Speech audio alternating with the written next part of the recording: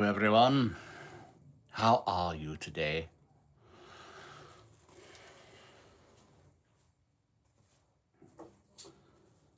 What are we doing today? Kind of got a different setup going.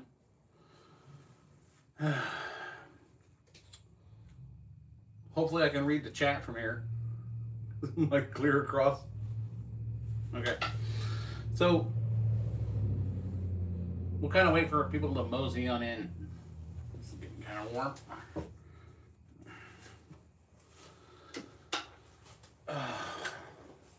So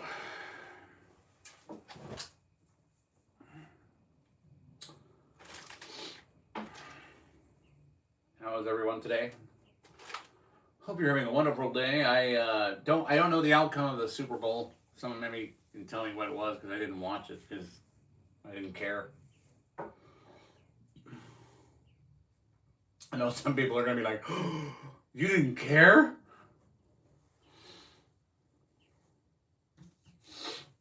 So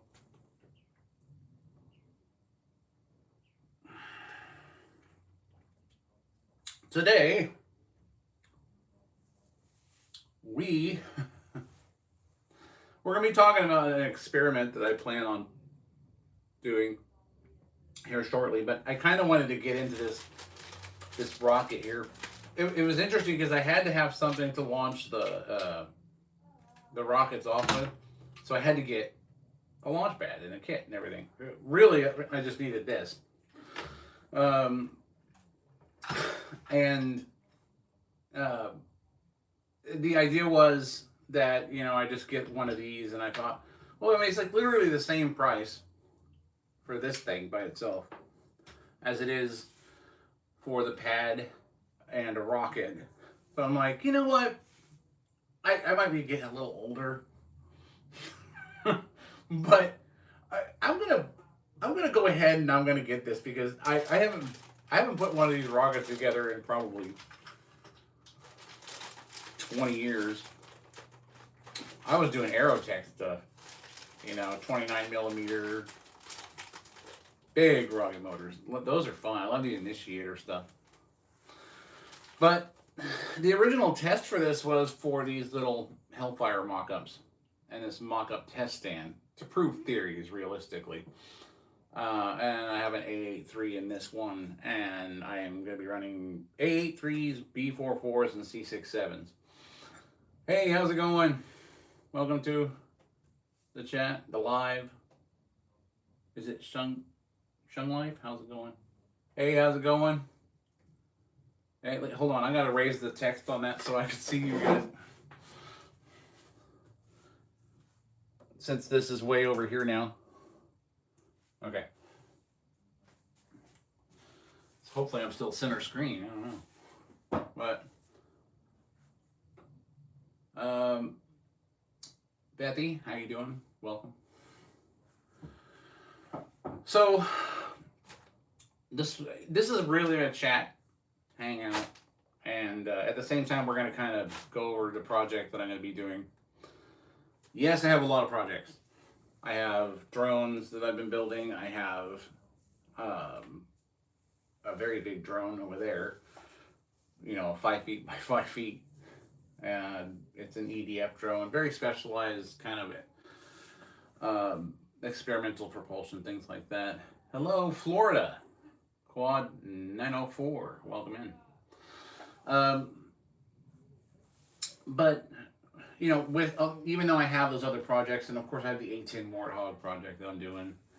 And that's kind of what sparked this. Yes, I know these are AGM 114s, not 95s. But I like the way the Hellfires look. So one of my theories that I wanted to do, and now I'm going to make something very clear right now. This is a wing segment on a stand with a hard point for the Hellfires. Okay, we are not launching, nor will we ever launch, any kind of projectile off of an RC aircraft. That is something we will not do. It's illegal, it's dangerous, and it's unpredictable. And the reason why I'm running this test is to show that unpredictability.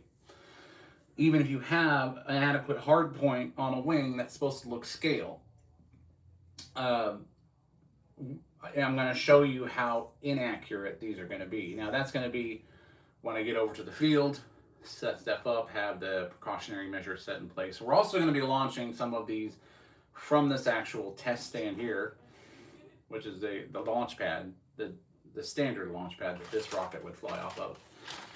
And we are going to test the theory. Obviously, the guide rod will give it some,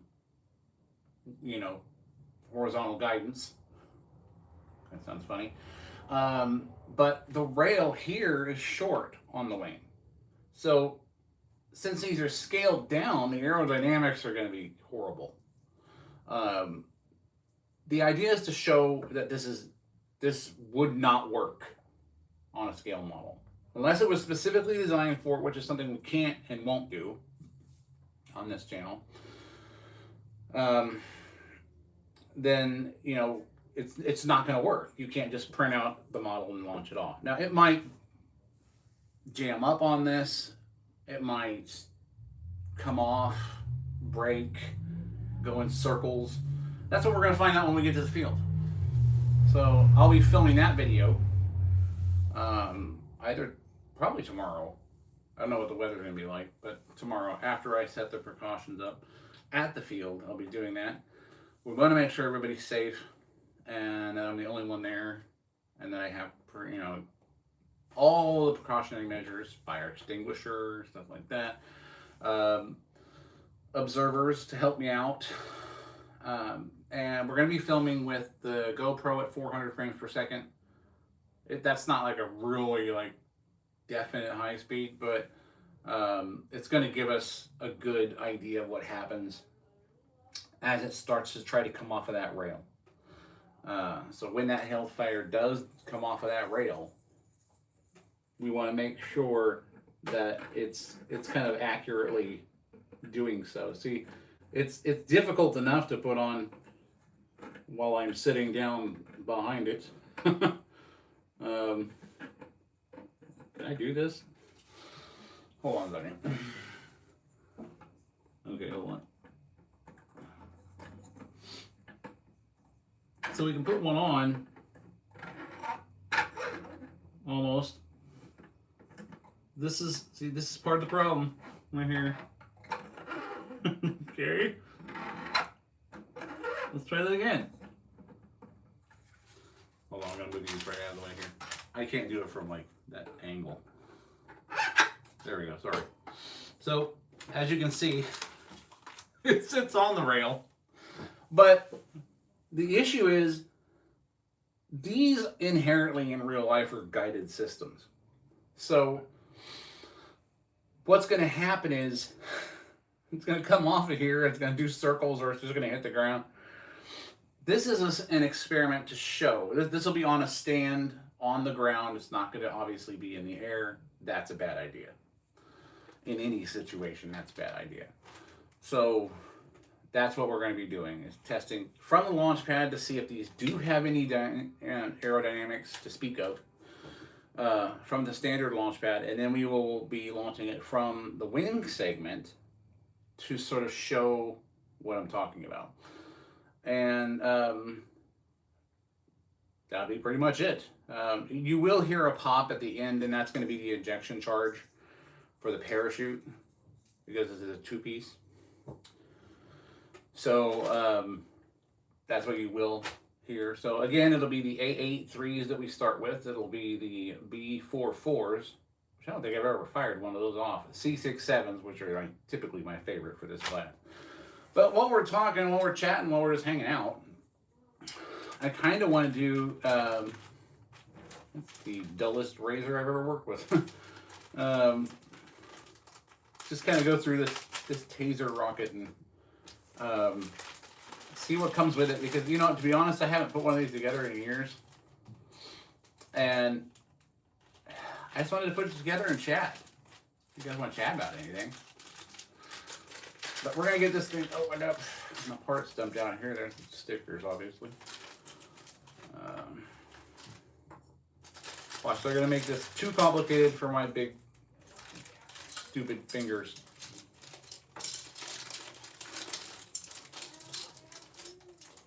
Okay, I've got through the packaging almost. How did they set this up? They made it to where basically you can't get the fins wrong. Maybe you can. I don't know. I don't think so. I think they've set it up to where you can't get the fins wrong. It looks like everything's sort of locks together. Maybe I don't need glue. We'll find out. Let's take a look at the instructions, which is something you never normally see me do. That's not gonna work. Oh, it's in here. Okay.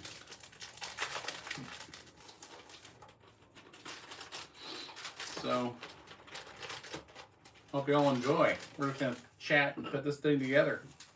Oh, good! I get to tie together tiny strings. That'll be fun. Shock cord. Not our shock cord here. I know not a lot of people are watching, but hey, it is what it is. I gotta be careful opening this way because the chute is made out of the same material the bag is. Let's get that out there completely gracefully. Oh, they tied it up for me already. How nice of them. And then they sealed it into the bag. Okay. Well, let's get it opened up here. Take a look at the strings. See how they're doing. How's everybody's day going?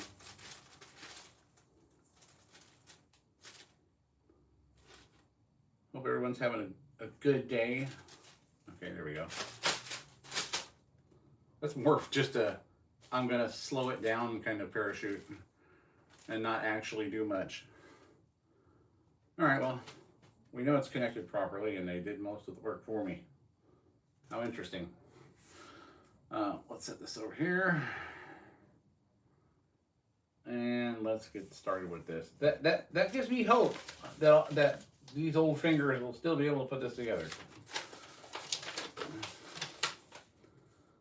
Are you serious? No. You can't be serious. Upper ring, lower ring. Okay.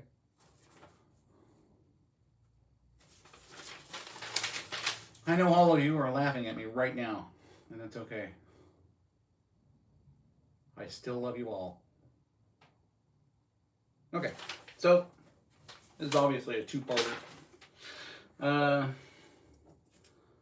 So obviously these upper and lower rings go into place here, and the lighting that I've given myself for the sake of making sure you guys can see me okay is horrible.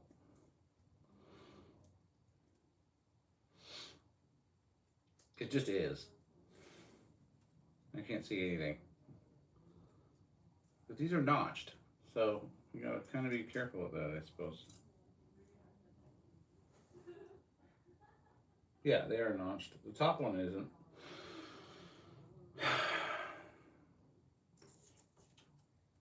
And I'm gonna assume that what they want me to do is glue all this together. This is gonna be such a disaster. All right, maybe I don't have to glue it, or it says, yeah, no, it does say I need to add some glue. Well, that's a bummer, because you would think it would just lock right into place.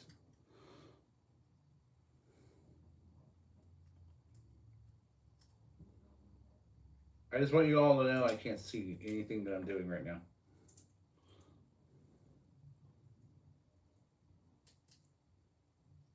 Quickly, begin the incessant laughter. Okay. How's everybody doing? Where y'all at? How is it in Florida right now? Is it freezing? Like big time? So you guys are getting weather that we want over here.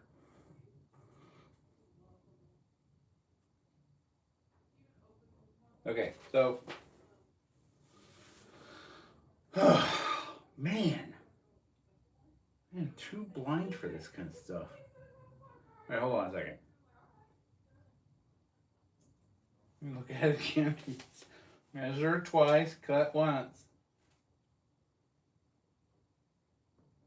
Oh, I gotta glue everything. Okay. Fine.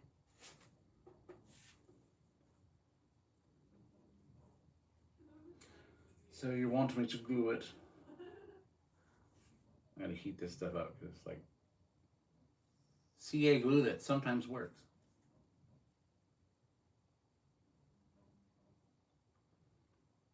Go, come on.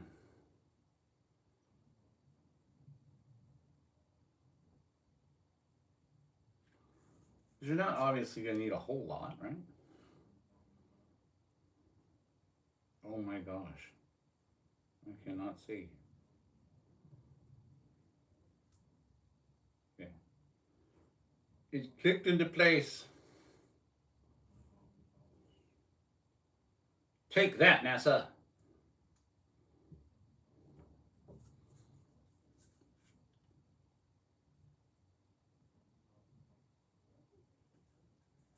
I honestly don't know if this is gonna work. I am literally doing this blind. Alright, I kind of want to get this situated on there before I get myself into a pickle. This one looks like it might go this way. I can do this, I promise. Okay. That's how that'll go. And then into the void. Dude, really? This has got to be entertaining for somebody out there. You're like, hey, what's this guy put a rocket together? It's hilarious. I'm gonna hold it in there and glue it, and I'm not even gonna take any chances. It's in there, why risk it? There we go.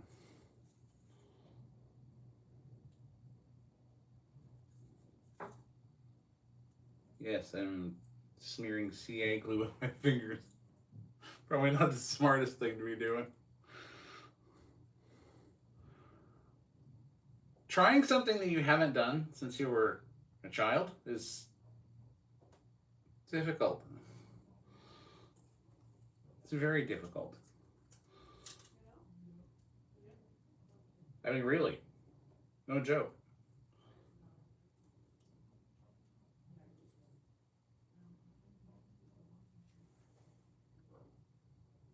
Okay.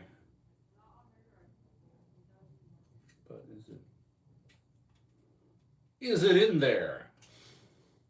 Yay. No?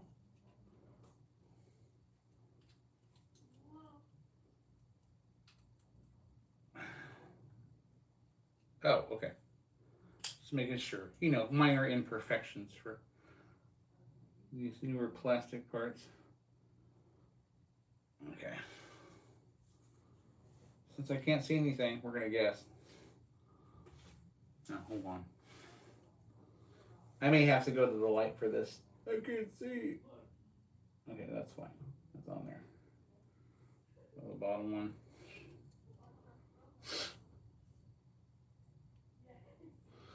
All right, there we go.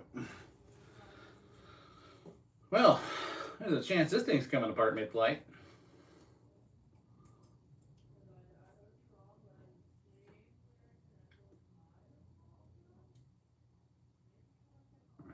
Let's give that a second to set up. I do have the stuff to let it set up, but if I rush it, you know how it goes.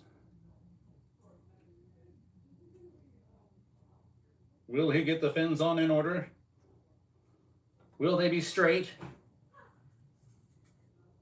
That remains to be seen.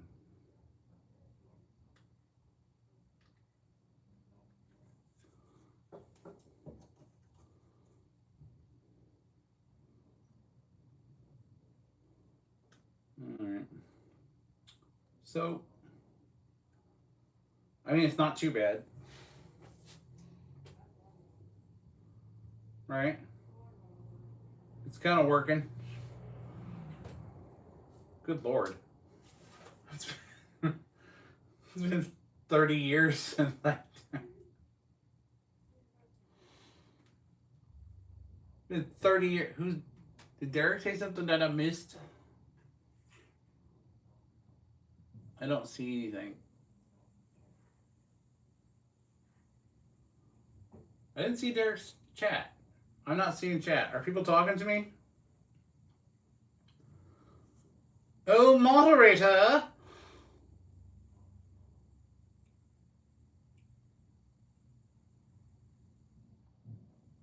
Okay.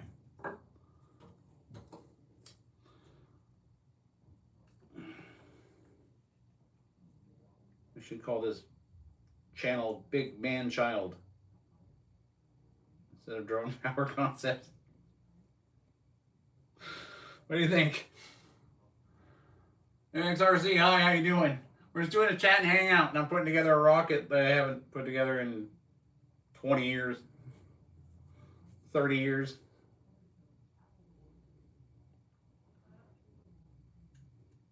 Why? Because it's fun, and I can.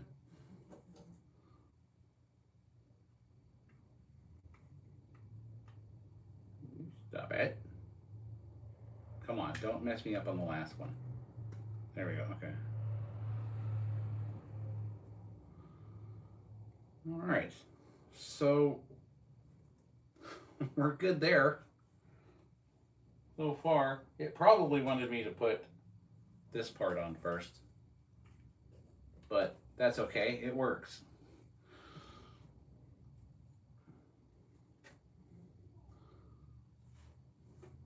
All right. This part's obviously good. We're gonna let that set for a second, just because I didn't want to spray the activator on it and discolor the plastic. So, how is everyone doing today? Oh, let me check my chat really quick. I want to make sure that was the bench, not me. It was the bench.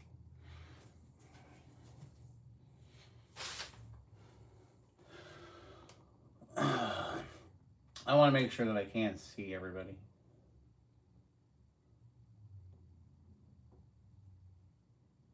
Okay, good. Okay. I just want to make sure. Mainly because what's going to end up happening is, like, I'm going to end up missing some of the chat. No, because I have the text. Okay, obviously the bifocals don't work that well. So I had to like do the Control Plus to get the text up on my laptop way over there, because the laptop's screen doesn't work. So I had to use an external monitor, so I can't bring the whole setup over here and answer. And plus, I have no place to set the laptop. Anyway, those are logistics you shouldn't have to care about, right?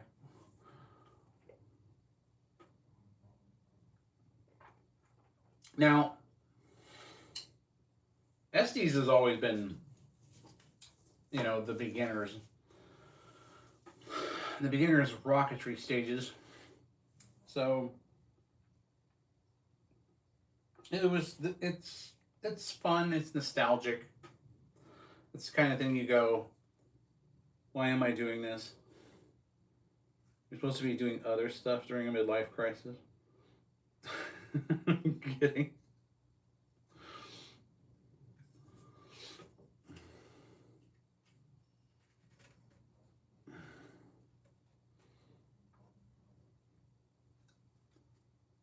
All right. And this keeps the engine on, or in. So that's just gonna screw on like that. Doesn't turn very much. Oh, there it goes. It was fresh. And this, I know, don't glue that on. That would have been something I did in the past. Okay. But we're gonna leave it off, just to make sure it's safe. So I get everything done. And I know, don't glue that on either. But where's the... Oh, here it is. You have to glue that. I'm surprised they just didn't mold that together.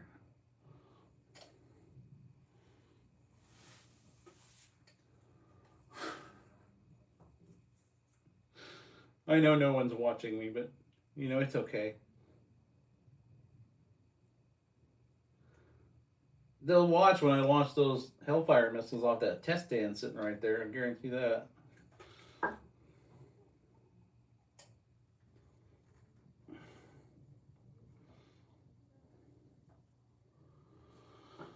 Because I'm running these off of, well, there's a C67 in this one, obviously.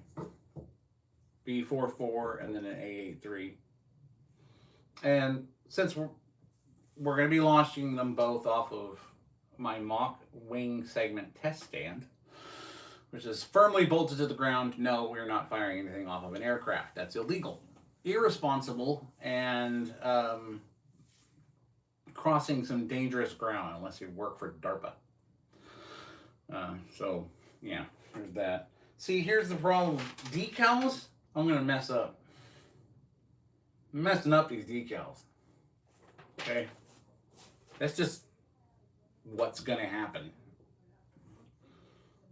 So, just so you know.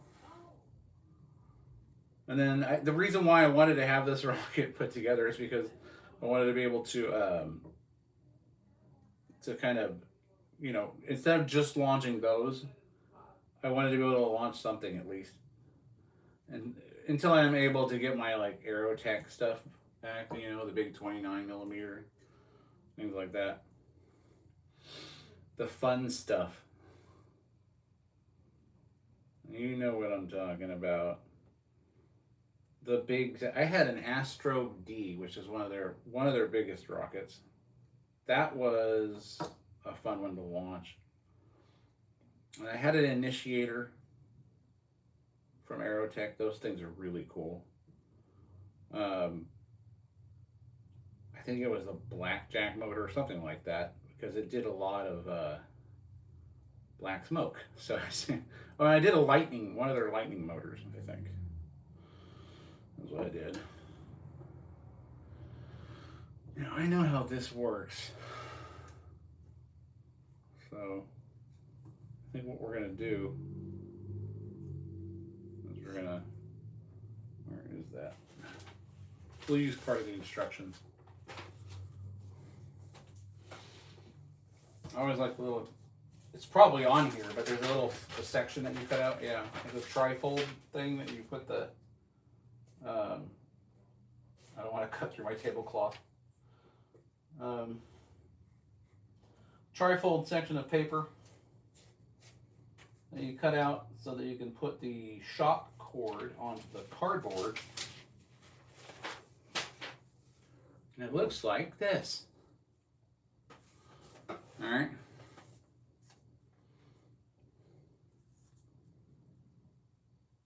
I honestly don't know how many people are watching, but hopefully you guys are somewhat enjoying it. It's okay if you don't, you know. It's all right, man. I don't know if people are talking either, because I don't know if I have my chat all screwed up or not. Oh, I hate these little squeeze bottles with the medium CA. It's cold out. So, get this one I might have to spray. Yeah, hold on.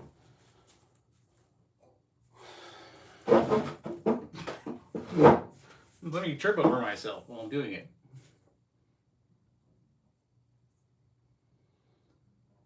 So let's do this first. Then we'll spray it through the paper. There.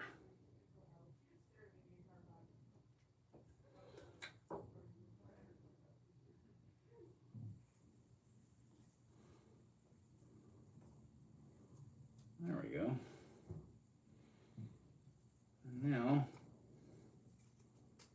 And now I'm getting stuck to it. Which means it's working.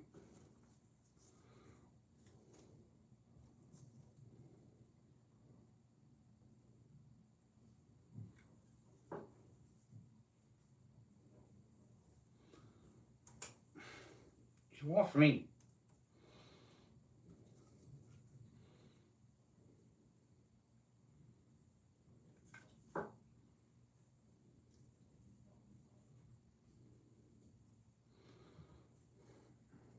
Alright. Let's try to do that. We're going to go. Okay. Round it up a little bit. It does have to go in here. Alright. Let's give it a second because I don't want it to stick to my finger. Just hit the thumbs up. Hey, then you gotta go back to watching the old lady missing. What? Watching the old lady missing? Is that a show? What are you talking about, man?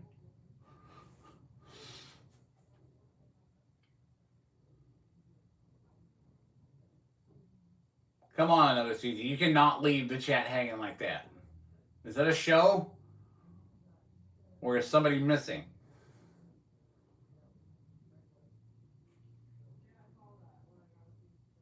Bad Bunnies.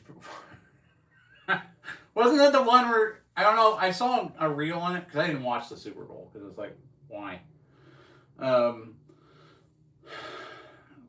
Ever since they brought Taylor Swift out, you know, to the last game, it sort of just ruined football altogether. But did he sing? Was he singing and not knowing that there was no music coming through the speakers or something like that, or was that just like satire on a reel that I saw? That was funny. But I didn't know if that was real or if that was just like one of those parodies that they did.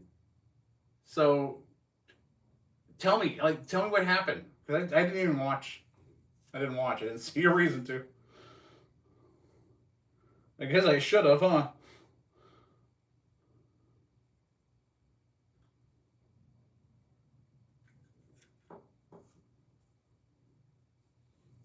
I totally did not watch that. So I'm insanely curious as to find out what actually happened. Because I guess everyone's talking about it. Somebody made a reel about it, so it must have been good.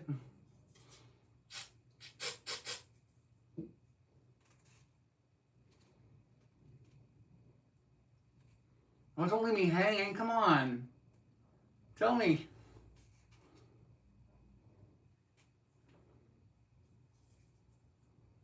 Look, it's going to launch. Alright. Alright, that's done. Now I get to screw up the stickers. Let's see. Well, they want it like in the middle, like this. Like I'm going to be able to do that. You know what? They're going on however I want to. This is my rocket to screw up. Oh man, come on. Somebody tell me about the bunny experience. the bunny show or whatever that happened in the Super Bowl. Because I missed it.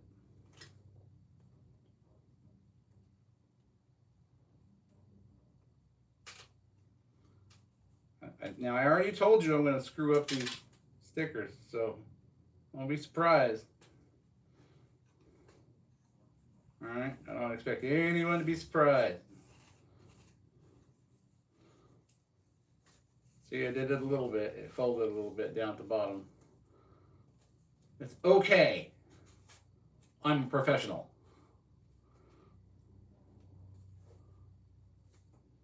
I promise. I'm not actually. This sucks. Okay. Let's put the fin stuff on. That way we can at least find it after I launch it off and lose it. It'll be bright enough to actually work. Come on! Oh, really? Paper comes up with it?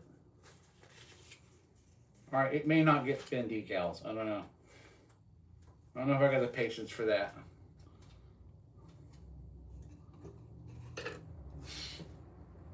I should have done this before I put them on. I know that's what everybody's thinking right now. Ooh, there's one. There's one. If we get this 1 or 2, is that okay?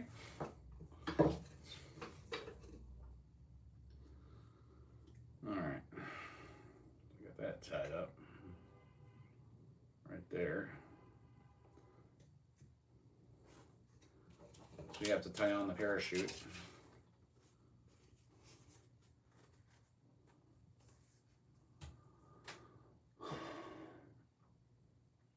I agree, football has changed. The show was good. The game was trash. Even though the team I wanted to win won. Okay, so I gave up on using crayons to explain things. Yeah, you have to bring a whiteboard. So the game was bad? Really? And the show was...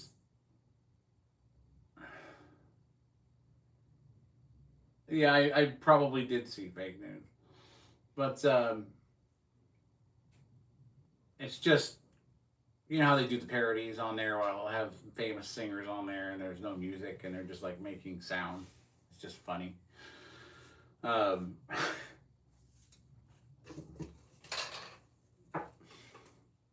It survived its first launch. All right.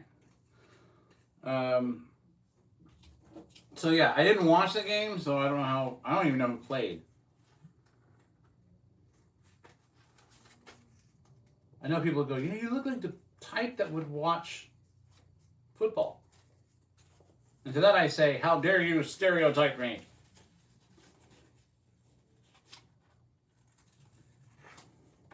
I'm kidding. By the way, you can stereotype me all you want. Doesn't bother me any.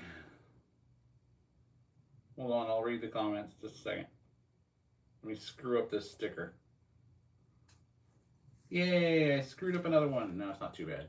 Okay, it is kind of bad. You're gonna know it's mine. Good Lord. This is why. Okay, so I didn't miss anything important.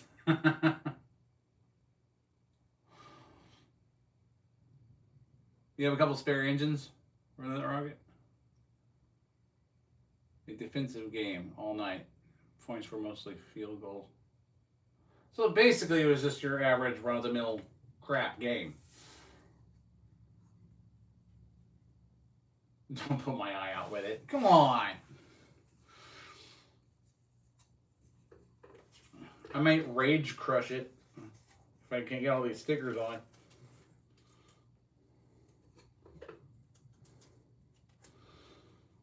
I don't like doing the decals. I was more of a painter.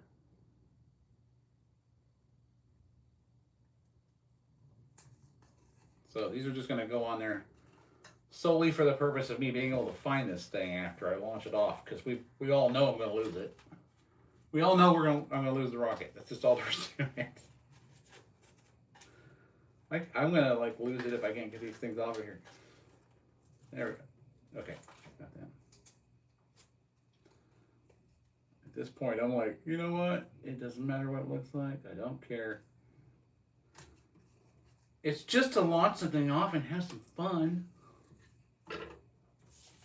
Now, if this was the initiator, like any Aerotech rockets, it'd take a lot more time doing it, but I don't have any.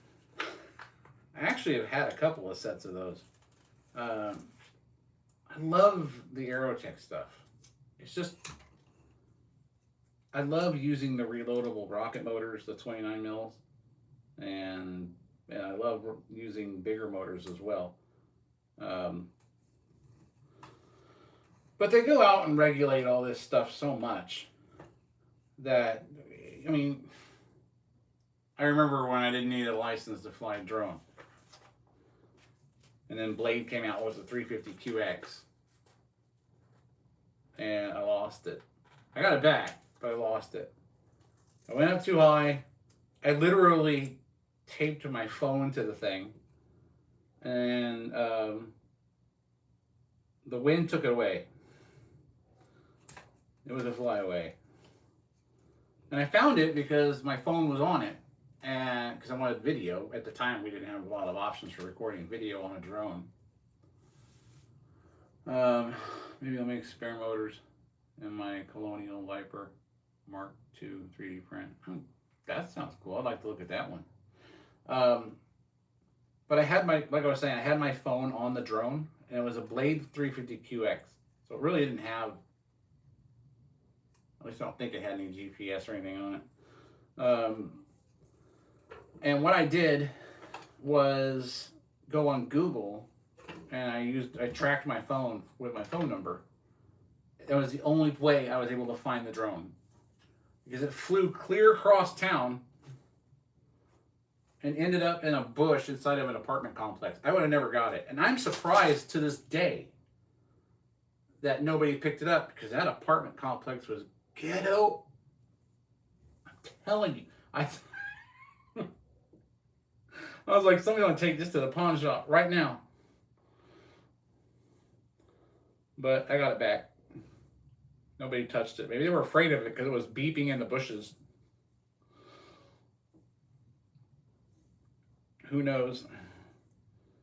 All I know is I got the rocket back. I got the drone back. And my phone, which was a good thing. And then I got the video. And I posted it. And it is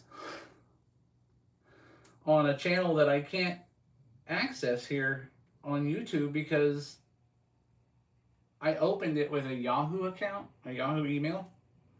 So for some reason, Google can't rectify or validate me on it, and it can't seem to get past the fact that it's wrong. Because you can verify, and you have to go through all these steps to try and re-verify yourself to get back into the channel. And I hadn't messed with it in a really long time, so I forgot the password. I mean, come on. And it was Tyson 200422. That's literally the name of the channel.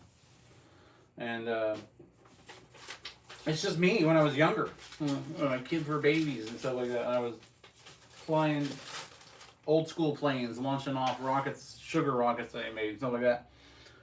And I have the video of the Blade 350QX flyaway on there, which is funny. But I can't get Google to verify that I'm the one who owns the account, even though I'm the one who owns the account. And I have access to that email.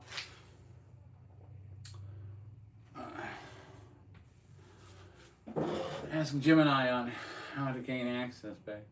I may have to, because I kind of wanted access to the channel again, because it was when I was doing a lot of my builds. I was doing my DC builds, and I had helicopters on there that I was playing with, and I was flying my Super Sky Surfer, which I can't fly anymore, and the Switch, which was a really good RC plane to start off with, F11-7, which was horrible. Sometimes back then you were getting planes that were just crap, and that's just how it was. So let's put a C67 in this one, because we don't want to see it anymore. No, I won't do that just yet. We'll do that at the field. Did this come up recovery wadding? It has the launch stuff. Maybe not recovery wadding. I have some, but it has the plugs. I'm sure it has the igniters. Yeah, the igniters are in there and everything else. I have recovery wadding, so we'll wait to the field for that one. But until then, we'll kind of jumble it up. I'm not going to fold it too neatly.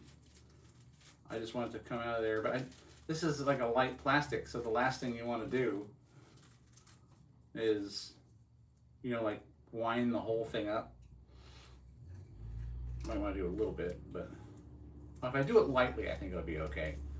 But these chutes don't really, how do I say, function 100% of the time. So kind of have to be careful. See, I'm already gonna mess it up. Told ya. That's okay. I gotta pull back out anyway when I put the recovery wadding on. As I tangle everything, putting it back in there. I'm tangling it all up. Look, guys. You better work, you son of a... Get in there.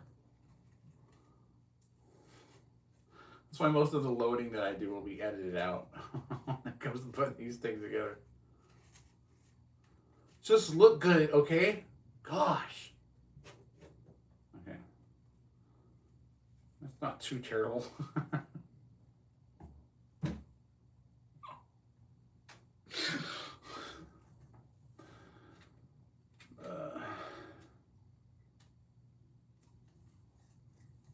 Oh, I'm doing some model rockets. You did finally catch me alive. Yes. When is the window? My launch window? I'm probably going to go out there tomorrow and do this. And that's going to be this rocket, and it's going to be these Hellfires that I did as a test. These are 3D printed, obviously. And it's on the wing segment. Now, we talked about this, so I'm going to go over it again. Basically, this entire experiment is to prove that not only is launching a rocket from an RC model a bad idea, it's illegal and completely unpredictable. Totally unsafe, and I do not recommend it, nor do I condone any such actions. This is purely for the purpose of science. And you're saying, what science are you referring to? Well, these will be launched. I'm going to go get a couple straws. Let's launch them off this. They're going to be launched off of here, and they're going to be launched from here. All 3 sizes, A83s, B44, and C67. And it's to prove something. One, that this probably has no aerodynamics to it at all, if any. It's going to have to be moving very fast to actually have any aerodynamics. It's going to have a guide rail, like this rod here, the launch pad. Okay, so I got the launch pad here. And that's what's going to have to be used in order to launch these things. So we're going to launch a couple from here to show that this guide rail is necessary to get this to start flying straight. The rails that I have this coming off of on the plane are short. Okay? So the idea is to show, and what's going to happen is these aren't going to fly straight. They're not. They're going to come off the pad. They're going to do circles. They're going to go every which way. So, hello, brother. New to the stream from India. Just subscribe. Thank you for subscribing and welcome to the chat. We're talking about all kinds of stuff. My content, what I'm doing here. Yeah, these are mini missiles, basically. They're, in a sense. They're not really, they're just models. But what's going to, and the only thing that's going to pop is when you see the ejection charge knock the motor out of it. So that's what's going to happen. These do separate into 2 pieces, so I could put parachutes in them. I could put streamers, like I had mentioned before, on a couple of shorts that I did on this. But the science behind this is showing how not only is it illegal, but unpredictable and unsafe. You're not going to launch a missile off of an RC plane. You just can't. Totally against the law. So what's going to happen is I'm going to launch it from this wing segment on the test stand to show what happens if you attempt to do this.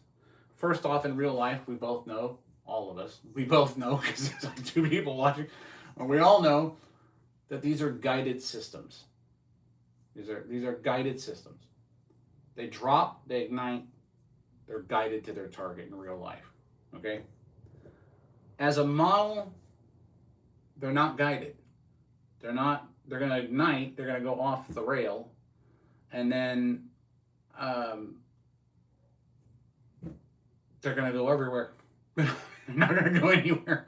My prediction is they're going to get about, if they get off the test stand, they're going to go about 2-3 feet out and just flip around in circles or hit the ground and just burn out.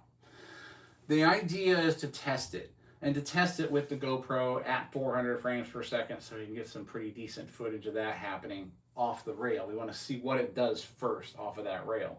And then we're also going to see what it does off the launch pad itself, which is also going to be a lot of fun.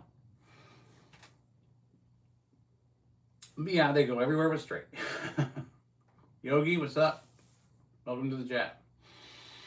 But as far as my other projects, you know, are going with the EDF drone over here, which, let me grab this one. This is the smaller one. Always waiting on motors for this, because I had to get 4. The rocket over here. This is actually another version of the one you see playing in the video behind me. That was my first one. You probably can't see it too well, but it is on my channel page as like the trailer video. But yeah, this one, you know, it's set up with the lights so that I can see where I'm going this time. And I can fly it at night. It's going to be a fun one. I also have a much bigger drone. It's the Shrike Sarop drone playlist. You see that one. We were talking 340 millimeter fans, big drone. Still waiting for parts on that one. Is that a missile attached? That missile is attached to an RC plane, not a drone. It's a wing segment for an A10. And the idea was just to prove why this isn't practical, why it's dangerous, why it's illegal, why I should never do it. We also have a standard launch pad, and we're going to be doing 3 motor types.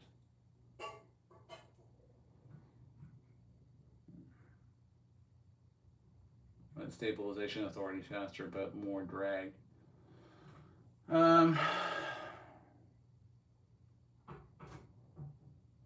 It could, I mean, some of the fins are going to work.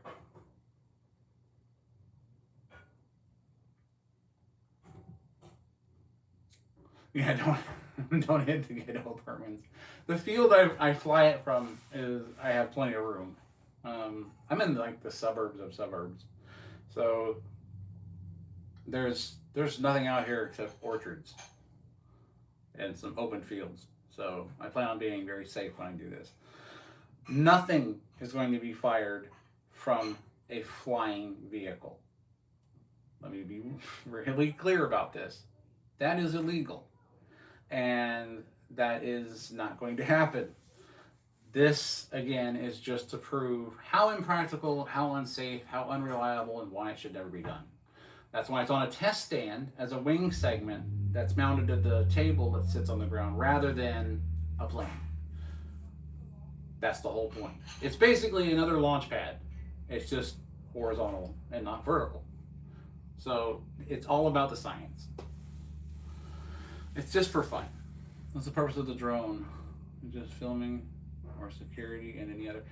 This is actually a 70 millimeter EDF system.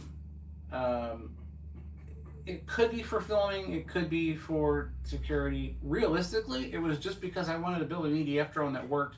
I saw a lot of videos out there, people building EDF drones. They barely hover for a little while, if they work at all, or they blow capacitors.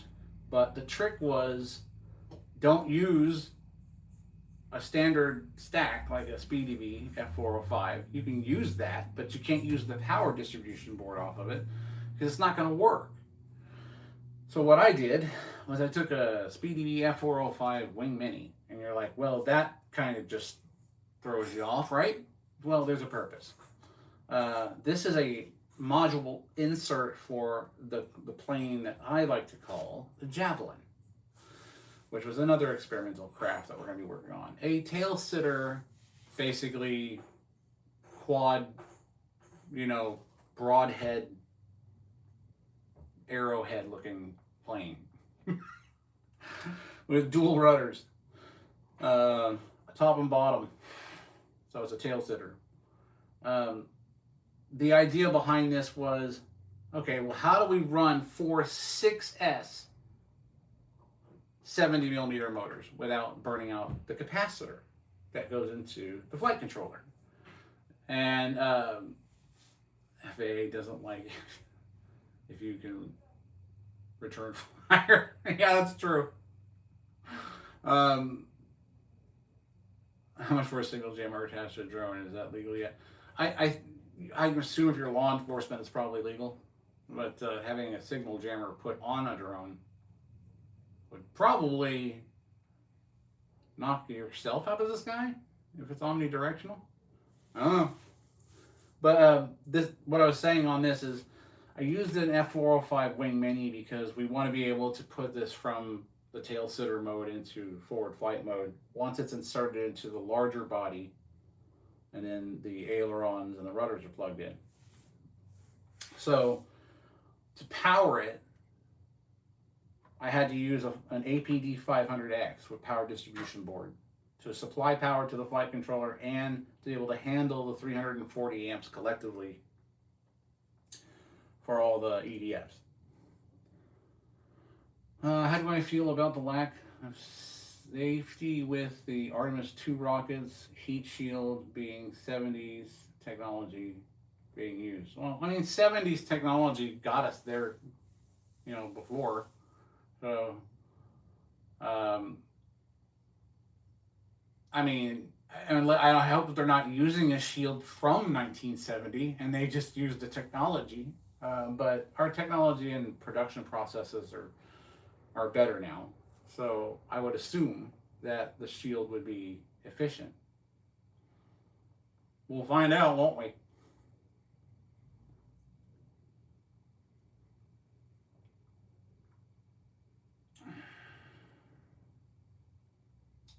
Hold on. Were you talking about the duct work on this?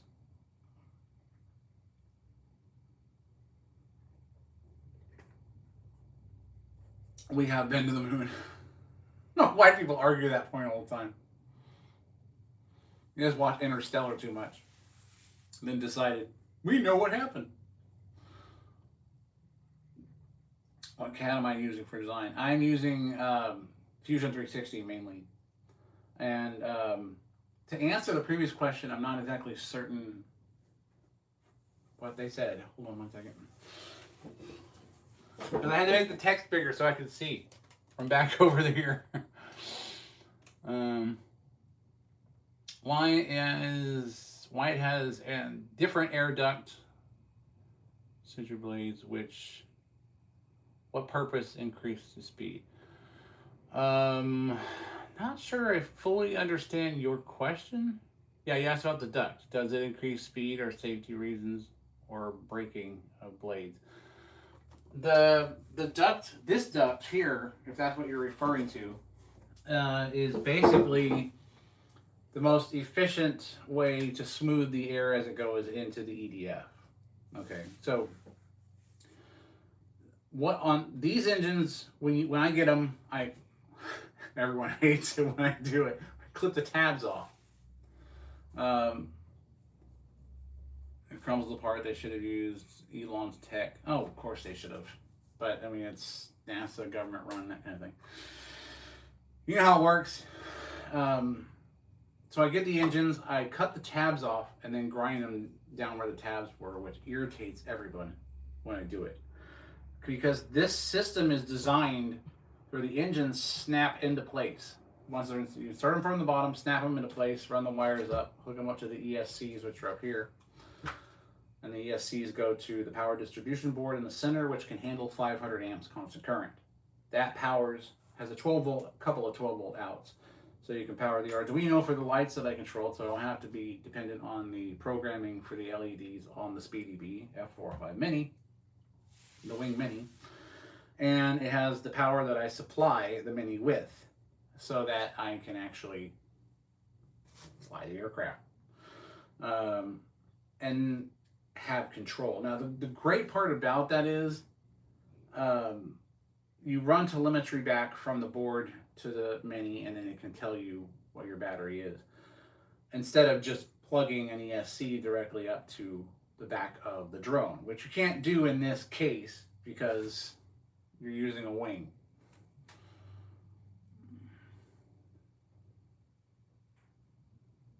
Instead of power distribution. Oh, well, I'm using a bus bar in my bigger drone.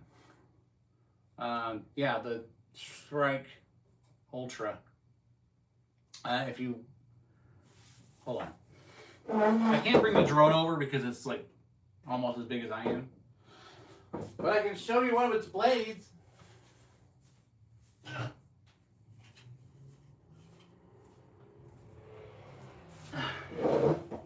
So, this is one of its engines, or blades for its engine. And I built a 340 millimeter EDF drone. It's 5 feet by 5 feet, weighs 80 pounds. And if I can make Kira to send me a Carvera Air so I can see if they can actually, or a Carvera or anything else, even Penta, you know, with the pocket NC, I'll take either one. I want to see if they can cut this blade geometry that I have, because this is these are slotted in. These are all printed on the Bamboo Lab X1 carbon. This one has been through a lot. This one's been through a hot dog strike. There's a video on that one. But what am I hearing here?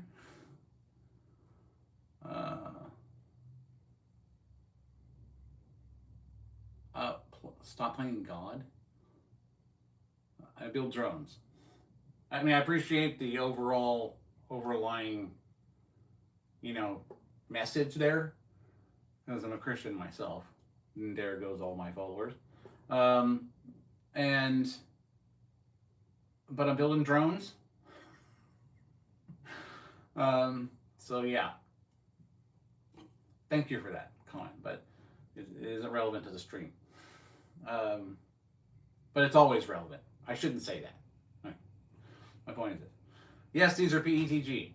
This is actually Creality PETG. You're gonna love this. Creality PETG. Okay? Not Bamboo Lab. They're printed on the X1 carbon, but Creality PETG. Yeah, I agree, Maverick. I think that, you know, it's one of those ones that jumps in, drops a comment, and leaves. That kind of thing. You're going to do some time traveling. You're going to take me with you if you provide security and don't ask too many questions. Oh, I can time travel anytime I want to. What do I need you for? So, PETG, 22 blade high pass configuration. The actual drone runs on an 11 blade high pass. Same size, same blade configuration, same blade pitch variable, obviously. Slotted into place, no glue whatsoever. And it still works really well. Trip the corner. Screw you! I'll find you. Anyway, the point is, this is PETG for you. So this is the Overture PETG, actually. And this is the Creality PETG. But when I did the hot dog strike video, if you watch that one, it's under I think it's under the Strike Sarah playlist on my channel page. That's the one where I was dropping hot dogs, and then finally I killed Boss in there, and it was just chewing them up and throwing them back out. It wasn't destroying the fan. It wasn't stopping the fan. It was the only thing, and that was at 48 volts. That was a 75 volt motor running at 48 volts, running through a 150 amp ESC. So yeah, it worked. It worked really well. So I was surprised.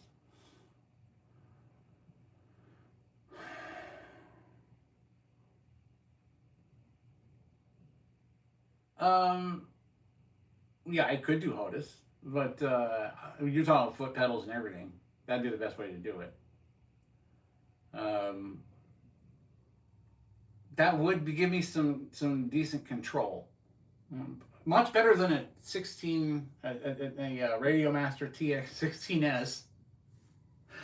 But I'm not flying an FPV, so at least not yet. So while I see where you're going for setting up a HOTAS system, would be optimal in the sense that I'm actually flying it from a visual on board.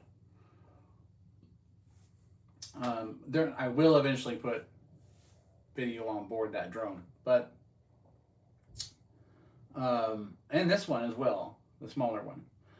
But you know, it's honestly, it's about money. It's about when I can do it.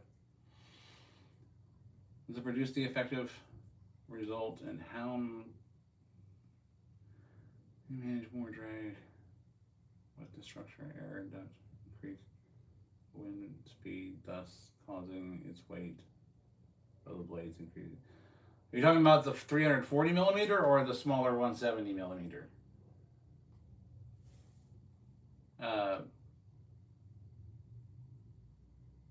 Sethish PC. Which one are you asking about? The 340 millimeter blade system, or the smaller one? Okay.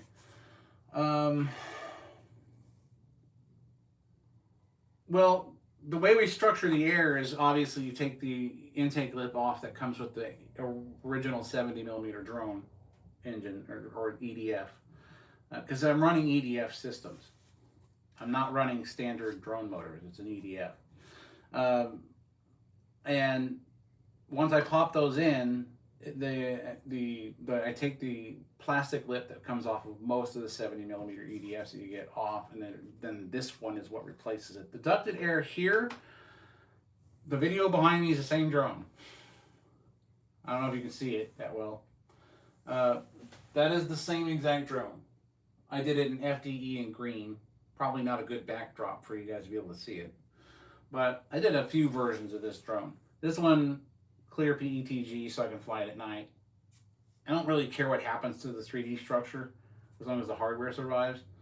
But Lost PLA casting. Anyway, 1 second, I'll get to that. But the ductwork here gives it stability because, one, it breaks ground effects because there's some people that I saw somebody create one of these before, a little bit after I started doing it this way. And which didn't surprise me. But their design was okay, except he was popping caps because he was running 4S. So the capacitors were burning up because you had a lot more amps that you're dealing with, especially 4S. 6S, less amps, more volts, so on and so forth. But I still had to deal with 340 amps for the system. So, but the ductwork on his was flat on the bottom. So you got to break that ground suction before you can take off, right? Unless you're taking off of something you set it on where the motors aren't touching the ground.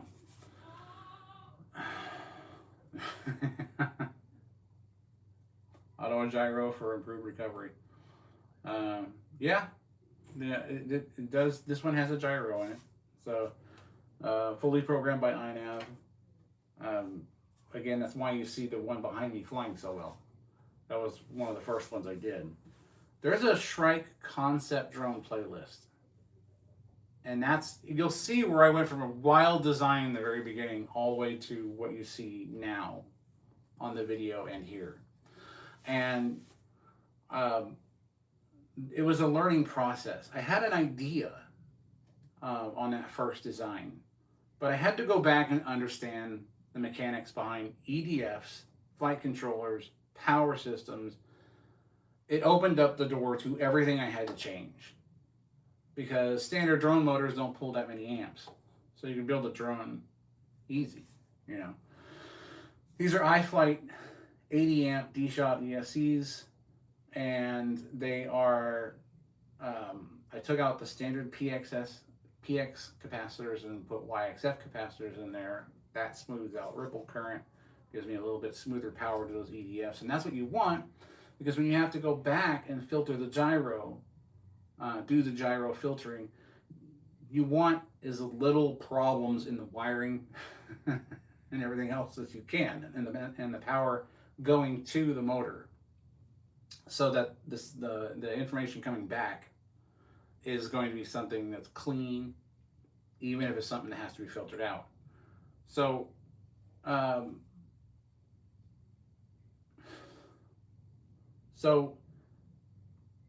at this point, I went with solid copper wires. I replaced the copper clad aluminum, or just the aluminum wires that they had originally, because they didn't displace heat enough. And there was a general heat buildup with these particular wires. So we replaced those wires with solid copper wires, which were harder to bend, but once you bend them in place, you don't really need anything to hold them there once they're soldered in. So that helped with heat mitigation, and because you're drawing, if I'm pushing this at full throttle with all 470 mils, you're looking at roughly 340, 360 amps roughly that it's drawing at one time. That's why the power distribution board is capable of giving you 500 amps. Thank you, I appreciate that. Saki X. That's really good. I'm glad when people appreciate what I'm doing, because a lot of people like to tell me that this isn't practical. Who's going to want to do this? What's the purpose? Well, why does it have to be practical? Research is never practical until it is. And then everyone starts using it. And then somebody comes up with something new and goes, well, that's not practical. And then they're using that. You know? I mean, we were all using those hot air popcorn makers until, microwaves became prevalent. So, there you go.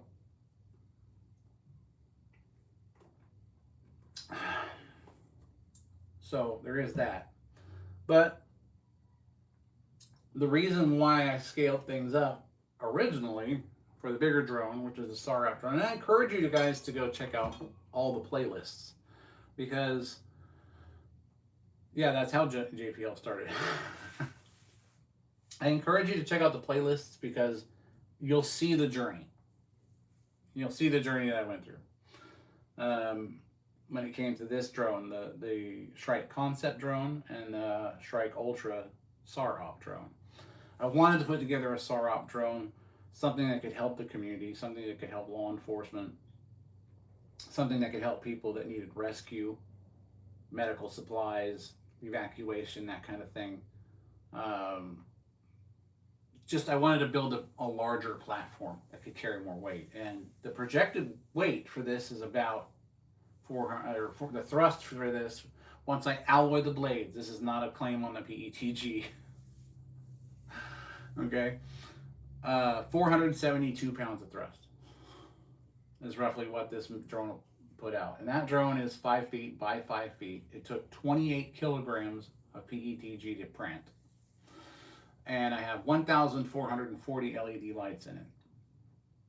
Because, you got to make the first version a showy one, right? And who doesn't want a UFO sighting? So, I saw for the first time. I still am not getting it.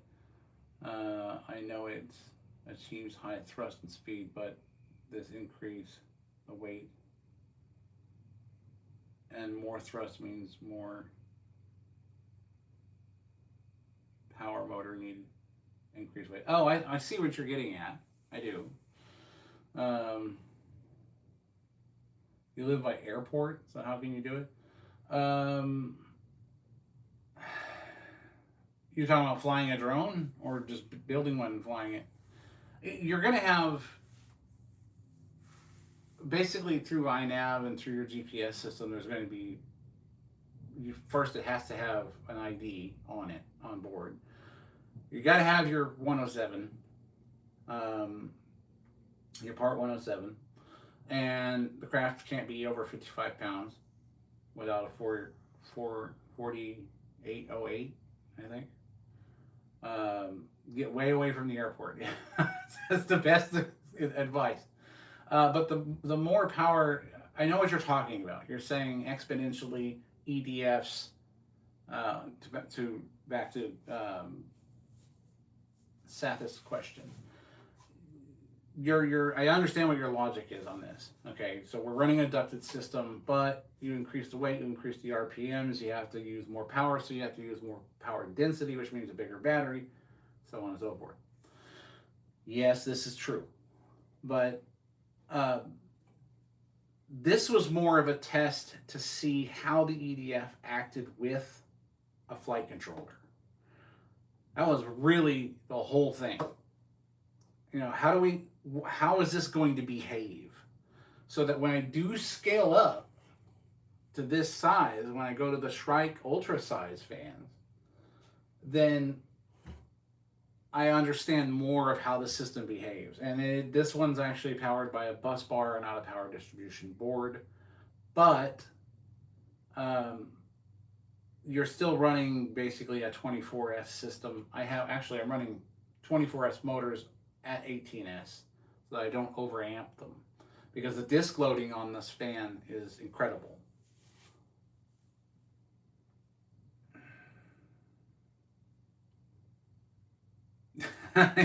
Yeah, don't take life too seriously.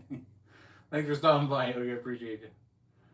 But yeah, the main idea really is finding the power system that pushes this at the RPMs that it needs to produce a viable amount of thrust. You want to know what the maximum disc loading is. And then you got to go back and go, okay, if I get a machine where I can do this out of alloy, then we've changed up the game. Now we can push it even harder because we're not worried about the PETG creeping with the RPMs. We're not worried about disc loading. We're not worried about shattering a blade. We're not worried about any of that as far as what weight the system can lift, because we're moving to alloy blades. Yes, this is done in PETG. Yes, I printed 28 kilograms worth to make the drone. And the idea is just to find out, okay, what's my best motor? So we're going to go with, we know that, you know,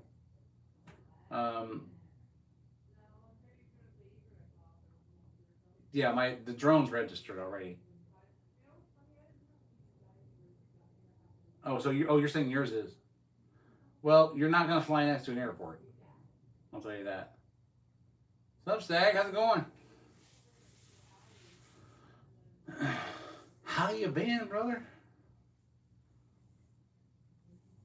But yeah, you need the one. If you've got the 107 and it's registered, the reason why you can't fly it near an airport is because most of the time there's geofencing around airports for a specific amount of miles.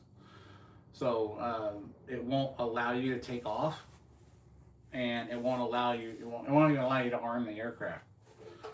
And hold on, stupid screensaver. It won't allow you to arm the aircraft, and it won't allow you to take off at all. So that's basically why.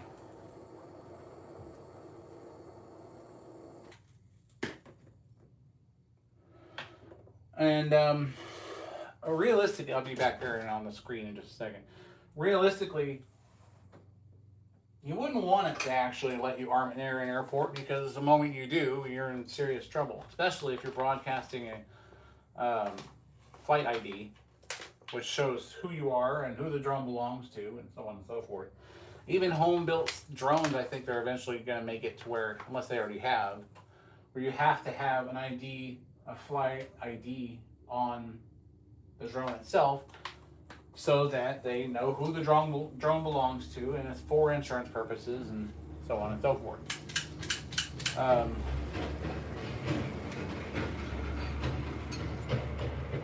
That tells you how far out into the wilderness I live, there went a tractor.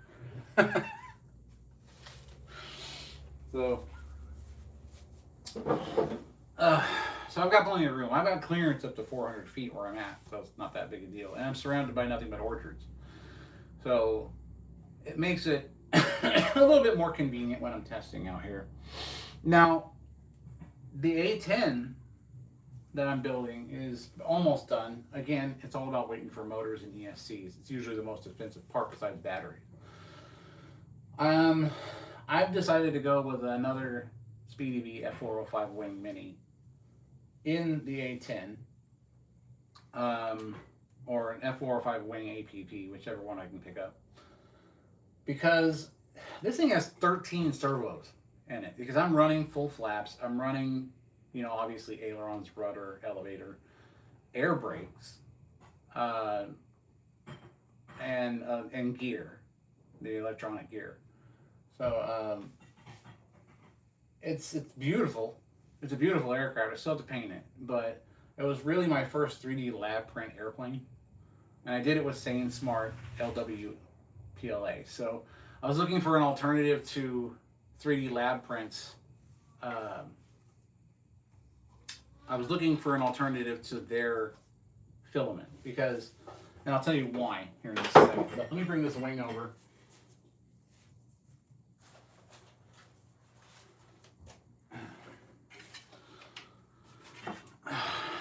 So this is the wing. It's got, I know I got to take this back out so I can paint it. But you can see how many control surfaces we're dealing with. We're dealing with the, if you can see this, the ailerons, the air brakes themselves, and then of course full flaps, and then the gear, of course. So that's why I wanted to use a SpeedyV flight controller, an F405 wing, because it has all the channels I need, and I can do the servo reversing that I need. Because on this model, I still have to do a linkage on this side. On this model, it doesn't reverse the servos. It doesn't reverse the servo placement, and the Y harness doesn't do it any good. It's not going to reverse it. Usually when you're running with ailerons, they're inset into the foam wing, and one is facing one direction and one is facing the other. So what ends up happening is it automatically, through the Y harness, gives you the ailerons at different, you know, angles. They move independently of each other, obviously, but they move in separate directions as they should for flight control. Like this one up, this one down, right? So that's how it would work. On this model, it doesn't work that way. Why they didn't design it that way, I don't know. They could have very easily taken the starboard wing and moved the servo port up higher, so, or back or down lower, so that we could flip it around, and it would still line up with the linkage holes like we needed to. And then we could run a Y harness and everything would work perfect. But no, I'm going to use an extra channel for everything. The flaps can all be on one channel. That's not a big deal.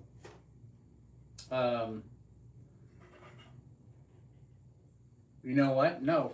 I think the flaps are going to have to go on separate channels as well. Yeah, they will. So it's going to have to be a channel for each set of flaps and a channel for each aileron, and a channel for each air brake. So basically all things have to have a lot of channels. You're not getting out of it. The only other option is they do have inline servo reversers that you can use. Waldo! We found Waldo again! How are you, Waldo? So, see, remember, it's always this channel that finds Waldo.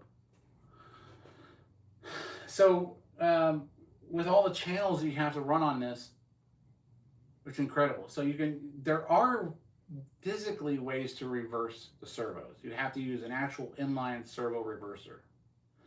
It's not about swapping wires or anything like that. The servo reverser actually reverses the signal to allow the servo to reverse. 3D Lab Prints doesn't like to tell you all that. So what I did was also it was a good price, like $20 to $35, depending on what expanding foam that you're using for this particular plane. But realistically, they wanted $38 to $60 for shipping, depending on how fast you want to get it, in order to get it here. Well, for $40, I just found one roll of Sane Smart LWPLA on Amazon, and it works perfect. It's an expanding foam filament. It's worked very well for this after I found the sweet spot on the settings, and I'll give them to you if you ever want to try it. They're not paying me to say this. They're not sponsoring me yet. I kind of hope they will eventually. But I'll be honest with you, the Sane Smart LWPLA works great. It works even better if you do these expanding foam models at 6 millimeters on your nozzle. 4 millimeters you can get away with. But if you really want to take advantage of the expanding foam filament, you want to use a 0.6 millimeter nozzle. Now, on a Bamboo Lab, that's easier said or easier done than most other printers. Because yes, I understand the issues. Trust me, because my first ones were A-nets printers.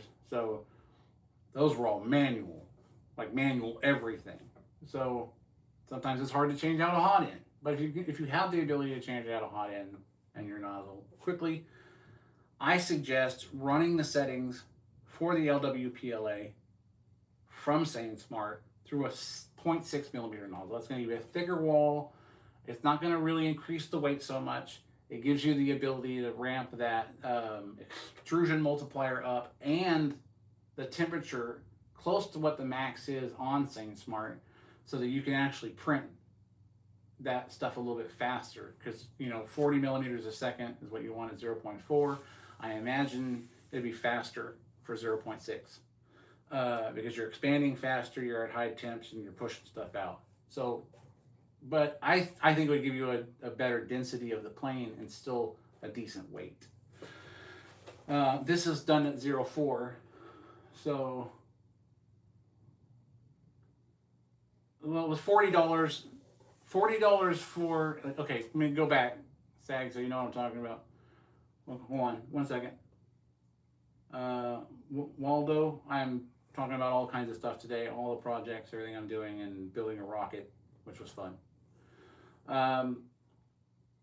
For all the flaps, can't you put in a linkage that articulate? Well, yeah, I mean, you could. I suppose you could do it mechanically to reverse the servo. But these being thin wall, kind of single wall prints, how the 3D Lab Print planes work, these are really light. These are super light. And adding anything to it would have to be done on its surface and not internally to make sure that you don't, like if you're talking about pivoting it, where it's going to move a different direction by adding a pivot point. So the servo turns one direction. It's like putting a gear between a gear, or a gear against a gear. You're getting one gear to turn the other direction by turning the first gear the first direction, so on and so forth. That could work, I suppose. It isn't a bad idea if I put it somewhere around. Now you're making me think about this. Dang it, now I got to get into CAD and start doing some stuff. Why you got to give me ideas? It's a good one, too. It's a good one. Saki X, that idea, that credit's all yours on that one. We'll see if it works. I'll give it a shot and see what happens. Might as well. I have to wait for the motors anyway because, they're expensive. So I got to get motors and ESCs for this beast. I'm going to put this wing down. The body's done, too. It's sitting over here. It's not completely assembled yet, obviously. The tail section I'm putting together now for the rudder and elevator. But it's a decent sized aircraft, for a single wall print. It's very light too. Very light. And again, that is the Sane Smart SAINSMART LWPLA from Amazon. Yes, it's $40, $45 roughly. Prices vary on Amazon, you guys know that. But you don't have to pay the $40 to $60 for shipping for a $20 roll from 3D Lab Print. Just makes sense, right?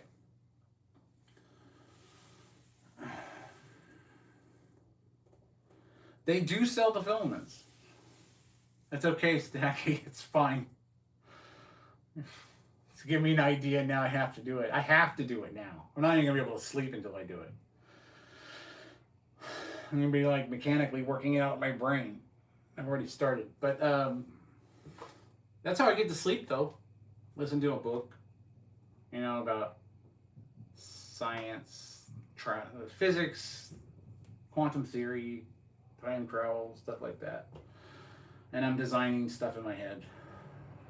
And that's how I go to sleep. I can't any other way. I have tinnitus from the war, so I need the sound from the audiobook. And then I can get some rest.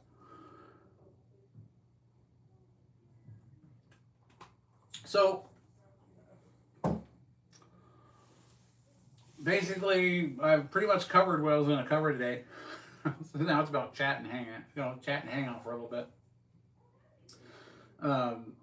We know we're going to be running this drone soon. We're going to be running the Shrike soon as soon as we get some motors. But now, on the big one, for the big fan, for the drone that's running the big fans,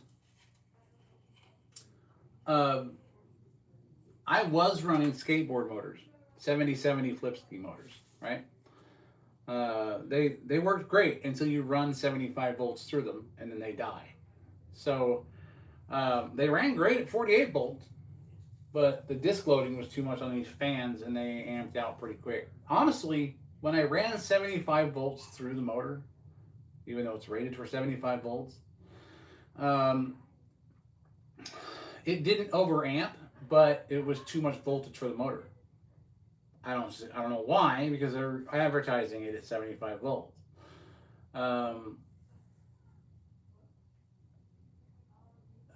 Yeah, Saki, on those are all 9 gram. Everything's 9 gram on the servos. But the 70/70 Flip Sky motors work great for the 48 volt test. Now, if I didn't make this 11 blades, and I didn't make this 340 millimeters, and I actually made it bigger, then 48 volts would work, and I could work off of 12S. Easy. But I do have 18S ESCs from Mad Components, the AMPX 120 amp, and I was going to get a couple more. If not, I'll probably switch to a 24S, and then use an MP35 from Mad Components, which is 50 kV, but 24 times the kilovolts gives you your RPMs. And then we decide what's best as far as blade diameter. So the Shrike Ultra may be getting bigger before the first one even gets off the ground. So, and that's just how I do it, because the science comes through as I'm testing, and then I test the thrust, and I test, what happens when I apply a certain amount of voltage to the specific motor, and then I realize what I got to change, and I got to do it over again, but I've already printed 28 kilograms of PETG. So worst case scenario, it'll be a drone that runs at 48 volts. You might get a hover out of it, but it'll make a perfect showpiece because of all the LEDs in it. So we'll hang that in the bigger shop if I ever get a bigger shop. Or maybe we'll raffle it off and you can fly it home. But so yeah, the idea behind all this is research and development. And I personally want to build a riding bike. We've all seen the Volanaut bike that's running off of like those 6 kerosene engines or whatever, right under your crotch. So it looks like a motorcycle, but you have these 6 kerosene engines. And while I applaud the guy for trying it, because just getting on that thing, you know, that took some cojones. You're not banking in that thing. Let's be real. This is the moment they're all facing straight down. So unless they're vectored, you're not banking. The moment you try and bank, you're flipping over. You're basically sitting on top of it, hoping that it doesn't tip over. The idea behind mine being a quad is it's actually like a quad, like an off-road quad, right? You're flying off-road. You have turbines. Yes, they're ducted. Yes, they're covered. The intakes are covered too, so that you have air coming in through your front airports and the side airports and things like that, and nothing gets sucked into it that's not supposed to. And you're out, really, really outward-facing LiDAR sensors that will constantly keep you at a specific distance from the ground. This gives you the opportunity of flying at ground level like you would be in a quad, and still being able to take off to an acceptable legal limit on the range and height. Now, this is all going to be determined as the technology progresses, because rules are going to come in. People are going to come in and say, this is what you can do because of the vehicle you're flying. This is your restrictions. This is your height restrictions. This is your speed restrictions. This is your weight restrictions, so on and so forth, for every class that I end up designing and putting out there. So we already know that's going to happen. There's always going to be somebody that has to make a regulation for safety reasons, and of course to make whatever money they make off of it. Yeah, that's what I'm talking about. I want to make a vehicle that has ducted systems, not open props. I mean, can you imagine Black Friday with a whole bunch of people owning open prop Jetson 1? And they're all going in to get their TVs? There'd be decapitations all the way through the parking lot. I mean, and it's not a plane or a flying car if you need a helicopter pad or something to land on it, or you have to own 12 acres so you can have a reason to even use it. I'm sure it's fun as far as sport goes. No one's making that complaint. No one's saying that it's not fun as a sport. But when you are doing stuff impractically to get to a practical conclusion, which is a change in conveyance that doesn't completely disrupt the infrastructure that we have. We don't want a disruptive technology to the point where it's not going to be picked up. And that's the whole point. We could go through the sport area section where you're flying over water and things like that, and you're able to land on it because there's adaptations to the design. And then there's, I want to fly at 200 feet and have some fun, and I have drogue parachutes for safety and so on and so forth, and a geofenced highway system that I can go on if I want to, if I want to go from point A to point B. Geofenced skyway, I should say. But that's really the idea. That's the whole idea behind all of this. And I know that I'm small time in the garage, but so was everybody else who started something big. So we all started in the garage, right? So that's just how it works. Hold on. I forgot to turn the screensaver off on this. I keep having to. As a request from my side, instead of using fixed air dome, is interchangeable turning air duct structured based on gyro and directional. It moves for future prototypes. I have to explain that. Hold on a second.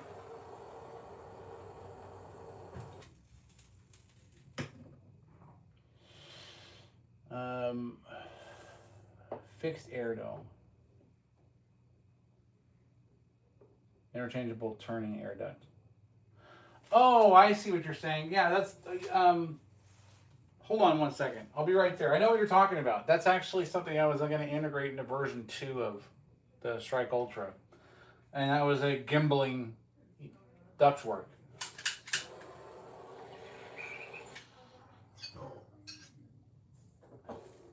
So the ductwork gimbal on the other version, when I told you I was going to make this bigger,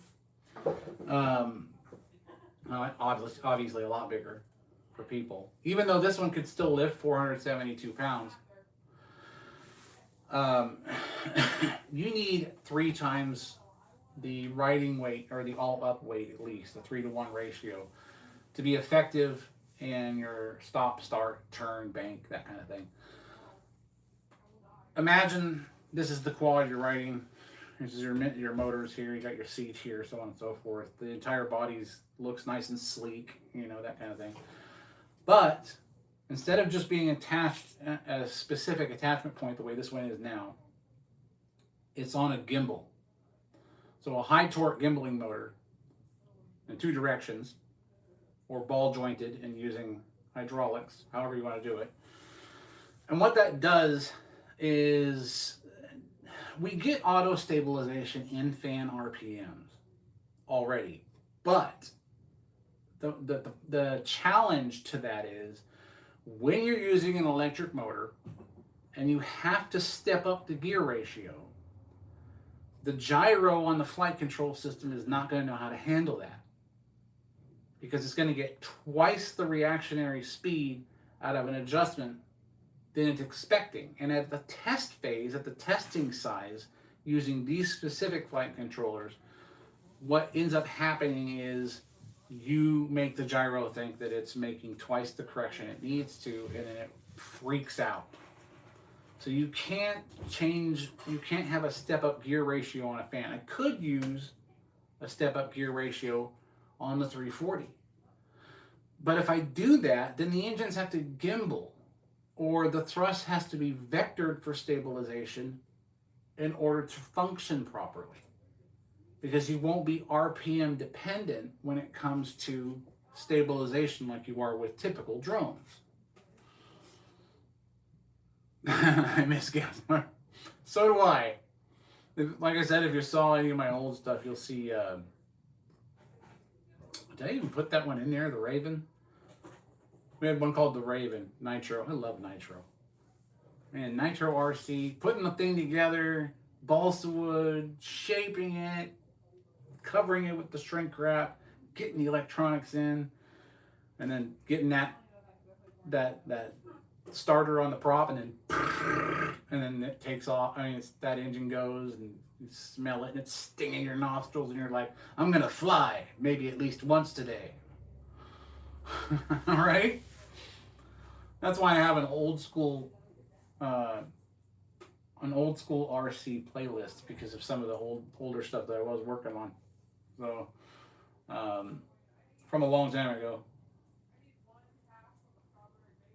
Well, if you go to the old school RC playlist on my channel page, you can see some of it. But see if I can.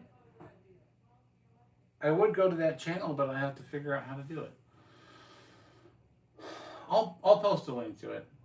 I don't have access to the channel anymore. I have to, like I said, I'm stuck in this loop where Google has no idea how to verify me through my old Yahoo account. Even if it sends me the emails directly to the Yahoo that I still have access to, and then I click verify, and it goes back, and then it says Google can't do it at this time.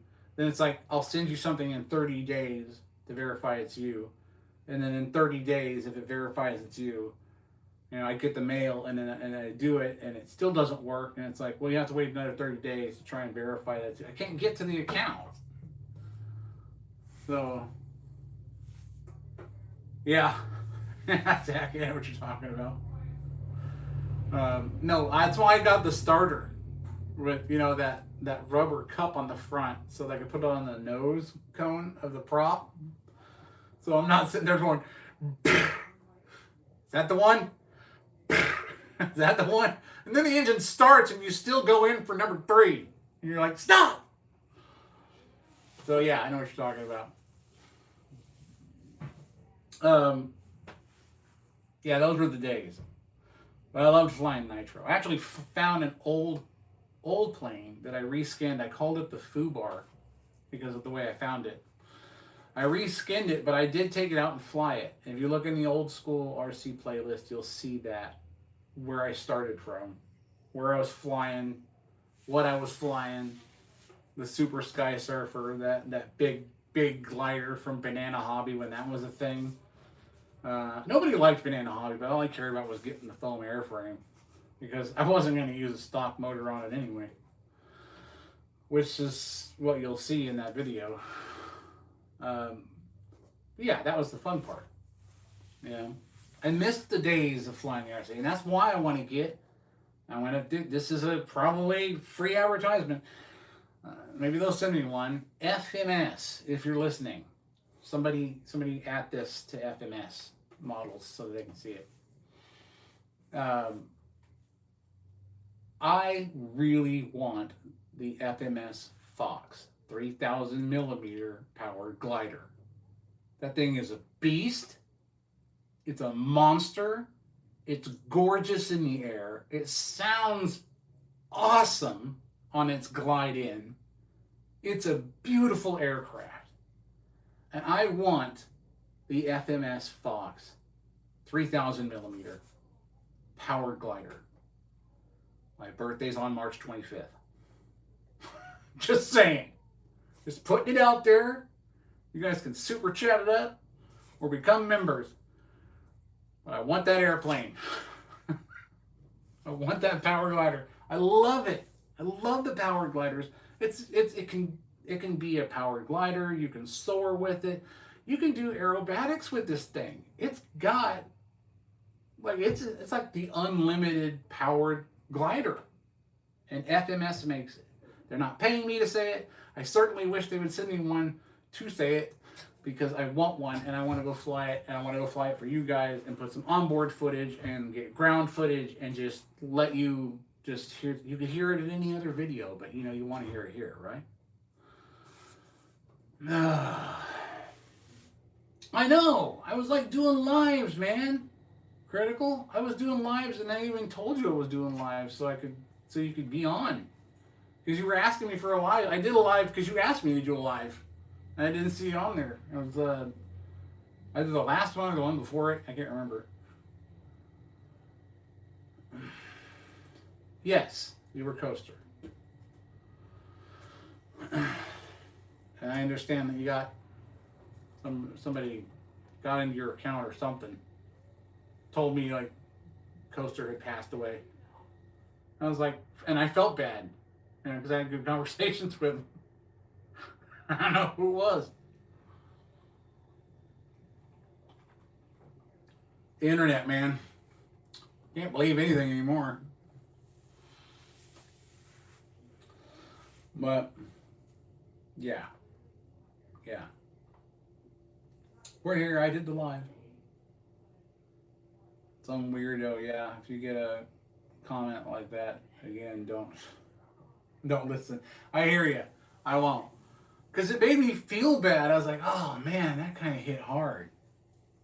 You know, someone who I talked to on the stream and through a lot of videos, and then their mom's getting on and telling me that they died.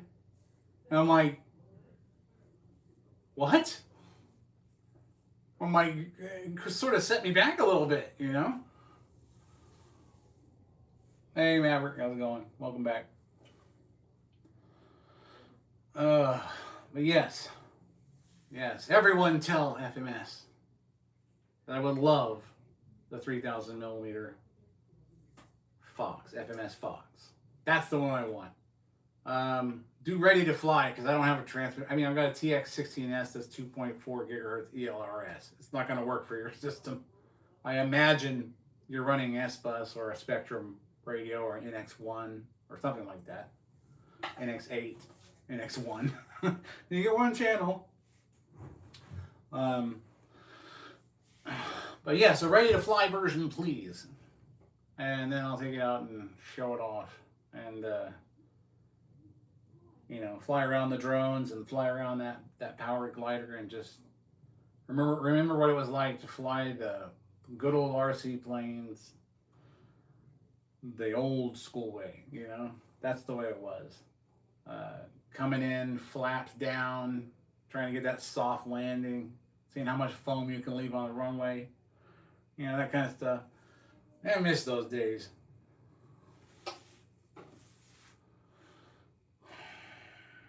Two 12-ounce battery, 100 centimeter drone, taking a while.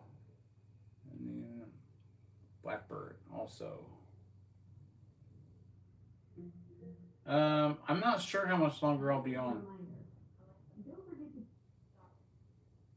A10 War controller. I found a plane. I found a plane and had a Fatuba 2.4 gigahertz receiver in it.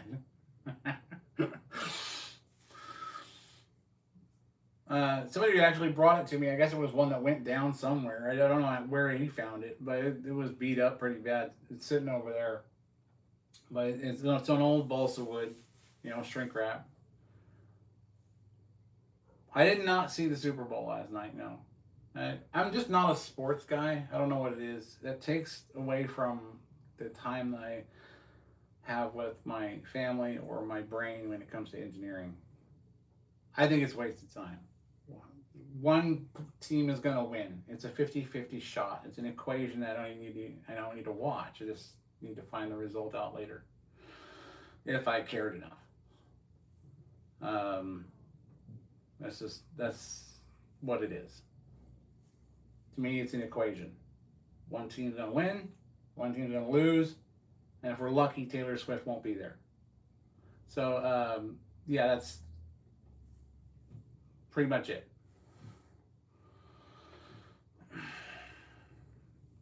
So, my dad liked football. My father-in-law, I should say. But he passed. That's why I'm wearing the hat.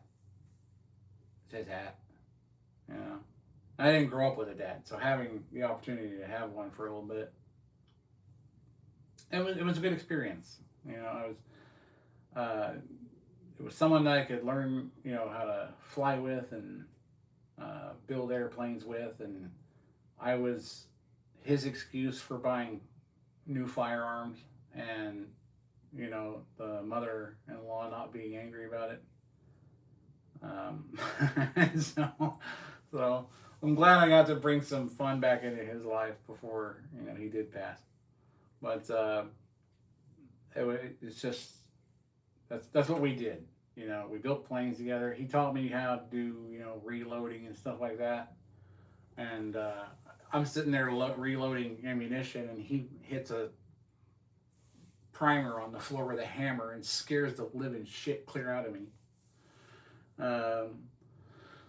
And he knew what he was doing. I was like, damn it.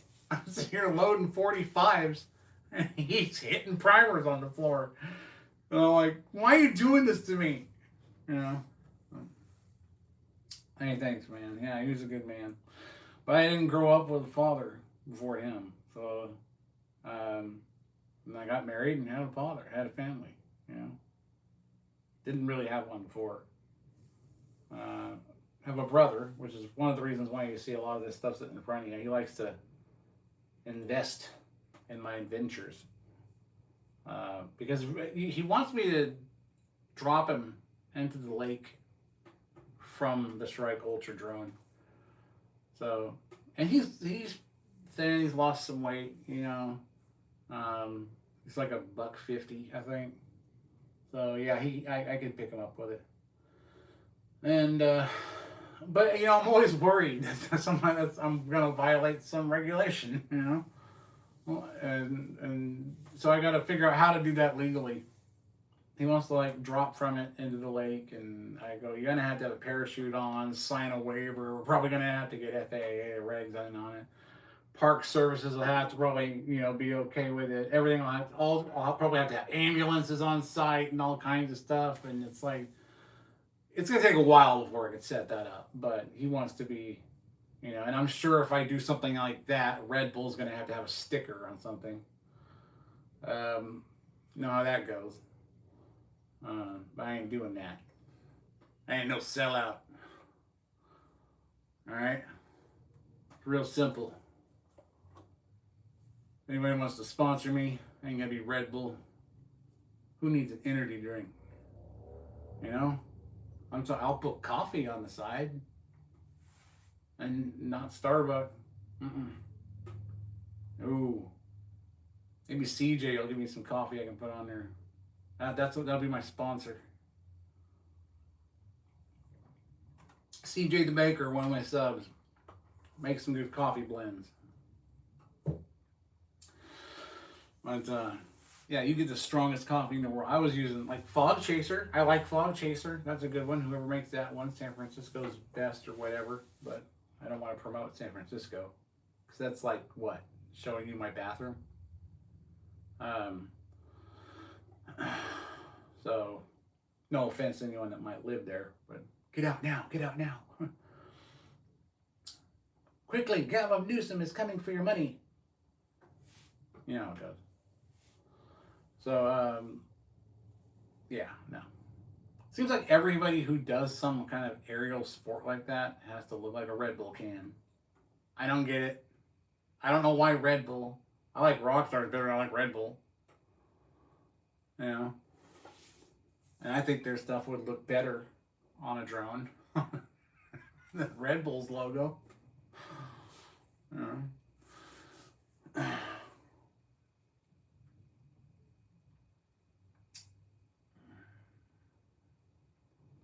Yeah.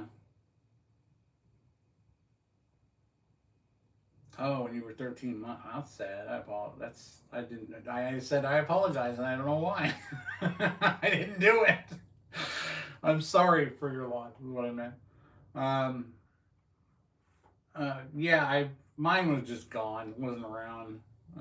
Mom was, disabled. So she didn't raise me. It was my grandmother and the Holy Bible and a switch off the tree if I said or did anything wrong. So yeah, nowadays they would call that child abuse, but back then when I was growing up, that was correction. That's why we turned out the way we did, and anybody with a birth year, I'm not saying everybody, that starts with 2, needs some correcting.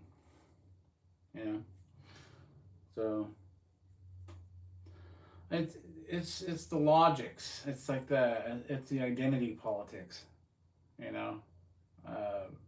That's what's killing people. That's really just messing people's heads up. I mean, what were they hoping to do? Make us feel like we had more freedom? It's already America.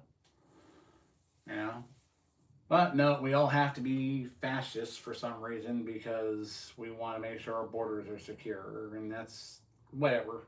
Think whatever you want to. It's gonna happen. It's like sex with Kobe Bryant. It's gonna happen.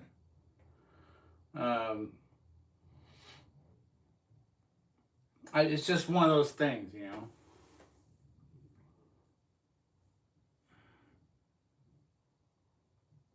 Yeah, to switch behavior. Switch to switch behavior is exactly right. If I cursed when I was young, man, I got whipped in circles, and I didn't do it again. But I was always a mischievous kid, always into aviation, flying, parachuting, stuff like that. I always wanted to play with RC planes. It was just in my blood to be an engineer, I guess.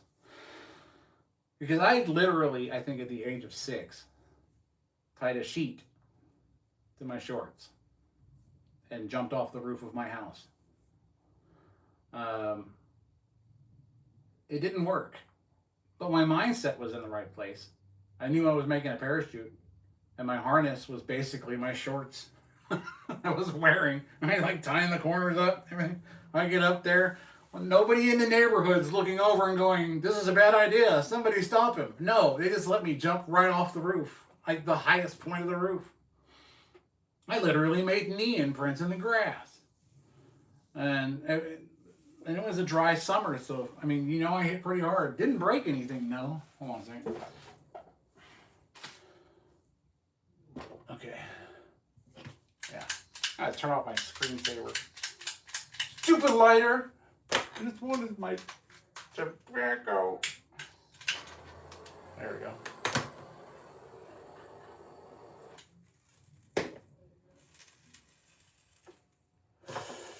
Yes.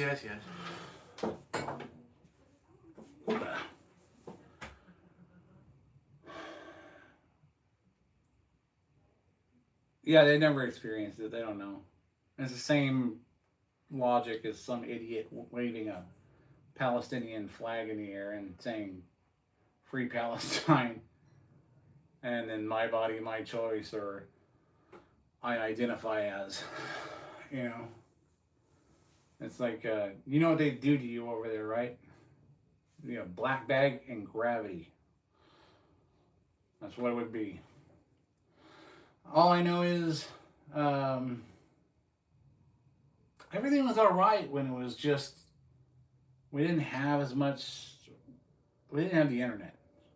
Okay, we had go outside and play till the street lights come on, and that's what we did.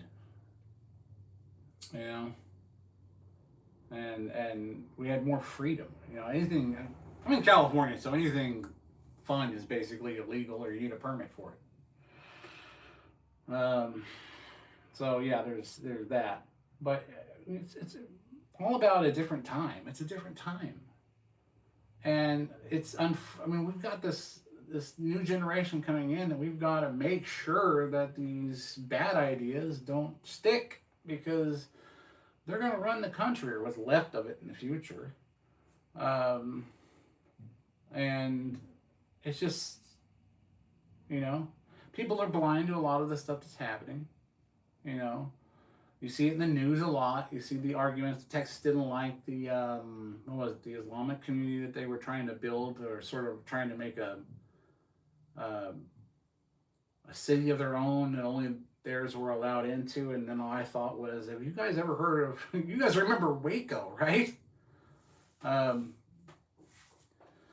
it wouldn't be a good idea, especially with the stigma that is already around your culture's belief system and how it has treated America. So, uh, if I were you, I would watch where you step and be very, very careful. Because if you step on the wrong toe, we're not going to be so nice. So, that's all there is to it.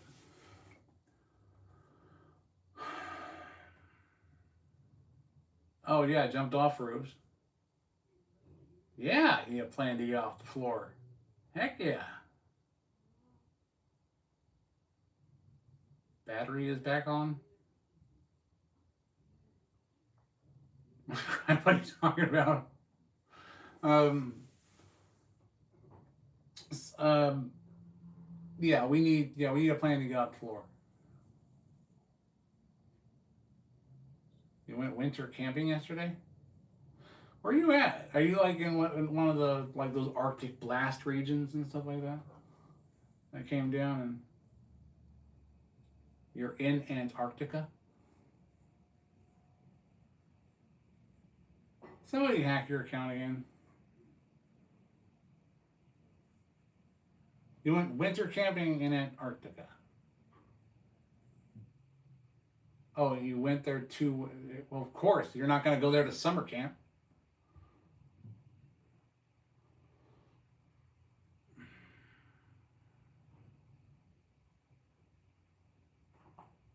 I don't even know where Peterborough is. I don't even know what it looks like. I know that all I know is your stuff's greener over there because it's wet all the time. That's all I know. I live in a damn desert.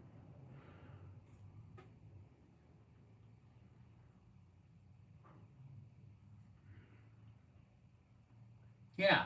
Have you seen any UFOs? They're watching you.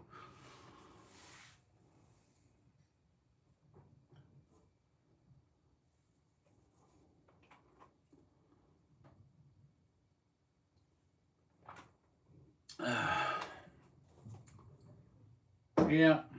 I thought at one point I wanted to visit, across. I went to Australia.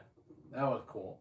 But I wanted to go to London or England or wherever the crap those places are. We went through my ancestry, found out a lot of stuff, and wanted to go check out some of the places where my bloodline hailed from. And you know, it's I guess Denmark's one of them because Ragnar Lothbrok is my grandfather. Through Aslaug Sigurd's daughter, I think. Which son I can't remember. My wife would know. But yeah, that was part of that, and of course Robert the Bruce. You know, the Plantagenets in my family. You know, Cicely Neville. Pretty much a whole bunch of royals and stuff in my family, which I'm not entirely certain I'm proud of now. At least they're not these royals, right? You know, the ones that went to the island. You remember that movie, The Island? That was a good movie. Ewan McGregor, you know, that blonde chick, I can't remember her name. But yeah, so. Oh yes, I want to hear a joke. Go for it.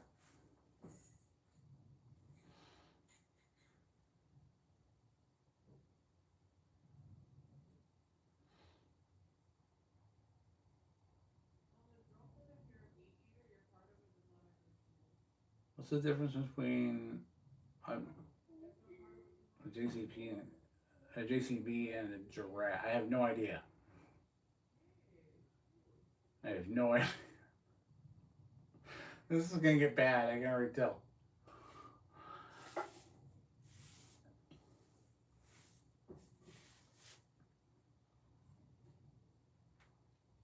I'm waiting for the punchline. Unless that was the punchline and I didn't get it.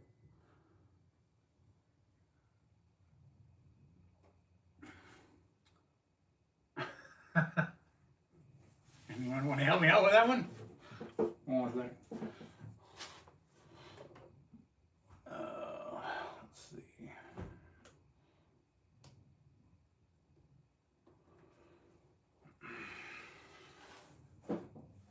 Oh.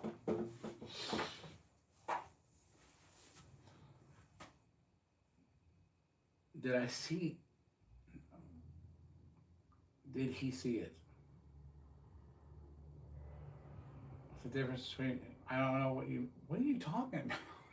I'm all confused, man. I'm trying to think about this stuff. You're making me think about other stuff. That's not cool. Oh, I can't wait to test fire these engines in them already. C67. I'm never going to see this one again.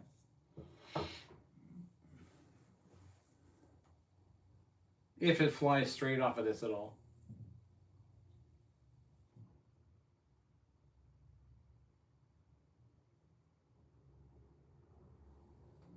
We had 9 pints of rum. Don't forget. Ah. Thank you, my dear. I love you very much. Coffee, Evelyn. Coffee. The coffee delivery.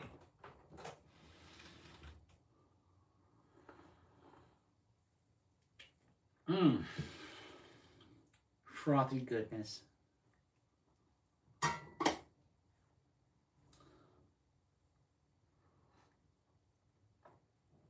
Ah. That's coffee that says, "Let me strip the paint from your car."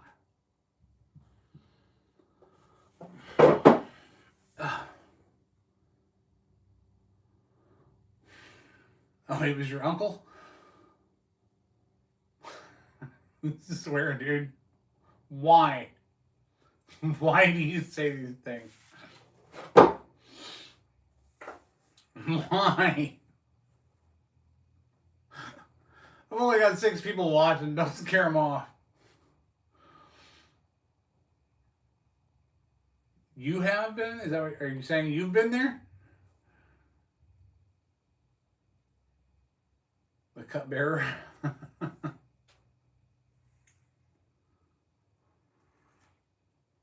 Oh, maybe we'll have it in this cup next time. Hold on.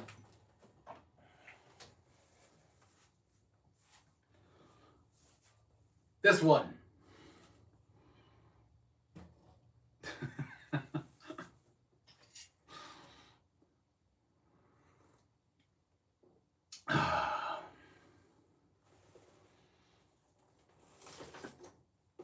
And anyone who comes for my coffee shall receive the sword.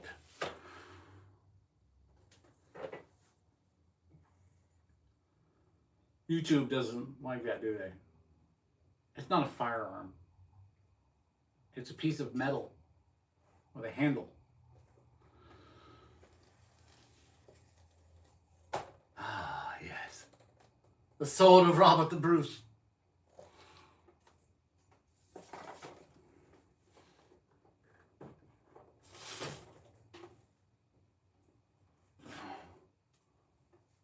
Let's see if they kick me off after this one.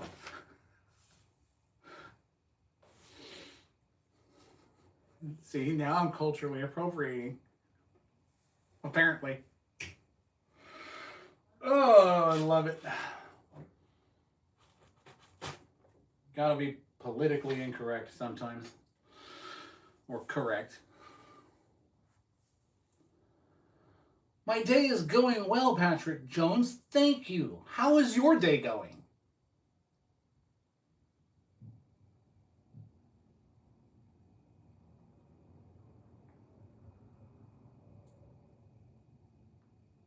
I'm so glad that you've arrived.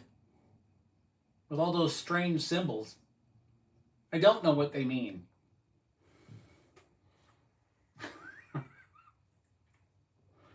I am being quite facetious.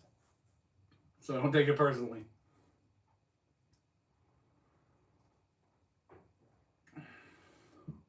Wonderful. Oh, that's a rose. Okay, I couldn't see it from here. Sorry, I'm far away from the computer this time because I was doing all this stuff on the table that I was putting together. And I did the rocket earlier here.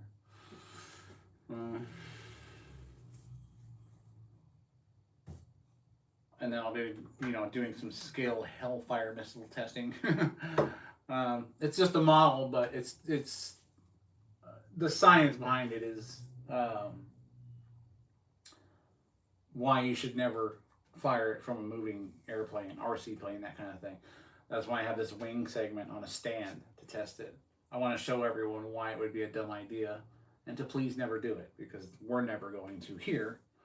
And then I'm going to launch it from the actual test rod, that launch pad for that rocket, to show that, one, these are aerodynamically horrible at scale.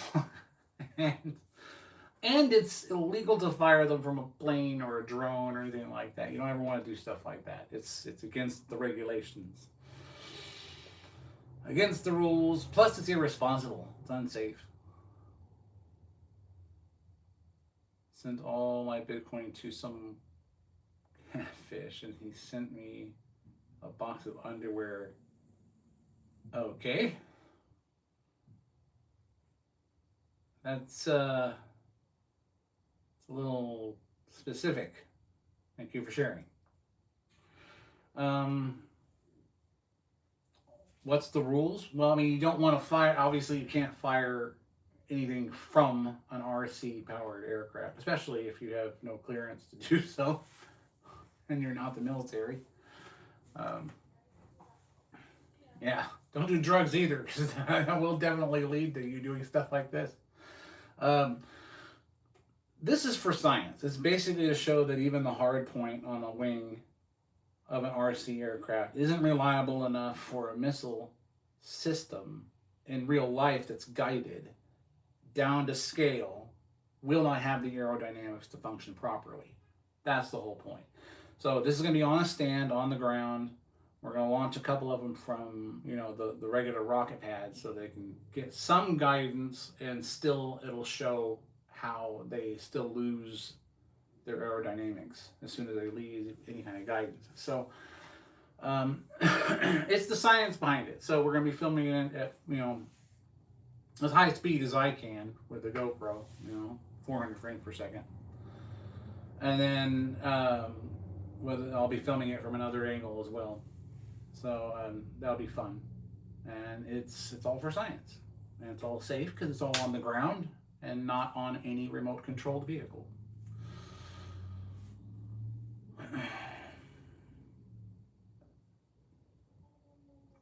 You've never flown one?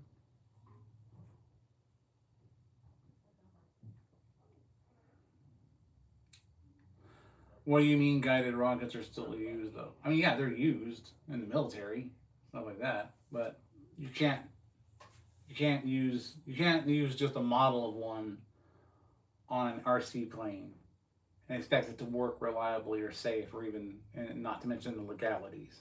It's not legal. I'm going to show why by firing it from a base station wing segment that's mounted to the table. I'm going to show why that's not reliable at all.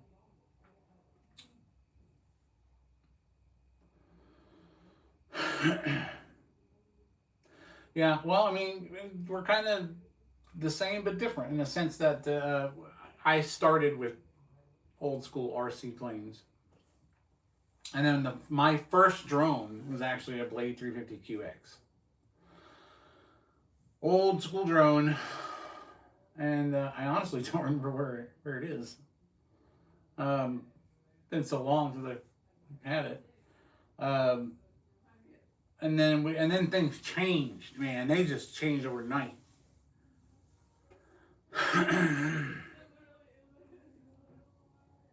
Are you going to ask me a question, Critical Shop?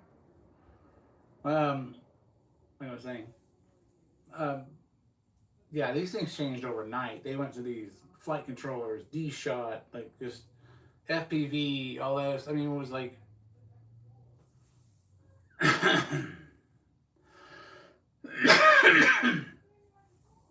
it's always fun when you get to do something you love for work, right?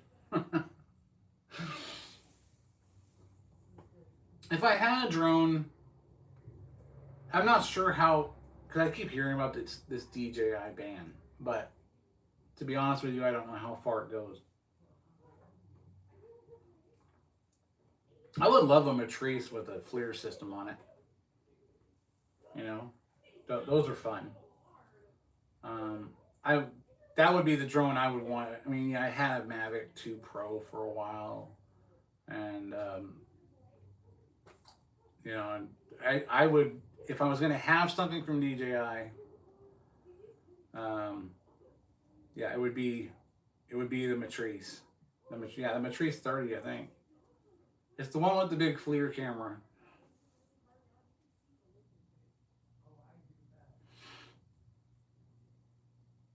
Hey, Lori, how's it going? Welcome to it. Yeah, I was doing something a little different because I put together this rocket on stream earlier and messed up the stickers like bad. And the only reason why I did that is because I had the rocket that came with the launch pad because I needed the launcher so I could do the missile test. Sorry, not the missile test. The model test of the Hellfire and show why it's not a practical setup to use, why it's not legal, and why it's dangerous. Because the mechanics behind it won't work. I think the aerodynamics are too... they're not scaled. These aerodynamics aren't scalable. That's all there is to it. Not to mention, again, the legalities of doing something like that. Oh, aren't they all expensive, though? I used to love the Inspire. I actually got files to print my own Inspire 2, I think. Oh, where did I put that thing?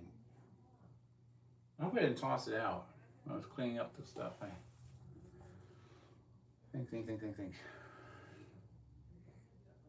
Well, it's somewhere around here. I actually had the files and printed my own Inspire, and it used the servo and everything for how it raised and lowered the landing gear. That was awesome.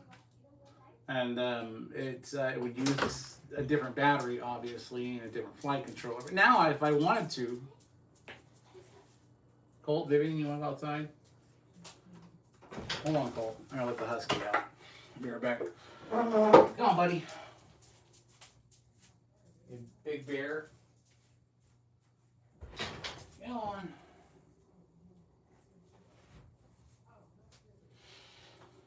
So yeah,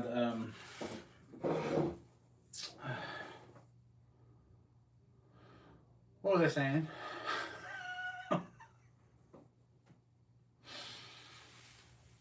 Yeah, the Inspire. I wanted an Inspire 1, Inspire 2 for a long time. What's up? Can I interrupt you for 1 second? Sure. I don't know how to hook up your You don't know how to hook up my mouse? Yeah. There's another mouse over there. I'm using it. Oh, you're using it. So Hannah needs that one. Oh. I'm sorry. Hold on for one moment. I have to go hook up a mouse. Sorry, everybody. Don't apologize. You're my wife. You're more important than these people. Oh, God. Be right back.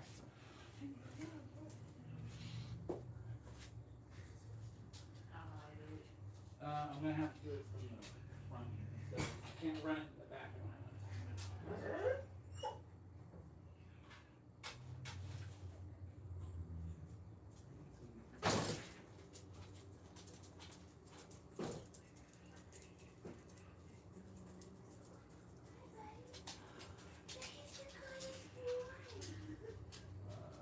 There you go.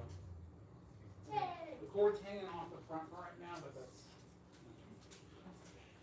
just going to have to deal with. All right. You're welcome. Okay. Handle business.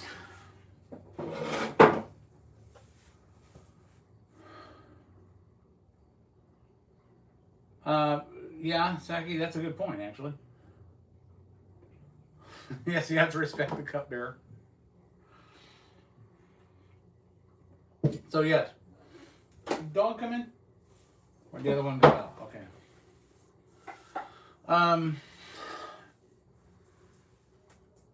Yeah, so there's these control surfaces don't scale. Hold on, Vivian, I'll let you in. Come on. Come on, girl.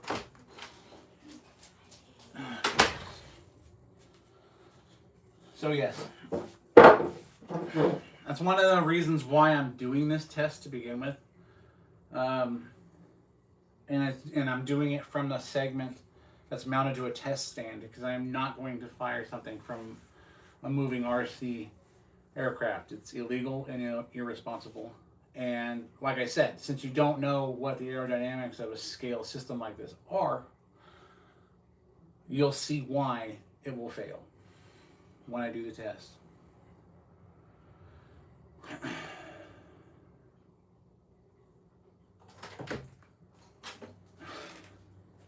So what's going on?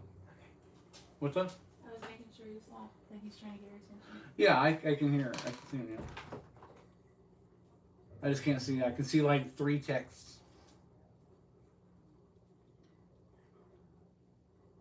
Go ahead and ask what you're going to ask there, Critical.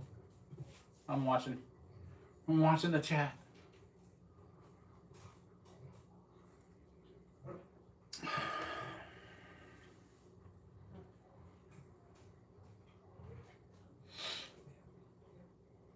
I don't know what the delay is, so I don't know if how quickly you see it or are hearing me. So, but go ahead and ask your question or make your comment. One message. On messages. I can see my screen, I promise. Add you on messages, the app that has what's in it. What?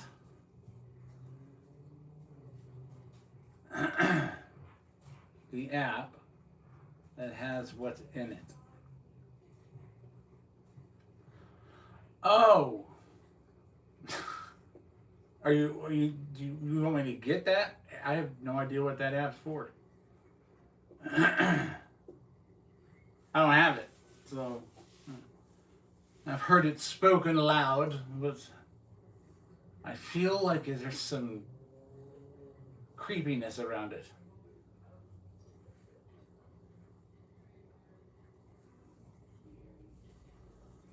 I have a Discord link.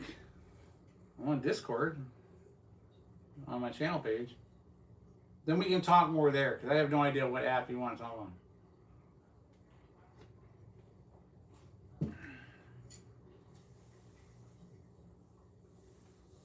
Yeah, go to Discord, and there's a link on my channel page for Discord.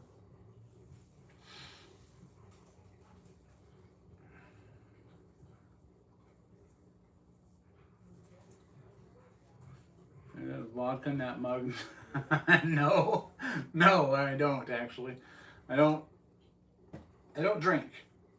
Um, I can. I don't, it's not that I mind this. I don't mind the stuff. Um, I just it's not something I do regularly. Um, because alcohol tastes like alcohol, and there's only one reason why we drink it.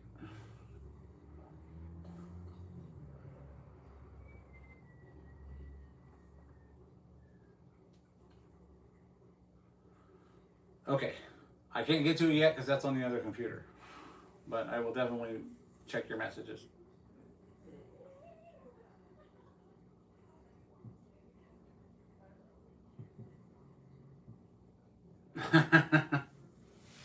Like the rocket show.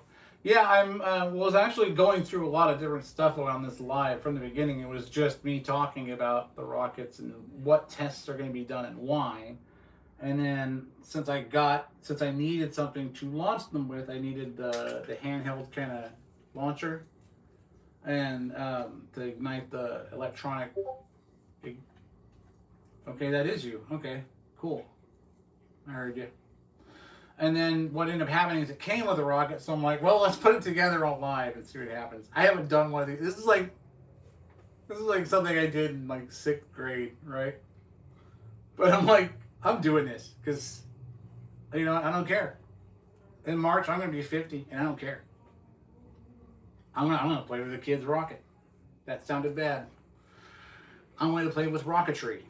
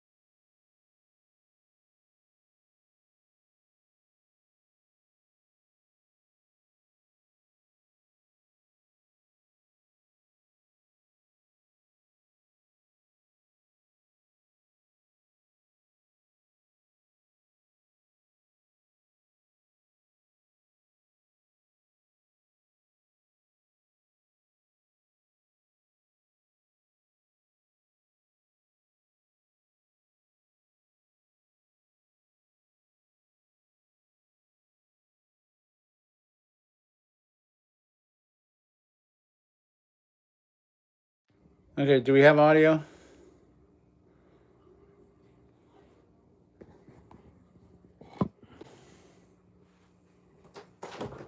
Audio? Good, okay. That's quirky the way it does. Oh crap, I'm tripping over everything. Okay. It's kind of weird the way it does that. The phone call will come through, then you gotta close the app, open it back up, and then the audio comes back up. But if somebody's leaving a voicemail, it won't hear me at all. So I think technology would have figured out how it's supposed to work, right? Especially with as expensive as crap is. Normally I would do, and I probably should just start doing lives from my computer because verticals I used to get a lot of lives on. I guess I'm not that interesting. I don't have a cleavage. So I may just do the lives from the computer from now on, so I can use, Because I have like a nice Rode NT1 mic and everything like that, but I got to get a decent webcam or a decent camera to do filming, so it's a higher resolution. I did the vertical lives because I wanted to be out in the shop so people could see some stuff. My work computer's inside.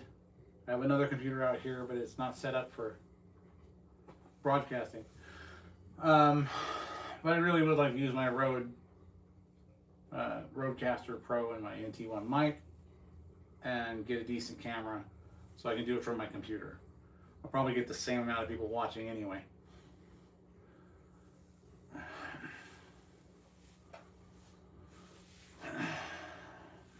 I have made sugar rocket motors. If you look at probably one of the first videos in the old school RC playlist I did, you'll see it, and it's insane. That was just basically a motor on a stick, like a bottle rocket.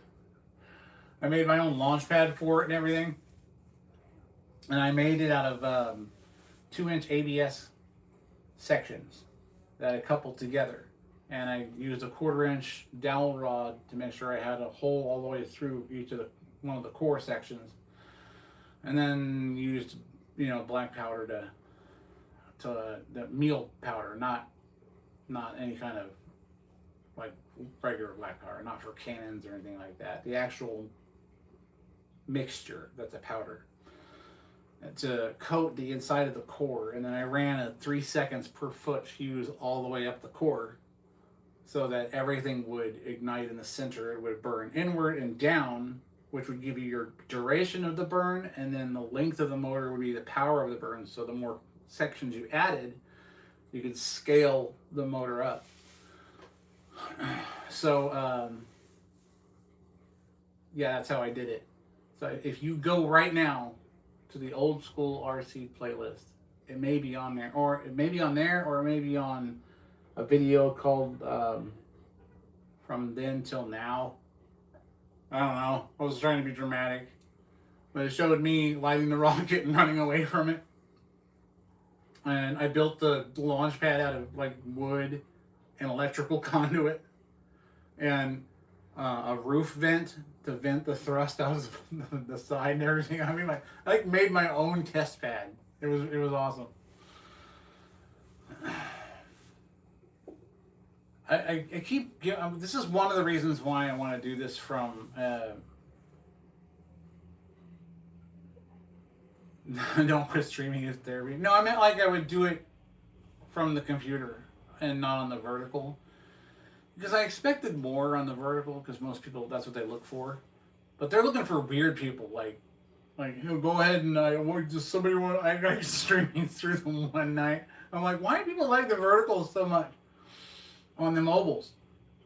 When they're doing the lives, I'm like scrolling through it to check it out, and as soon as you pop up, their eyes go, "You want to watch me chug water?"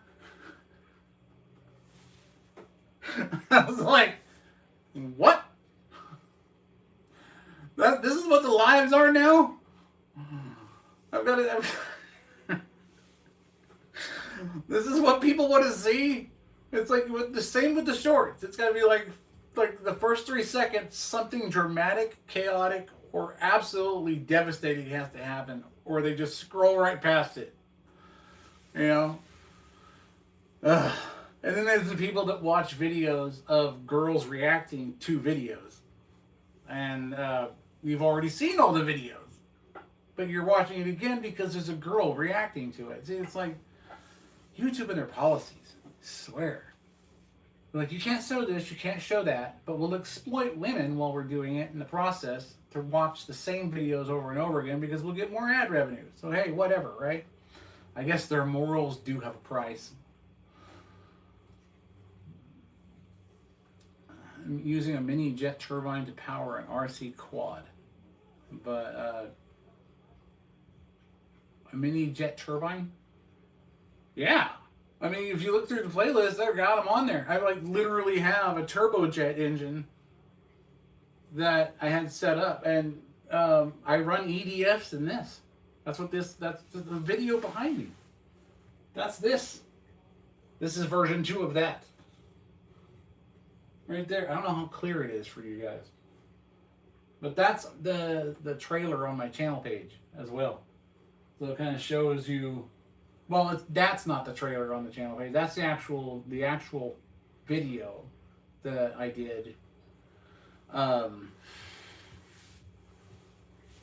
you know what? I mean, it's my video. I'm not gonna get in trouble for showing it to you. Let's see if we can unmute it and show you. Well, wait. Tell me if you can see it. Can you guys see it? Okay.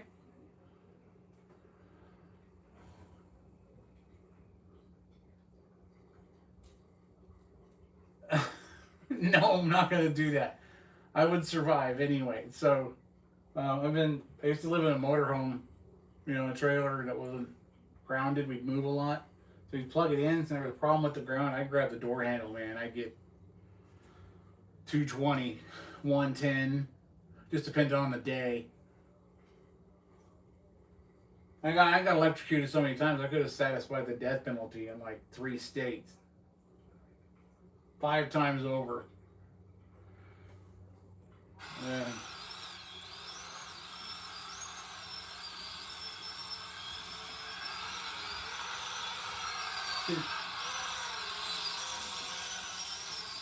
So this one I did. This is the FDE version.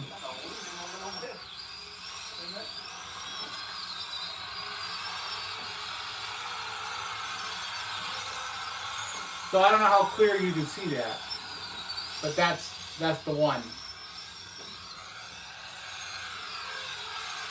If you want to see the whole video, you just type in Shrike Maiden, and it'll pop up. SHRIKE Maiden.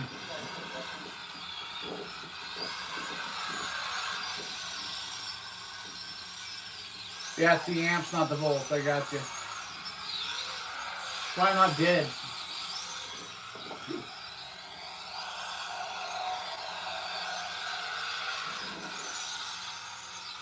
You should be able. Can you see that on your screen?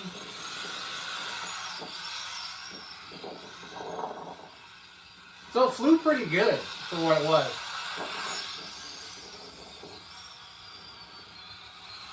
At least I think. That was the whole point.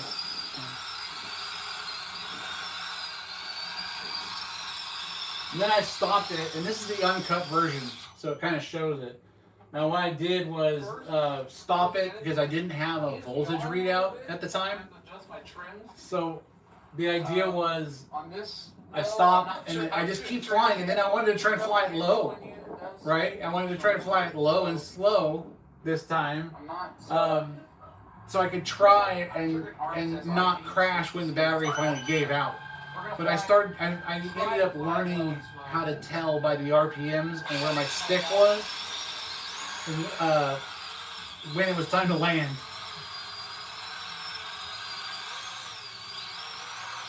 What is this snappy little drone? It is. That's why I can't wait for more motors, because I want to do it on this one. They're just expensive.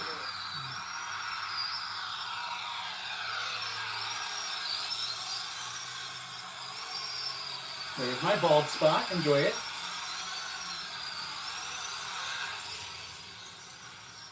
That's a fun drone, though. That was a fun one. And I want to do one in 90mm because that would be even more fun. The flight time ended up being, if you watch the video, I think it was 4 or 5 minutes, which is much bigger than, or much more than most people thought I would get. But that's because it was carrying a 6,000 milliamp pack. This pack, actually. I'm going to plug this light real quick. That's your flight pack.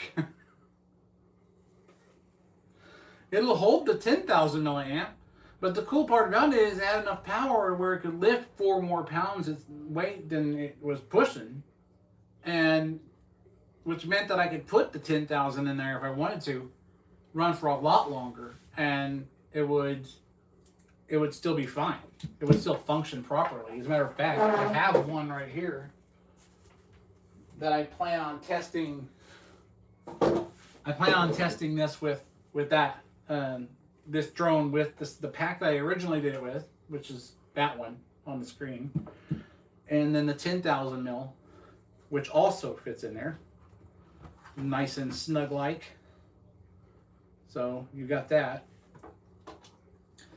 So it'll run both, and I want to see how much more control I have. It's obviously a little bit heavier, but not by much. So I imagine the control will be roughly the same.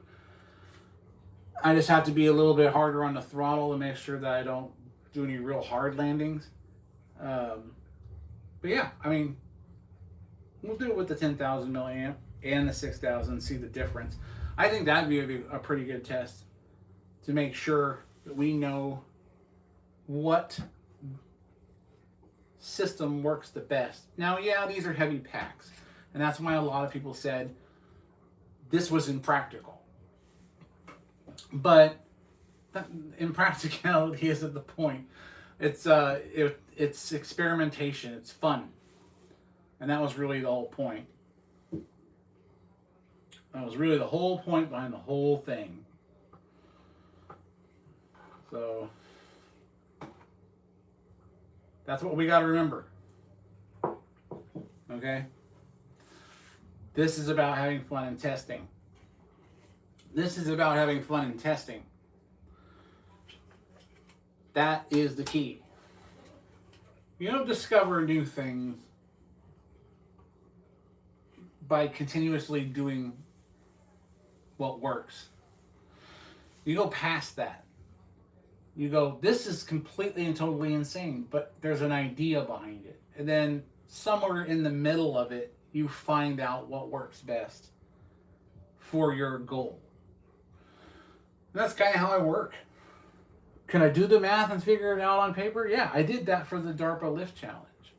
And, I've submitted that design already, and I'm waiting for them to get back to me so I can start. They wanted me to start building now, but I don't have the people who are willing to invest for me to do that until I know for a fact that they're like, until they send that confirmation email back that goes, because they sent me the team portal and everything like that. So I'm set. It's just I sent in my initial paper, my initial design, went like they requested. And from what I did, I basically built that drone with math. I didn't start by a design that looked good or idea. Because of what DARPA wanted, I designed it specifically around their expectations, and I designed it specifically with math. Then I found off-the-shelf components that work for that math, and they're expensive. A lot of it's MAD components, and a lot of it's their big, MP35 motors. They're big 24, 23, 24 amp hours worth of 24S packs, So the design is, I don't want to get too much into the design because the idea is that it's a challenge that I'm supposed to try and win in June. So I just got to get it built. I designed it. It's already been done in Fusion. It's all finished up. Parts that I need to print will be printed. The parts I need to buy will be bought. And then we will build it and test it. I was kind of hoping to already be started on that, but with the expense of the motors, you're looking at $1,000 per motor, or almost $1,000 per battery. It's $400 just for the 2 set of lifting props. And the carbon fiber spine that I basically designed is going to be, like $500. So it's like $9,000 roughly to build this drone. But there's a chance to win 2.5 mil out of the $6.5 million prize pool for the challenge. So that's why I don't understand, like the people that I know that actually have the money to do this, but don't have the design. they're not like jumping on it. They're like, because according to my math, I win with a 51% energy reserve, which means even if I'm off by 30%, I still have 20% energy reserve. If world scenarios kick up, wind and stuff like that, I have energy reserves, and it still comes. I designed a 55-pound craft that can lift 110 pounds and haul it 4 nautical miles and fly back unloaded 1 nautical mile, all within a 55-pound Part 107 package. Now we have to do the 4188 or something like that in order to pick up the payload and deliver it, which is what we have to set up. But basically, I made a 55-pound drone to deliver. It's more of a logistics problem that DARPA wanted to have solved, delivering payload. It can lift 110 pounds and deliver it 4 nautical miles. Come all the way back and still have 51% of its battery power. Optimally. Worst case scenario, 25% of its battery power. And for each mission, if they're hauling, cargo, that's perfect, because if they can go and deliver it, they've got basically a 4 nautical mile, or they can go out 2 miles, 2.5 miles in any given direction. With mine, probably longer because of the battery reserves. Come back, grab more cargo, go out. That's what they wanted. They opened it up to everybody. DARPA did. They're like, we're doing this lift challenge. We want everyone involved. We want to make sure that everyone has a chance this time. So for me, I was like, yeah. I had already designed the Strike Ultra, but it was 85 pounds. It was above their 55-pound limit. But it could lift 472 pounds. So it could do the job. And once you get into the realm of defense contracting, then the FAA, you don't have to worry about their jurisdiction. So, but following their jurisdiction was one of the challenges. DARPA loves to do that. They like to make things harder than it needs to be because they want to be able to rely on it, which is understandable. So, I designed a 55-pound drone that can take 110 pounds, 4 nautical miles, and still fly back another nautical mile and unloaded. And the math checks out. Honestly, it's about money. It's about how to get the motors, how to get the parts, how to get the hardware. And I could already be halfway done now if I already had the money for it. Because I want to be testing before.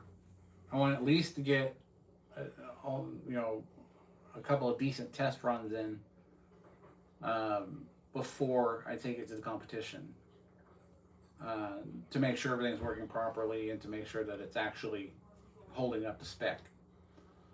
I don't want to tax the batteries too much, but realistically, I still have to be able to build it. And I can build it pretty quickly. Don't get me wrong. It's not one of those things where, if I don't get any kind of sponsorship for it, then that it can't be done. Because I could build the drone in a week or two tops. Because I'm printing a lot of the stuff that I need to print, and the rest is just assembly of the hardware. So, hold on, I gotta turn that on. Yeah, battery technology is changing for sure. That would improve my flight performance. But with what's available now, and the way I designed that drone for the DARPA lift challenges, I wish I could build it. I wish I could afford to build it right now. But the people I do have interested in doing it are just like, okay, you submitted your design. How close to the competition are they going to come back and say, you're in the team, your team is good to go. Do your thing. They want you to build it ahead of time, and then not know if your if your team's gonna be one of the 200 that's selected.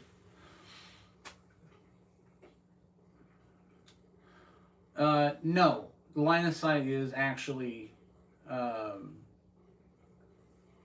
of it. We have to have an observer on the team, and the reason it may be 4 nautical miles, but what they've done is they've created a geofenced track, and you're going to run up and down that track. So you're going to pick the load up, you're going to run that track 4 nautical miles back and forth until you've covered the 4 nautical miles. Then you're going to set it back down again and into a 5x5 target box. That's where the payload goes. And then you have to fly another nautical mile on the track back and forth until you've completed the 5th nautical mile, and then you land. So it's like 100 feet wide, and it's geofenced, and I don't know how long the track is. I gotta go back and check it out. So what they're not asking for is for you to go out straight 4 nautical miles, drop, and then come back, because that would be 8 nautical miles. And that would be half loaded, half unloaded, which technically I think my drone could accomplish because of the energy reserves I had left. I could go straight out and then drop it and come back, which would be more practical of a test. But they have specific lanes that they're going to be putting together that are so many feet wide and so many feet long. And you just keep flying until you've covered that distance. And they have trackers that they're putting on the weights for the payload so that they can track how much distance that load travels. And then when you reach your goal, you're done.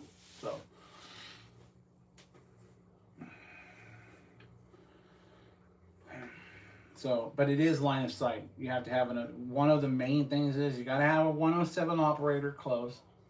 There's an exemption that's 40, I think it's 4088 or 4808 or something like that, because we're carrying the 110-pound payload.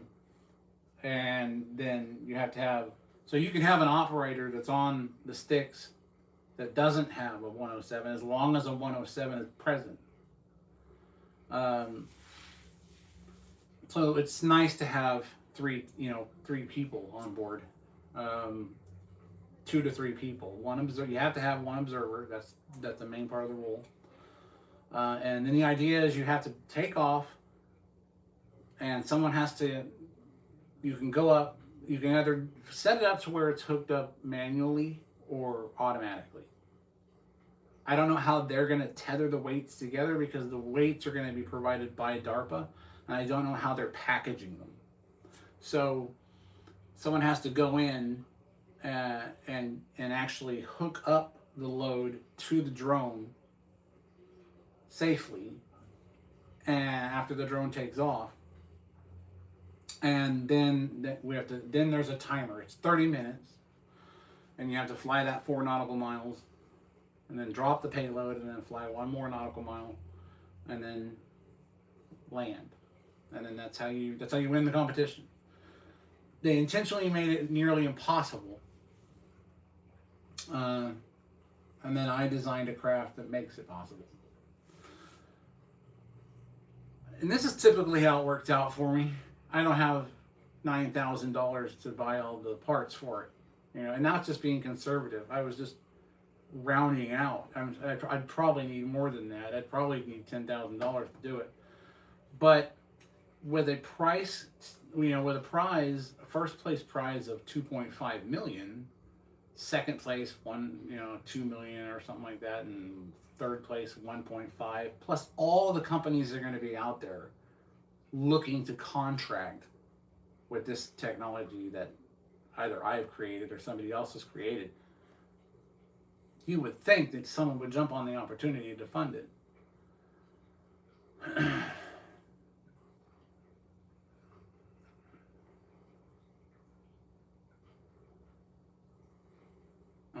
Okay. Glad you're back. I have no idea what you're talking about.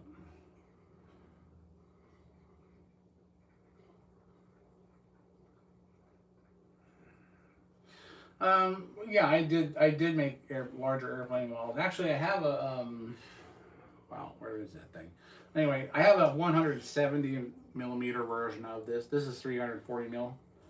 I have a 170 millimeter version that I did a dual engine, and I did a huge glider. The wingspan was 13 feet, and it had a very long cord, and it was meant to basically push air. Since this engine was designed to push a lot of air, even at the 170 millimeter version, I could run it on 6S, and it pushes enough air to get that thing airborne. And it's 13 feet long, can carry a significant payload, and it's basically a huge high altitude glider is what it is. Yeah, then I disappear. Yeah, that sounds like it. See, that's the scary part. See, DARPA asked me to send in the actual design paperwork and submit it, so I sent it in, and now I haven't heard anything, and now I'm worried they're going to poison me.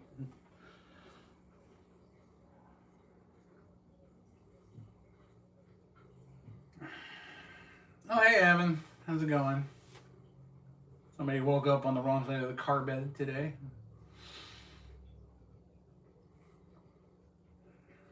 Evan's cool. He's like the troll that comes in, throws out insult, doesn't really mean it, but still loves everybody here, and we love him, and he's feeding the algorithms, so thank you. Rainy RC, have you seen his channel? Oh, you're talking about the guy who's building like the really, really big stuff? Like this, I mean, I've seen some of his stuff. Like the super large EDF. I think that's what kind of got me into building my own EDF. Was I was kind of ticked off over the fact that even a nice Schubler EDF, you're still dependent on their technology for repair and everything else. Yeah, exactly. Massive detailed airliners. He's using the Schubler motors, I believe, and while I think that's fine for him, it is a massive power draw, and I keep basically trying to design something that's efficient, but doesn't take as many volts and can stay aloft much longer. This is what kind of sent me down this road. Was I'm not going to pay $5,000 for one EDF engine when I can do it with off-the-shelf components from Amazon if I design it correctly. So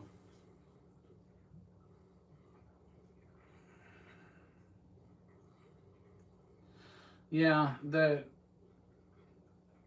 I submitted my idea. They haven't got back to me yet, or my design for the aircraft, Saki. But when I spoke to them, they told me to start. They said we encourage you to start building it now. So I assume they liked what they saw, so that it would be ready for the competition, and I could get some test flights in before I actually compete. So without telling me that they've accepted me, I think they're telling me that they've accepted me. But I don't want to bank on that because, I mean, I worked for the military. I know how quickly things can change. So the idea is either somebody comes in and is willing to risk the investment, $10,000 in for a potential $2.5 million jackpot. Even third place gets $1 million. And even if I don't place in the top 3, which I know I will, if not first place, I know I'll pick up a contract from somebody there because there can be multiple companies there. So because my drone works, because the math works, once I build it, I'll win that competition. I'll bet my life on it. And DARPA's like, we know.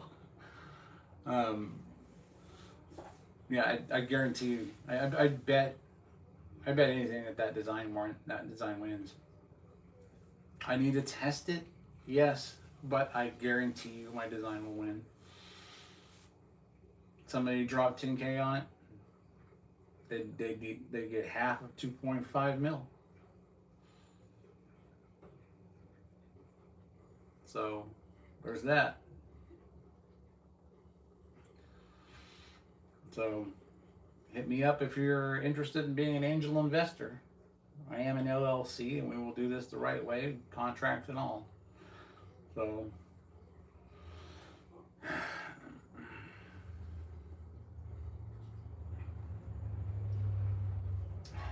Evan, you haven't seen my design because this design has never been shown to anyone except DARPA.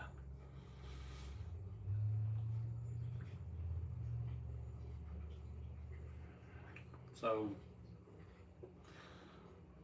you walked in with your foot already in your mouth, I see.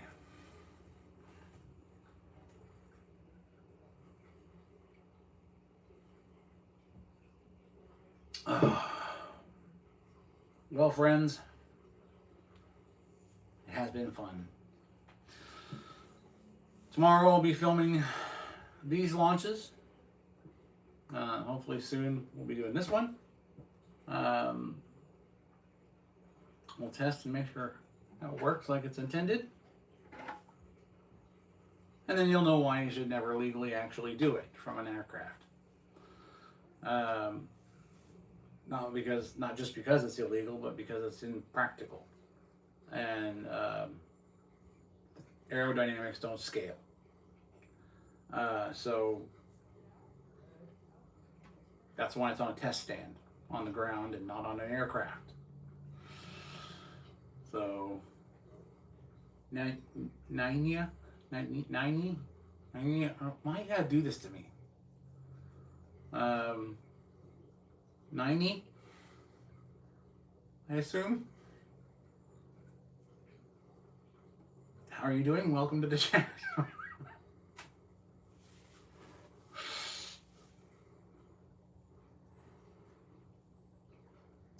Yeah, come on in and join the other 4 people. Yeah, I guess my vertical's running, unless I'm running the CNC, or the new little mill behind me over here. Nobody really likes to watch it live on a vertical, so the numbers dropped on that, but that's okay. I'll still start doing it from the computer. I got more views playing Star Citizen, and that game won't even function right half the time. So yeah, the key is this test, this build, the drone that uses these, the A10 Warthog, all kinds of stuff coming up. First will be this. I want to try and get out tomorrow and film that. High speed and everything. Just to show you why that'll never work. But it'll be fun to watch. So I want to thank everyone who has dropped by. The 6 people that finally came in.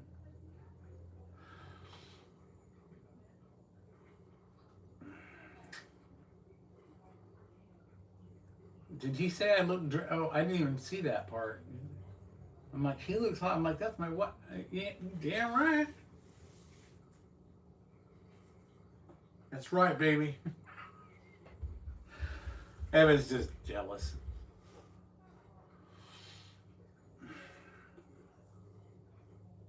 It's okay though.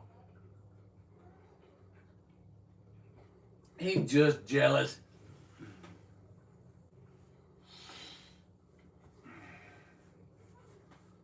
But again, anyway, like I said, it'll be the rockets tomorrow.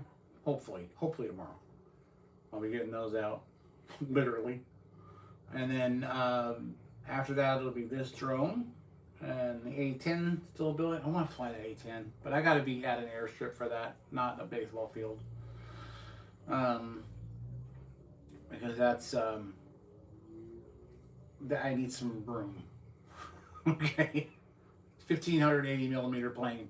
I can't just take off from it. I probably could if I was confident enough by using the flaps and just do a short takeoff, but I'm not going to do that. Not going to do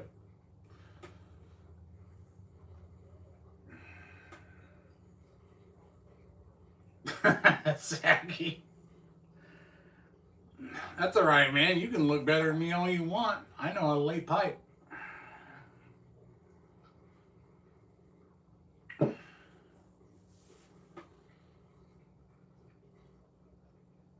Evan, always with the same stuff. Come on, man. Can't you go on with something better?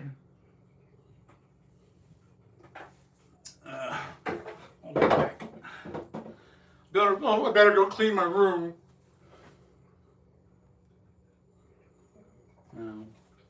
Evan, did you break your car bed? You seem like you're upset today.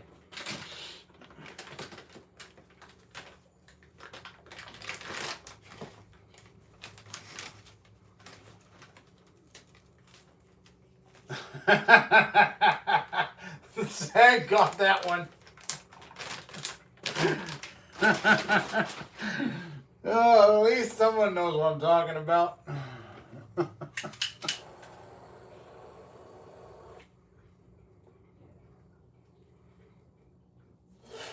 See, now we're having a party.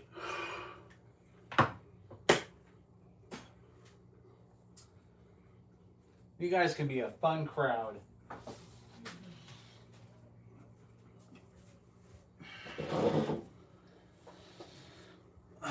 Yep, you ain't gotta look good, you just gotta make them happy. Fortunately for me, I can do both.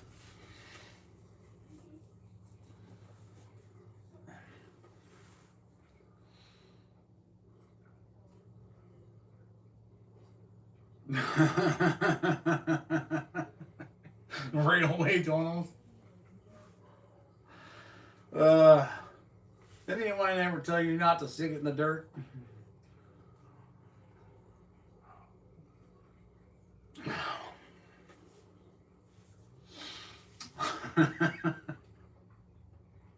It's hard to follow up with that after that. You know, it's like what do you say next? You know, how do you casually segue into something else? What, honey? I mean, come on. It's a room full of guys. What do you expect? I mean, except Evan. We don't know what Evan is.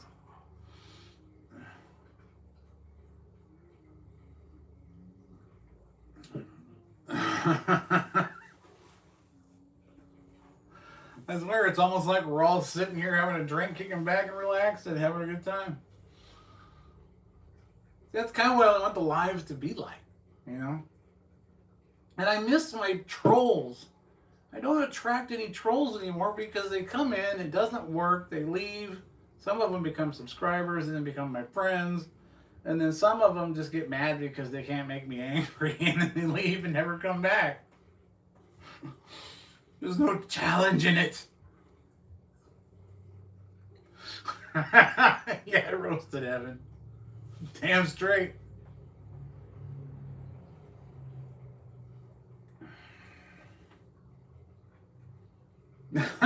See what I mean? He's getting defensive now. Yeah, Kyle, I agree with you. There's some pretty funny trolls out there. You gotta be one disappointed basement dweller to be that kind of be a troll. I don't get it. You know, I don't troll people. I'll straight up insult you right to your face. And I don't ever like to do it, like I said. I don't ever like to insult anyone individually. Because I know there's a lot of ideology out there. And I like to do all as a group. I'd like to just offend everyone at once. And just get it all out of the way.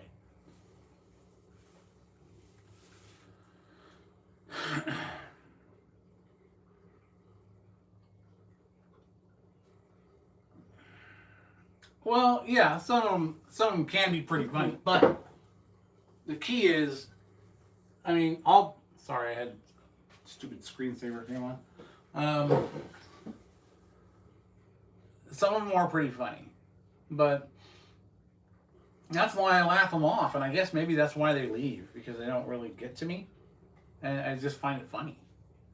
I find it hilarious.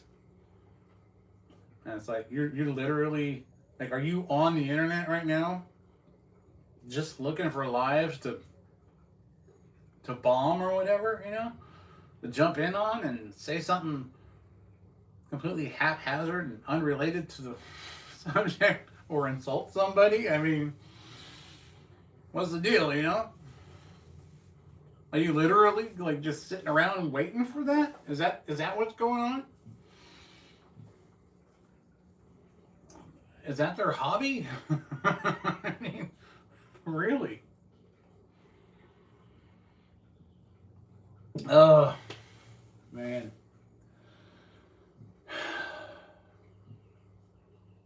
Now I got an 85-pound drone to work on. Slightly smaller one. The A10 to finish building. I gotta get 6, count them, 6 70mm EDFs. 4 for this, 2 for the A10, and ESCs for that. This one I already have D-Shot ESCs from iFlight, 80 amp. So this one will be ready to go.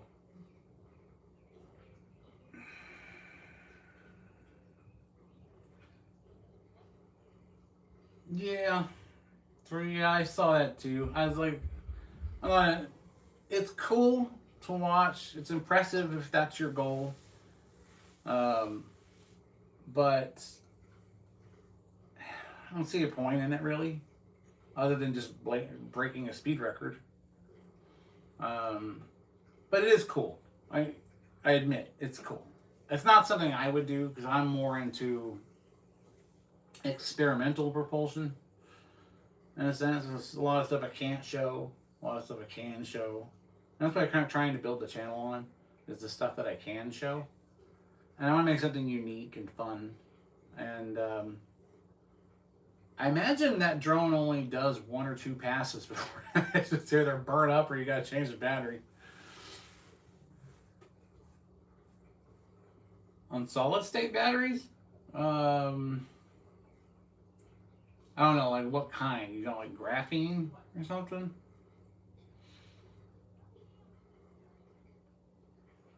Or some other form of... I wish they would give us some sort of lightweight, high-density battery. Yeah. Experimental is the way to go, man. It's fun. Eventually I'll be able to ride to the store on my EDF quad and pick up groceries, fly back. Of course, where I'm at, I'll get in trouble, more than likely.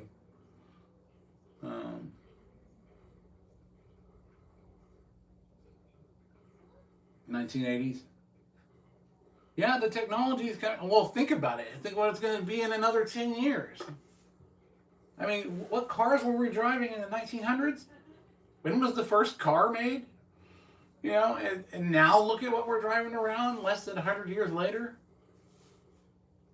Yeah, it's insane. I remember growing up watching Star Trek and then passing around those pads that they're tapping on all the time, and they didn't exist back then. And now they exist. The iPad, all the Android pads, touch screens, all the stuff that we saw that we were like, wouldn't it be cool if that existed? Now it exists.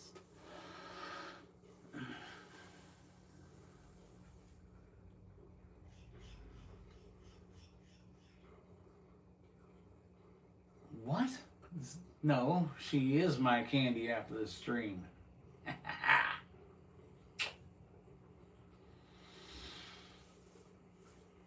Nice try though, Evan.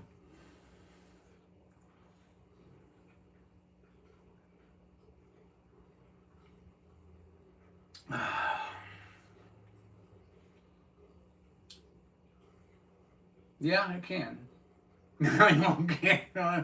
I got some for you, sweetie. It's right here in my pocket. Come get it.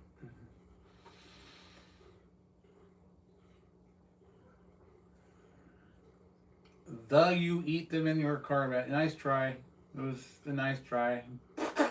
You blew that one.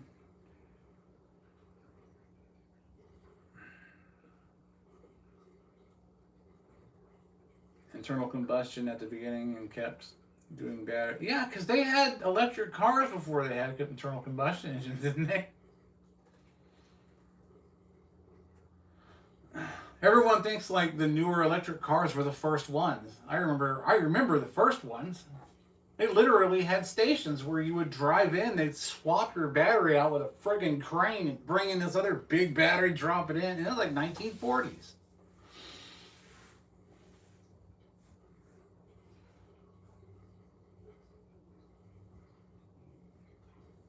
Do you have a van to go with your candy? Oh, to go with your candy? Preferably white and unmarked. Yeah.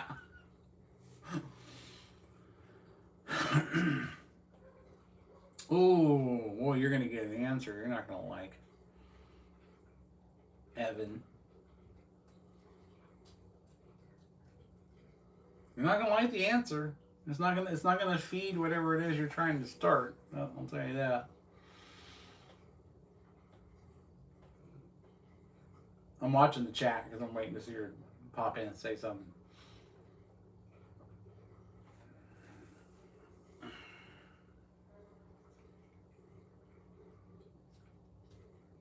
Evan, you sound lonely, man.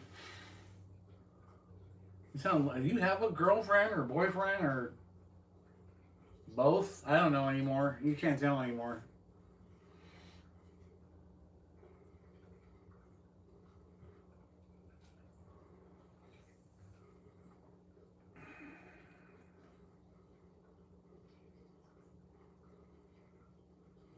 Yeah, they had them before internal combustion engine. I remember seeing the station setups for them too, where they'd swap out the battery. Like literally took a cherry picker like we use now to pull an engine to change the battery out.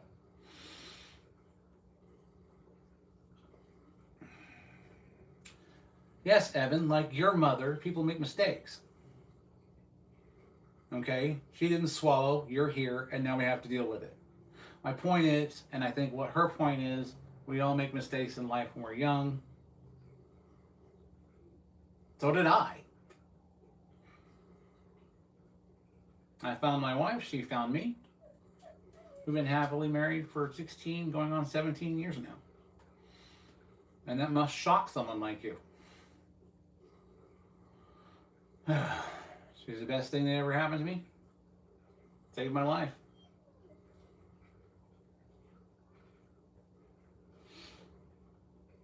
No, I don't get any grants or sponsorships. I really wish I did. You would think I would by now, but I get an email occasionally from like some company in China, like, we'll pay you $20 and if you mention this, and we'll send you a piece of metal if it's under $200. No, shut up and leave me alone. I'm a little bit more serious than that. I'm not selling out to some Chinese company for $20.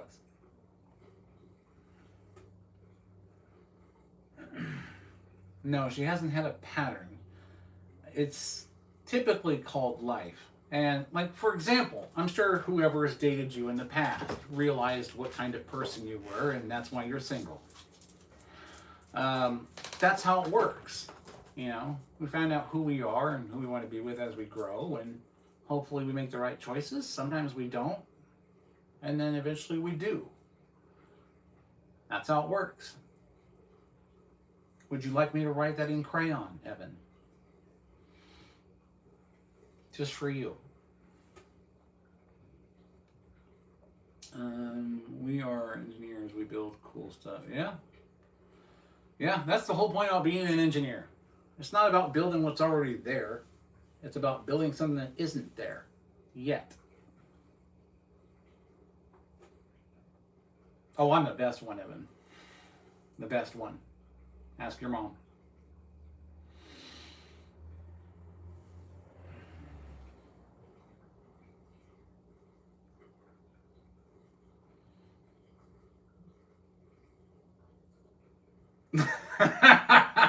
Sag, come on, man. It's Evan.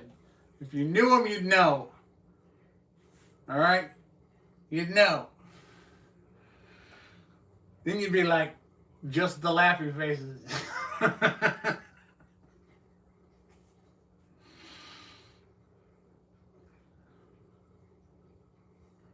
Yeah, Twisted, that's right. You know, my wife understands what my passion is, what my career choice is, and, you know, I'm still a big kid, you know. It helps. It helps to still be a kid at heart when you're building stuff like this. Keeps your imagination fresh. And that's what it's about. Because we had the opportunity to grow up in an era where none of this technology existed, not even the internet. And now we have an opportunity, and then everyone who's been born into it seems to think they know more than we do, which is stupid because we freaking made Google.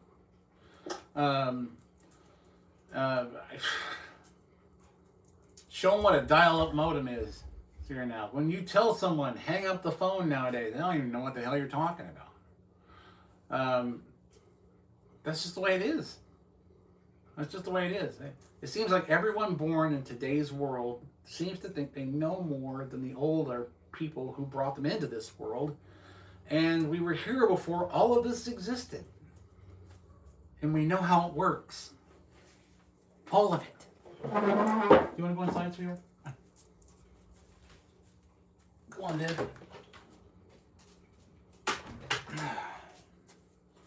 So yeah, it's like, you get that a lot. I get that a lot. Yeah, dial up, you remember that. It's like you're on the internet trying to check your email. You've got mail. And then all of a sudden somebody picks up the phone in the other room.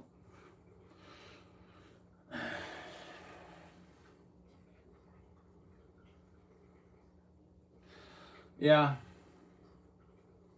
What if and why? That's actually a pretty good statement.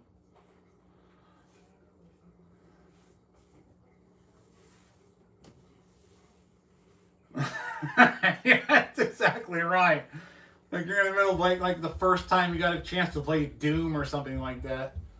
Actually, that was online. Holy crap. I don't think anything was really online. Maybe you were watching a video. I think when YouTube was out, like in the beginning, when YouTube was out. I think it was still dial-up then, wasn't it? No. Couldn't have been. I don't know. All I know is, 10 years ago I was on YouTube uploading videos on a different channel. Which I still, again, can't rectify with Google because I created that YouTube account with a Yahoo email. So I have no idea how to get back into it. I've tried over and over and over again to get back into that channel. Because it was when I was doing stuff, I had like this area I was out where I had 5 acres to fly on, and I was just learning how to fly and get into stuff, Oh, I miss it. Playing Quake. Oh my gosh. Yeah, they have a good today. Damn straight they got a good today. Then they get up in your face and they're talking about how they know it all and this and that and the other. And it's like, no, you don't, man. You don't. You have no idea. None. Okay? You can watch TV all the time. Any time of day. Any hour of the day. You can watch something online. When I was young, we had 3 channels and they all went off air at midnight. Then the national anthem played, you saw the flag, and that was it. Static until morning. Okay? And it was on a console television that weighed more than your Smart 4.2 that you drove to the frickin' coffee shop when the barista got your shit wrong. You see what I'm saying? We didn't have baristas back then either. We had coffee makers. You made your coffee at home. Do you know what a percolator is? That's how you made your coffee. It was strong, there were grounds in it, but it was delicious.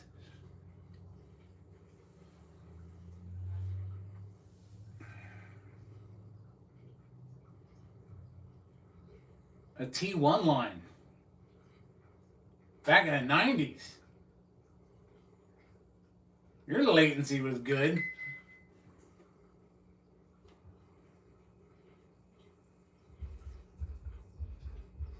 And we grew up when clickers really clicked for the T. Yeah.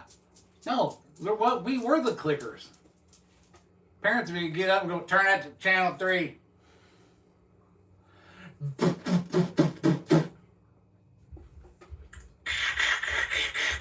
And then news today. You know exactly what I'm talking about. Let's go. You want to go inside too, Colt? Come on.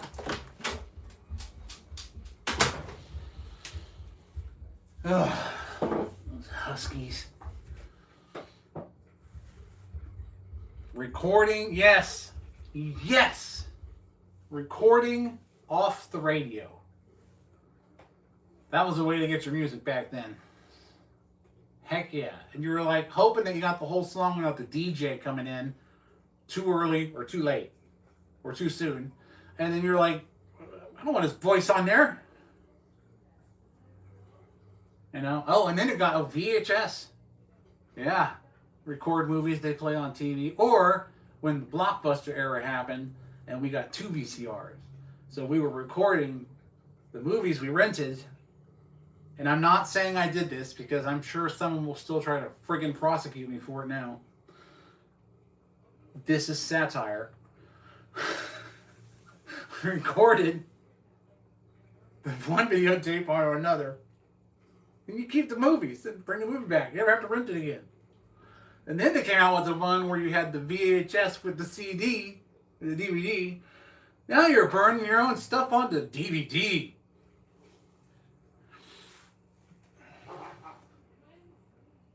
Back in the day, research on radio, a CD put, but they wanted like $50,000 for patent register. Oh yeah, of course they always want the money. That's because then the rich come in and take your idea and do the patent.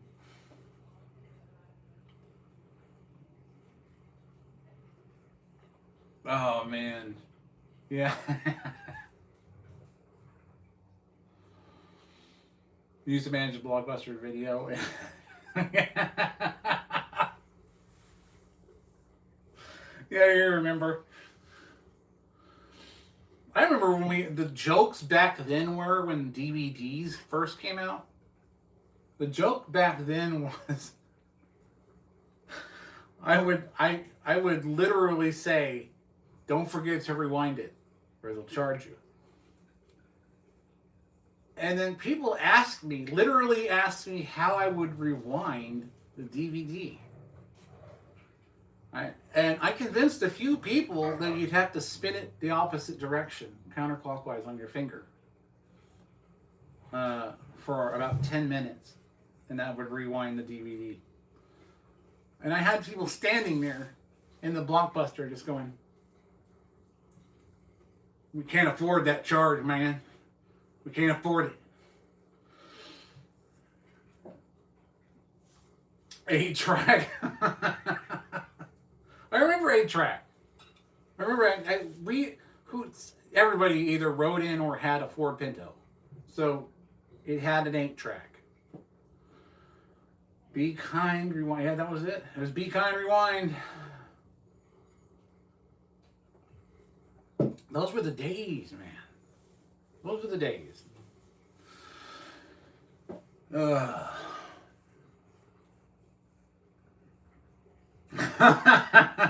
rewinding the DVD. Yeah, I bet you heard it a lot.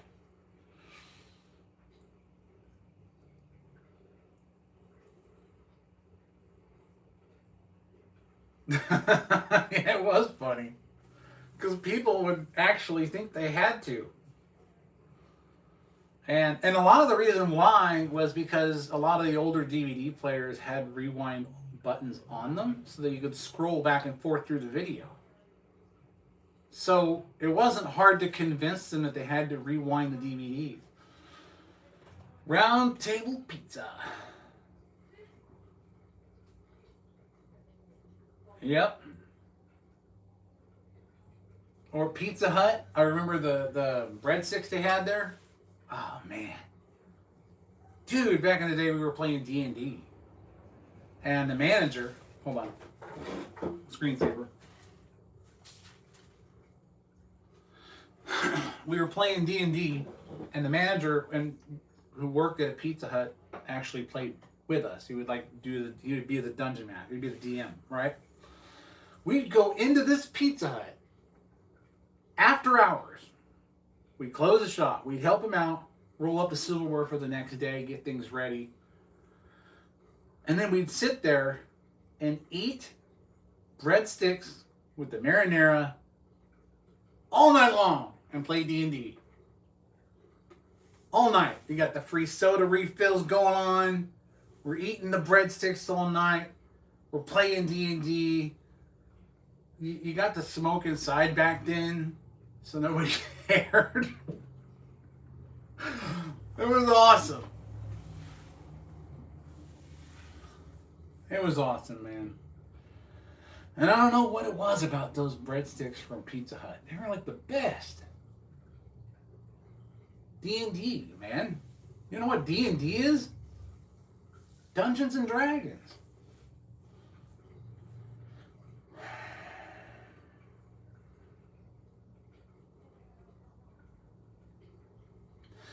No, you don't really see it too much. D&D, Dungeons and Dragons. You guys remember the book game Dungeons and Dragons? You got all the dice and stuff like that. 10-sided, 8-sided, 6-sided, 20-sided. You're making your character, choosing your class and everything. It's all imaginary. It was all in the head. You know, but we had the art in the books. So it was fun. It was like reading and playing a game at the same time.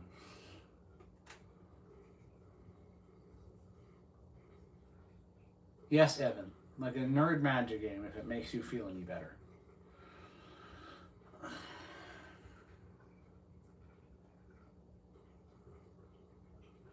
In New York, they still brick oven there?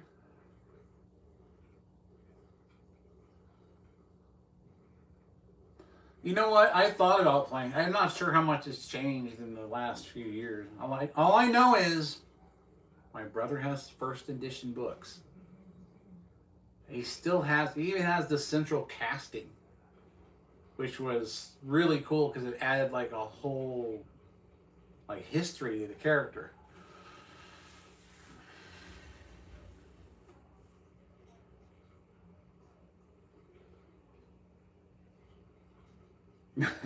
Suburban had no backseat. Yeah. That's what those Suburbans were for, man. You take everything out of there and you just go camping in them.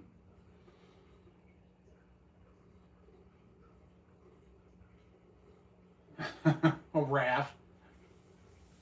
Honestly, I wouldn't. I never went on rafts. Well, no, I take that back. We did have like the blow up rafts and stuff like that. Not like a canoe or anything like that, but I wasn't rowing. But yeah, we'd go out. I actually went out on a raft a couple times. Problem is, they always had holes in them, and you barely made it back alive. Who wasn't on a raft with a roll of duct tape that didn't work?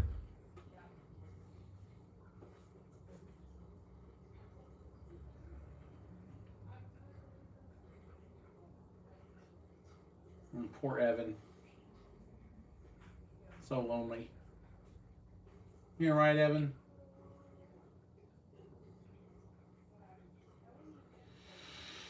The blow up raft. Yeah, blow up raft. Of course. That was the fun part. I think the fun in it was, are we going to make it to where we're going, and are we going to make it back before it deflates and we sink? That was always the fun part. You know? That's how we did it.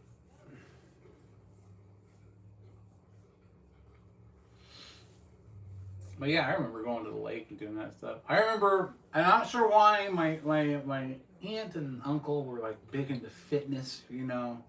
They were what you would call Karens today. And they wanted to swim across the lake.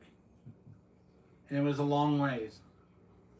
But they somehow convinced me to do it with them. And I remember swimming across this lake. I wasn't an athletic swimmer.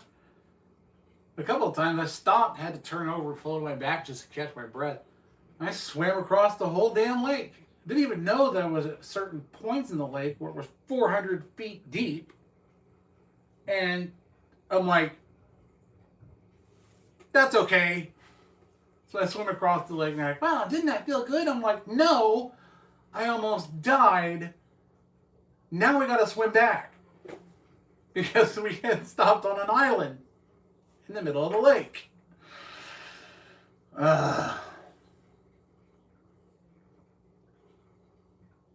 Evan, what are you spouting off about now? I don't know what you're talking about.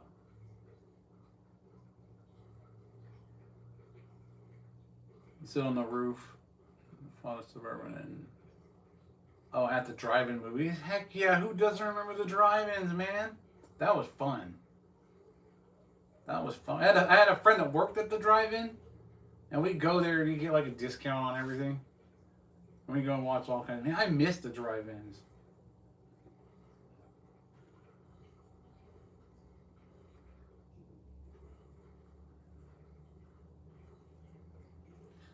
Yeah, I swim like a rock too, man.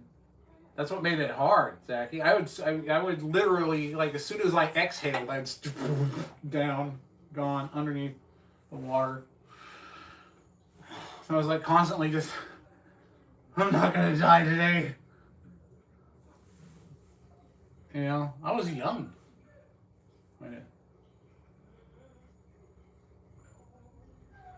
Yeah, the speaker that you pull in the window. It wasn't until later on where they actually transmitted it to where you could actually play it through your sound system in your car. And then at that point, you were like, we're going to... Which store was it? It wasn't AutoZone or O'Reilly's. It was one of the other ones, like not Napa. And we're like, we got to get some Rockford Fosgates now and a subwoofer. Because now they're transmitting this stuff over the radio. We can actually use that instead of that pot metal speaker. You know, you have to pull in the cord and hang it on your door.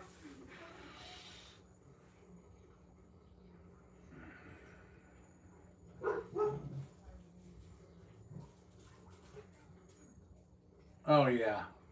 Yeah. Dude, I had a water slide that was on the roof that went into a doughboy pool. Yeah, that's how we did it back then.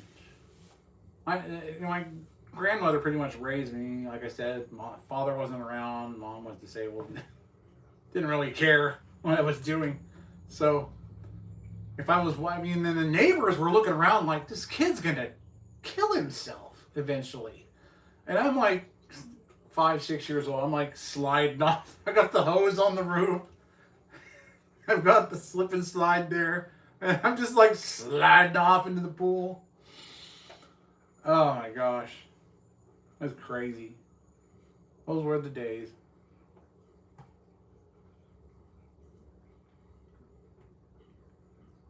In Massachusetts, there's still 2 drive. Really? They still have some drive-ins. That's cool. Yeah, then your car battery dies. People did it too. They would ask for, they'd be running their stereos and then they'd ask for a jump. Like it happened 2 or 3 times a night, to the point where I think at the drive-in we were at, somebody actually had a jumper pack. They had a battery that they had on a dolly, and they had cables, and they would go out and jump start cars afterwards. That was funny.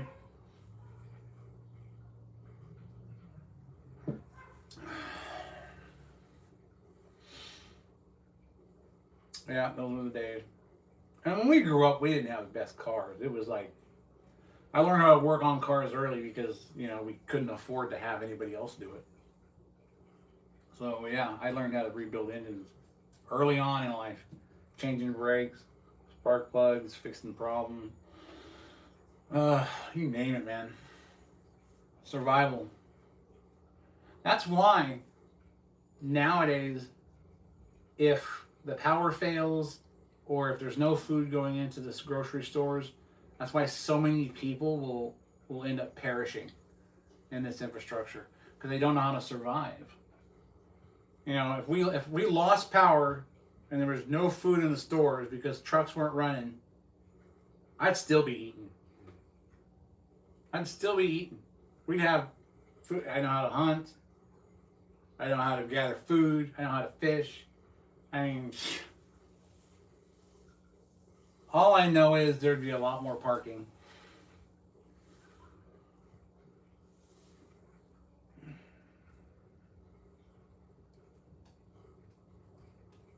Don't say what?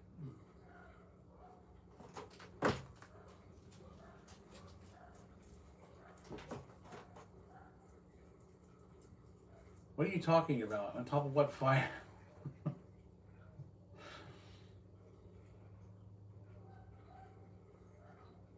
Okay, my parents used to antagonize us with see who would do the most death-defying feats.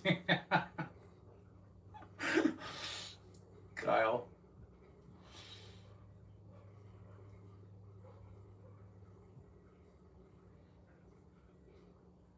Oh, look at Evan, always with the insults. Evan, I used to hunt people. Okay, I was in the military. Trust me. I know how to hunt. I'm definitely in shape enough for it. Thank you again for pointing out your ignorance. It always helps the algorithm.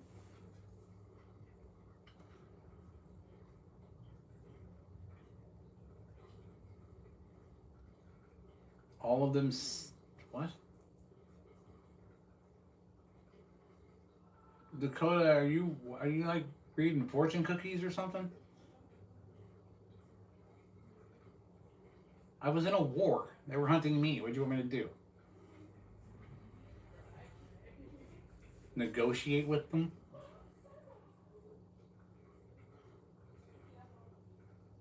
That's what the government paid us to do.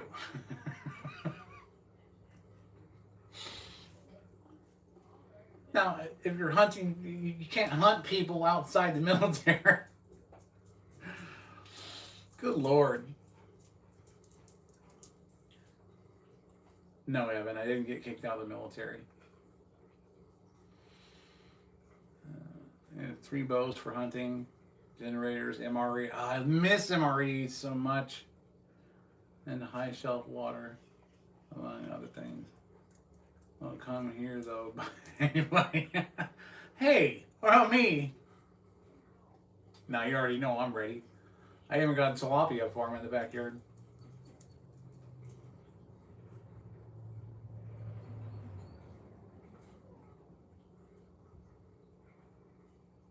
You don't like to fight with gods and demons? You're gonna have to elaborate on that one.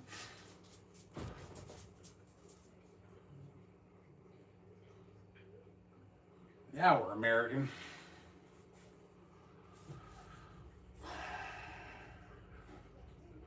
Yes. SAG got it. SAG got it. You got it right.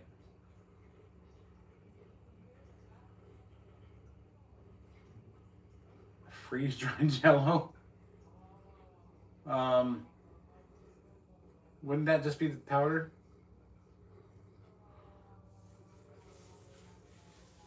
No, I like the freeze-dried strawberries best. Those were the best. And that chocolate cake, man, was heavy. That like brownie cake they gave you. Well, my favorite was always the crackers and cheese sauce. Love that stuff. It didn't matter what the main entree was. Hold on, I gotta shut the door. Hope, thanks for opening it.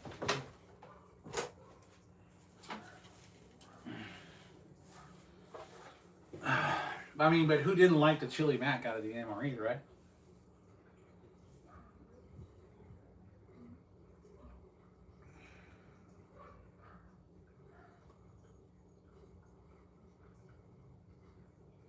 If you could go back in time, you realize we still have an army, right?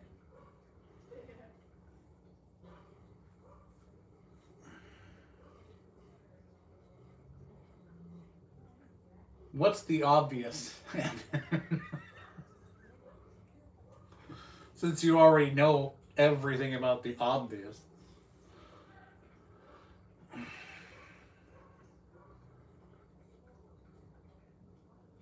I know what brick you're talking about. It's sort of this. It was sort of like the freeze-dried strawberries. It was in a brick too. It just, you know, I liked the freeze-dried strawberry. That was the favorite. That was my favorite. And then there was that cake. They had the different kinds of, like a pound cake kind of thing. You know, like a chocolate chip cake or like a chocolate one. And it was like the shape of the bag when you opened it. It was heavy.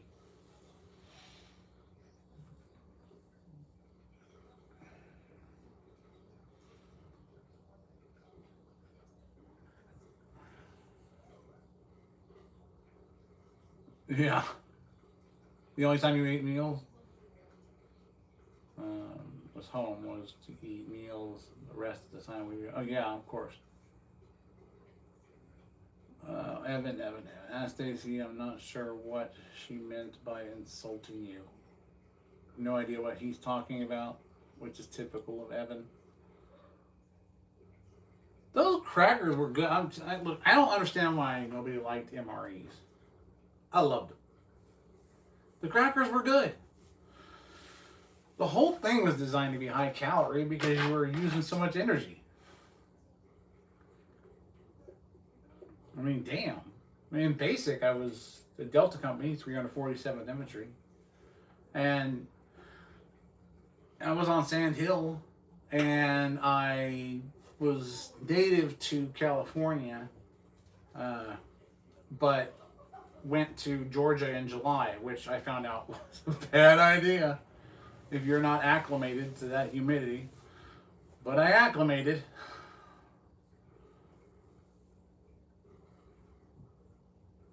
The chocolate was good.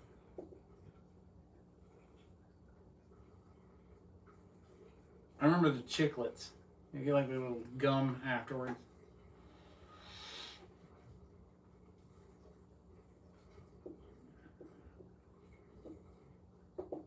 Hey, I miss the old school MREs. I miss Fort Benning. I know they renamed it now, but it's always going to be Fort Benning. I don't care what the hell they call it.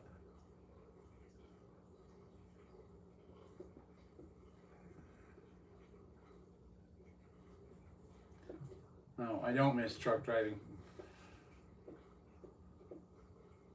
No, I don't.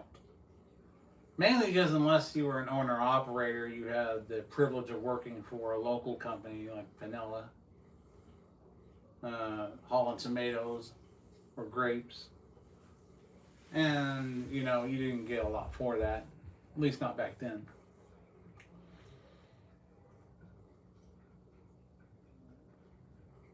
It isn't about keeping it dry, it's about keeping the sand out of it.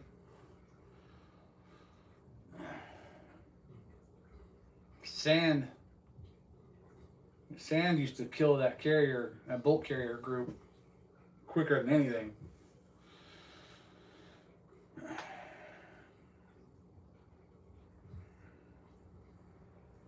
Why, Evan, you gotta switch to a truck bed instead of a car bed? TJ the Baker. What's going on, man?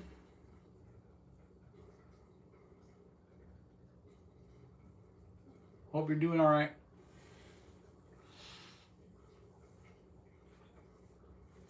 We are all over here surviving.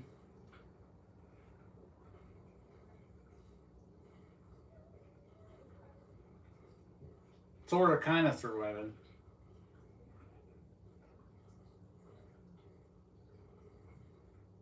Make more money, same for retirement. That's, I don't know. Was there a first part of that, Evan? I don't know. Oh, you're talking about the truck driving thing.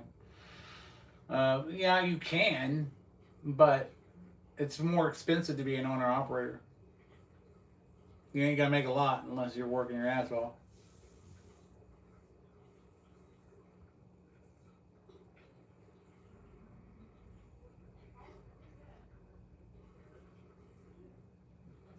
You talking about the? Oh yeah, dude. Look. I went in just after we were attacked on 9/11. So I trained on an M16A2.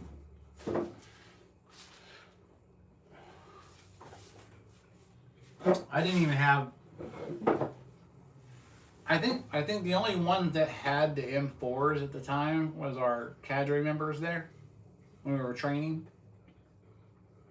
And then eventually we got all of that because we moved from the standard camo that we had, which was the original jungle camo, to the digital camo during the time I was in. So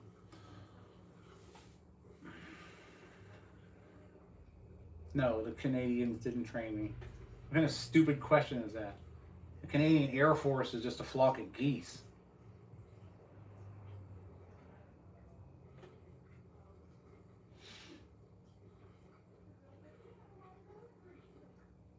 You're really interested in designing some turbine blades.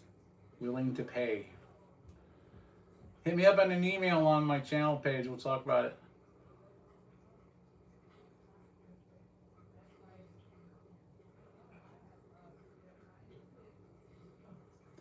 Hey, yeah, CJ. I'm down for that. I want to incorporate my AI model into it.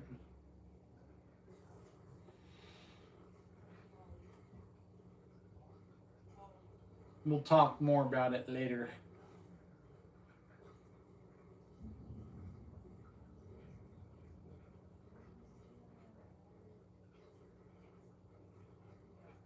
Who called other people ignorant? Evan, you're not making any sense. It's typical.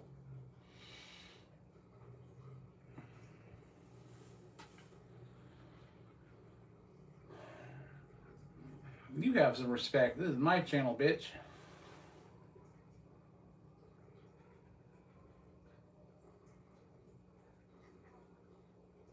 I got a marksman badge too.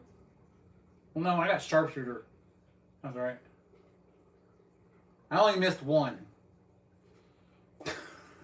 on qualification day, and that was because of a rifle friggin' malfunctioning. I had to clear a jam. Well, I had to clear a double feed. And then once, I don't know how they loaded these things. They load it to the lowest bidder. I had a primer come out of the back of the shell and go into the gas tube right before the key went in, and it jammed the primer all the way down the key on the bolt carrier. Like, there's no way to do. You have to literally rack each time to fire.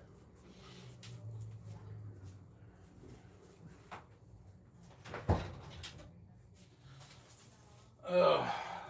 Gotta close that door. Getting a little bit chilly.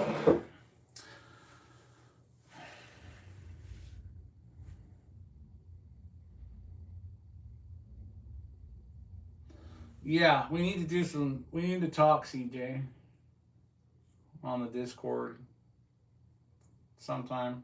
Send you a message, because I would like to incorporate some AI tech into one of my controllers.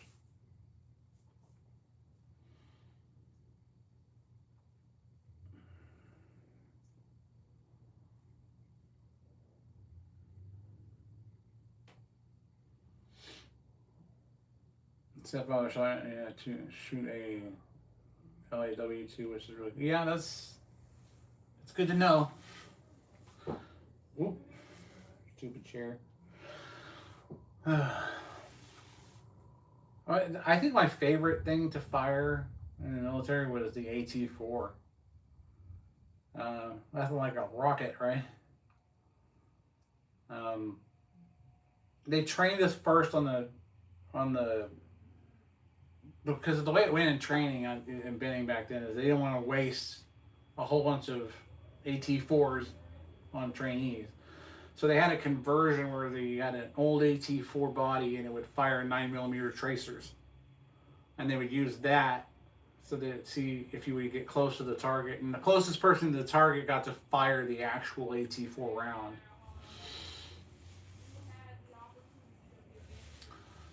And then we did Claymores that day too. N249 saw on the same day. Take it apart, put it together, fire a couple belts out of it. Yeah, it was fun. Then the FTX missions where we went out and had to set up. And it was like platoon against platoon. We had the gas stops on the end of the barrel. We had the blanks. And the miles gear, and then we would basically set up camps, and then different platoons would set up camps somewhere else, and then the drill sergeants would lead us out middle of the night, and we'd set up a trap.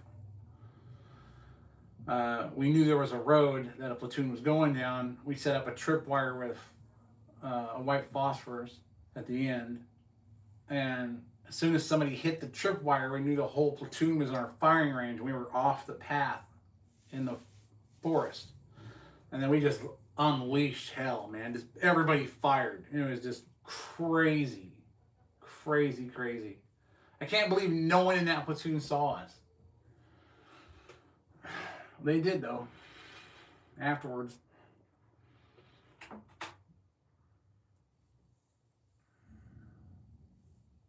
Ooh, instant coffee. Me and everyone who's watching. Whereas luckily for you is like 7 people, so you're good. Your secret is safe with all of us.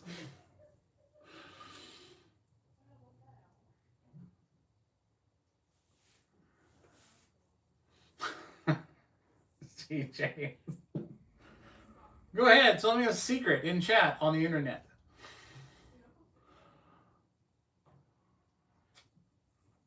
I can't wait to see what instant blends you come up with, because to be honest with you, the trick is going to be getting it to taste like brew, an actual fresh brew. You unlock that secret, man. You're going to be a rich man. Stupid notifications pop up. I gotta move them so I can read the chat. You might need your expertise in about 3 to 5 years. We need it now, is what we need. I'll be here. I'll be here to make sure we defend the soil. Defend our homeland. You guys hear Billie Eilish freaking drop the ball on national TV? She's like, and no one's illegal on stolen land. And then they're like, you're living on it. That's okay, though. Nobody seems to understand the economics of the past, I guess, considering that these tribes were fighting each other and killing each other over the same land, the same livestock, the same territory, years before we came along and conquered them. So, it happens. Okay, and if you go back far enough, the Americas were actually populated by people from Asia across a land bridge that was here 20, 30,000 years ago. So, the indigenous population wasn't the Indians, if you want to get technical. But you can't rationalize somebody out of their irrational behavior. That's just all there is to it. And you never will. These rich, Hollywood socialites and singers and actors that go out there and virtue signal, that have never had to suffer a day in their lives. You're all talk, right? Billy, all talk until you said the wrong damn thing, and then they're like, yeah, what are you doing here?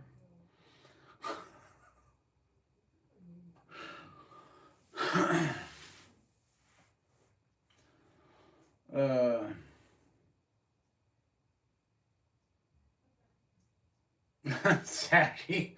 I do that all the time. It's fun.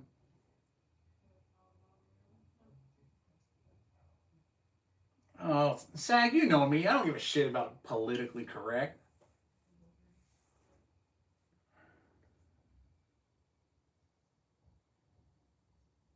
Yeah, they'll know all the coffee secrets. Keep that secret from the CIA, right?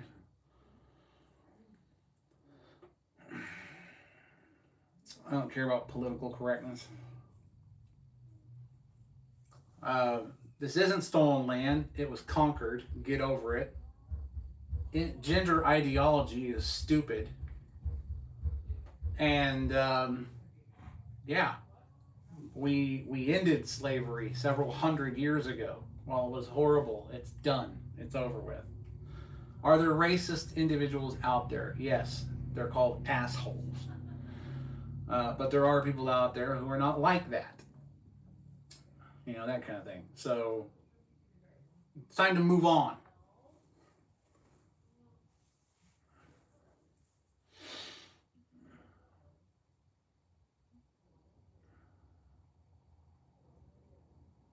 Yeah, being politically safe isn't keeping anyone. But, Think about this.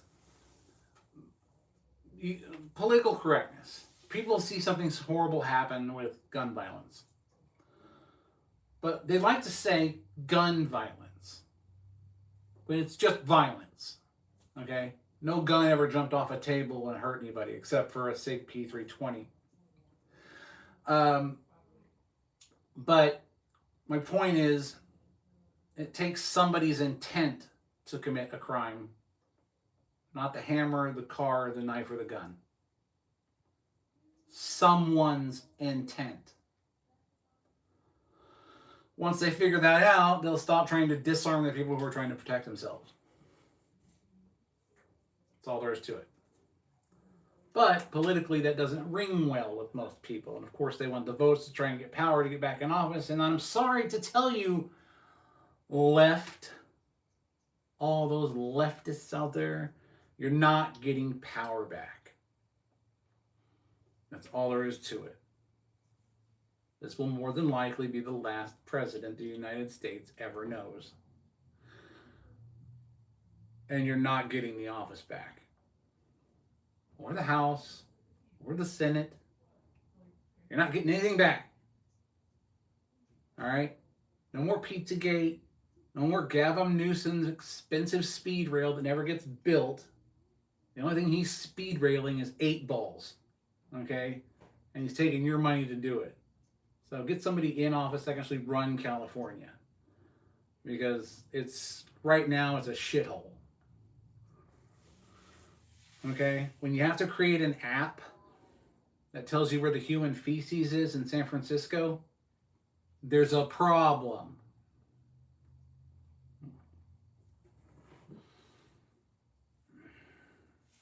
Yeah, God help us if they do.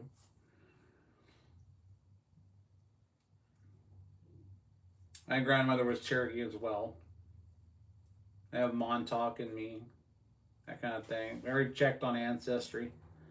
If we went by Ancestry, I would inherit land in every single friggin' continent on the planet.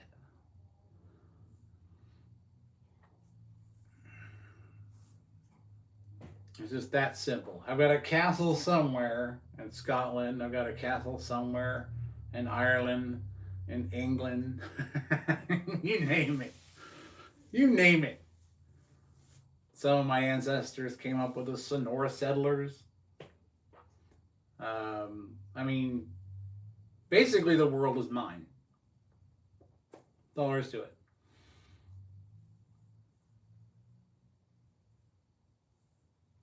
Yeah. Dude, and guess what? It comes across the border. That's why we're working so hard on border control. And then people say, oh no, it's racist to have a border security and ICE going out and doing what they do. And I'm thinking to myself, you want open borders? That's why we have problems, is because of open borders. Because all the left wanted was a whole bunch of people to flood the United States so they could get the votes by the lies promised by the left, and then redistrict as soon as they needed to in order to make sure that they would win the next election. It's not going to happen. They're not going to win. It is over. The leftist ideology is done. This is a republic. It will stay a republic. You can call it a democratic republic where we vote to pass policies and so on and so forth. The left is done. They've opened their mouth, put their foot in too many times.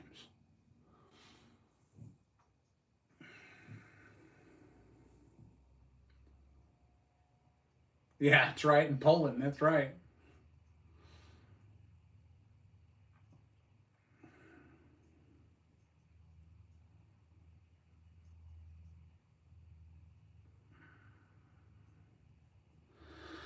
Yeah, anyone that says it's stolen land is stupid. It's not stolen land. It's called, the Romans conquered so much. Their empire was massive. But, you think they cared that somebody thought that it was You stole my land. No, you did. Look, you got conquered. We made a better life and infrastructure. I mean, come on. They like to say every man and woman in America came from Africa. That's how we all evolved. Well, really? Are you serious? Because am I living in a grass hut? Have you seen South Africa? Okay, if we all evolved from there, all the smart people left. I mean, think about it. Evolution's stupid anyway.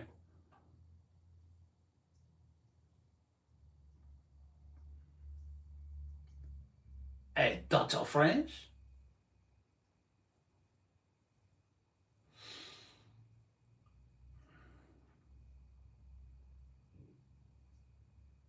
Of course, it wasn't nice, but it's like you, you don't conquer people by asking nicely. I mean, come on. You gotta ask hard.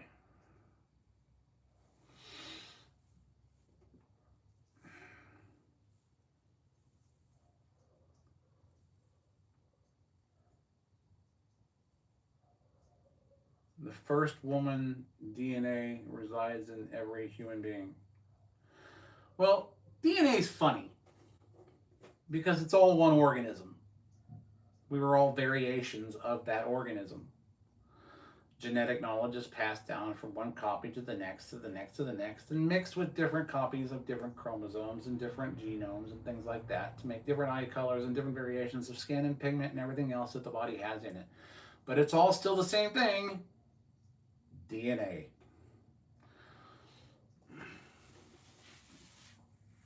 So that kind of puts things into perspective, right? Doesn't matter the color, doesn't matter what geographical location. We are human beings. And to piss off the left even more, that's at conception. See, because I had this argument with somebody already. We got pissed off because I said that. And they had a gender ideology. They said, a child has a sex at birth and then it's assigned a gender. And I'm like, well, if that's the case, then you're taking away its ability to choose its own gender when it gets old enough to talk. So, again, how's that foot taste?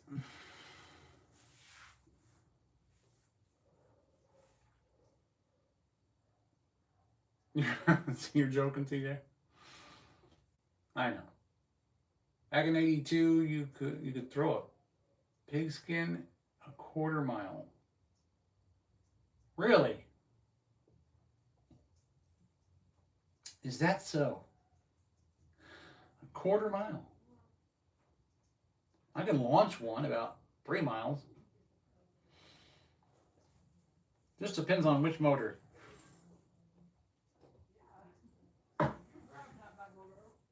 They'd have let me in the Super Bowl. It would have been interesting to watch. That much I guarantee.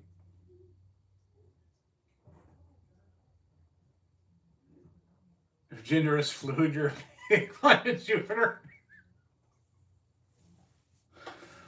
Oh, yeah. I know. I've heard that argument before. Now from people. It's like, gender is fluid. No, your ideology is fluid. It doesn't make it factual. Okay, I've said it once and I'll say it again.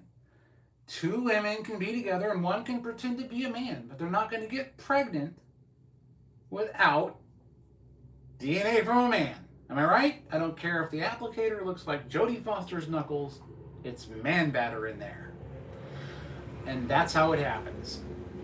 So whether you buy a frozen husband or not, it's still a man and a woman making a child. Even if it's a woman who has that ideology married to another woman who's dressed like Ronald frickin' McDonald pretending to be a dude. Okay? That's all there is to it. And you can always tell them, I'm sorry, by the septum piercings. It's always there. There's going to be piercings everywhere. And then they identify as a cat the next week. So it's like, I don't know what the hell's going on anymore. You know, they're like, I'm a cat. I'm like, really? Okay, where's your license? Are you a stray? We'll drop you off at the shelter. Out here in the suburb of suburbs, it's not a good idea to be a stray cat. Things happen. You know, there are coyotes out here. So, identify as a desk lamp. I don't care. You're not very bright. Never do that. So maybe not a lamp. Maybe a glow stick. Have I offended everybody yet? I'm just curious. I was going for everybody. See, because it would be uninclusive, according to you, if I didn't offend everyone.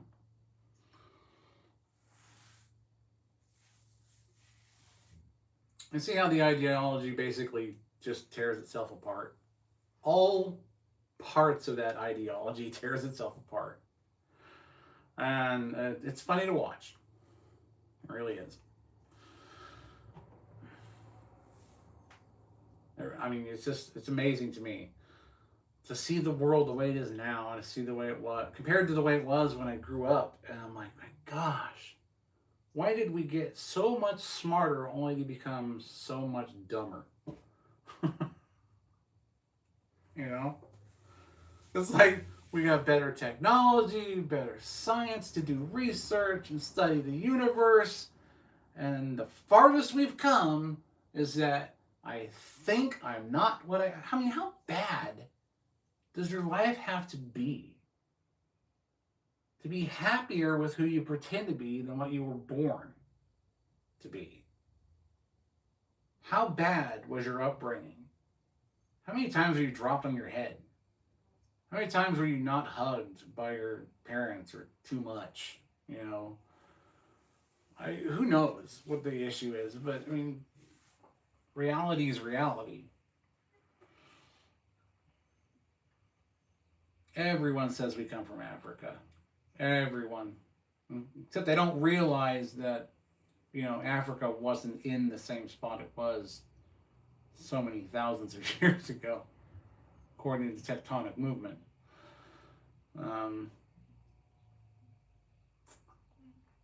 So there's that.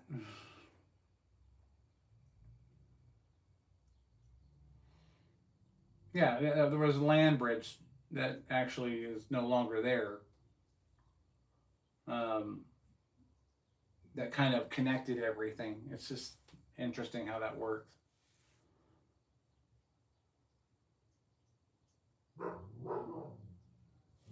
Right.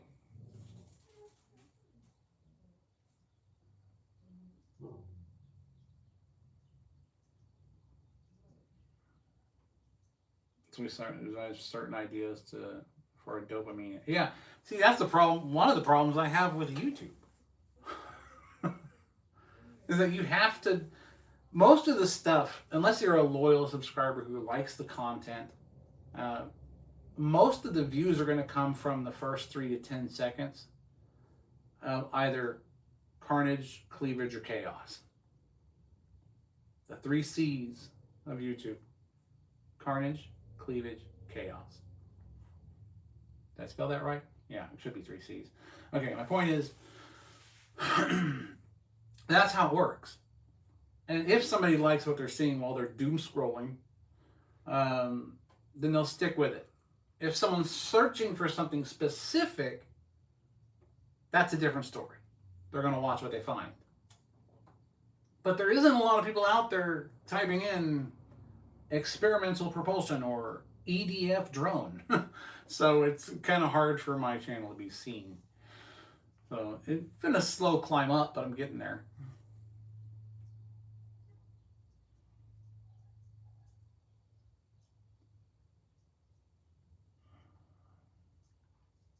Yeah, everything is cyclical. Oh, this species will never learn. Ever. Ever, ever, ever. Hold on, guys. Let's see here. I'm going to move this away. Let me put this here.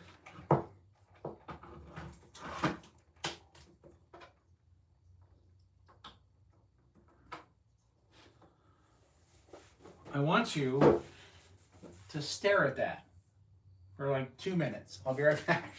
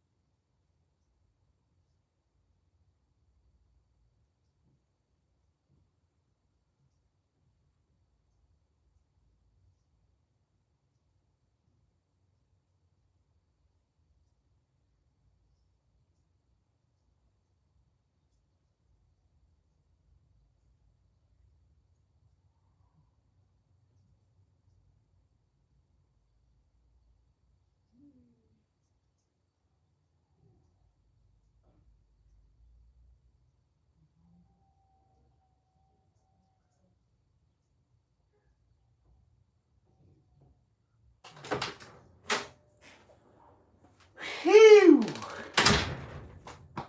That was a spicy meatball. My bladder was damn near paralyzed. I'm sitting here, like drinking coffee, tea, not getting up to take a leak. I was like, why can't I feel my left side? Oh, my teeth were floating.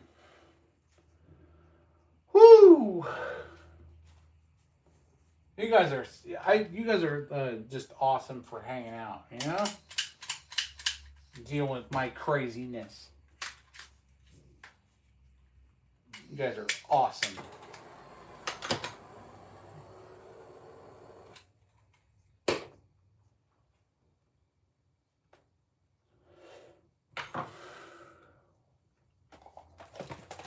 So, I'm just being conversational like usual. Of course you are, CJ. You're a good guy, man. So, when I'm filming this stuff tomorrow, I'll be using this little weird thing. Well, this is one. No, this one. This is my head tracking one. So, it's the GoPro I'm talking about. This will be, I'll be filming with at 400 frames per second. There's a light there if I need it, but I don't think I do. Because it'll hold a phone too. It's kind of a neat little stand. If I took the GoPro off, I could put it down, put the phone up. You know, that kind of thing. It's weird. It's got ears. It's a good little device though. This one is made by, I don't freaking know. I can't even see.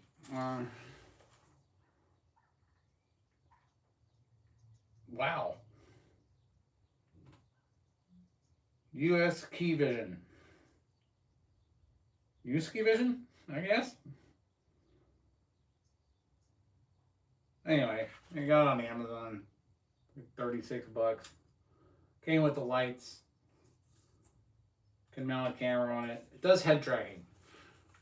Kind of cool. Let's see if I can turn it on here. If it'll track my head.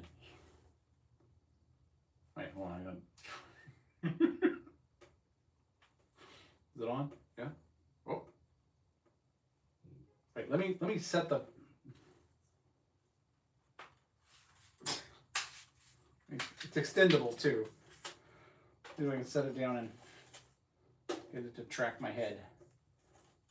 I don't know if you guys can see it or not.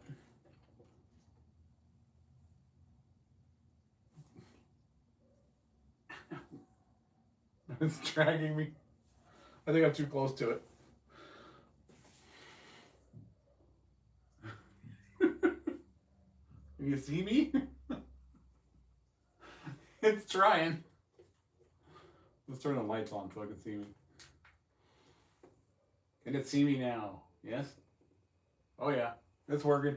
Well, I dodged it. Oh, back this way. Back this way. It's trying. Alright, I'm turning it off.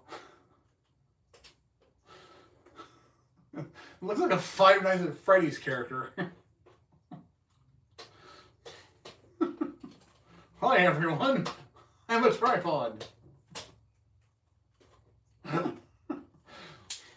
Oh, even inside a tripod. It's Beaker.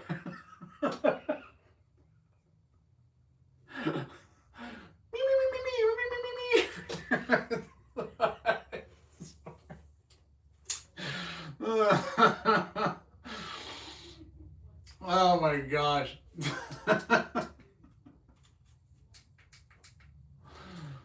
I have had too much fun today. Oh, that's funny.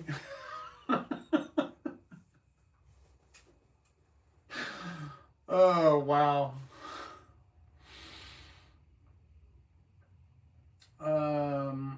Yeah, hold on a second. I'll scroll up. I got the text so big so I can see it from where I'm at. Hold on. Oh, wow. Hold on. Jeez.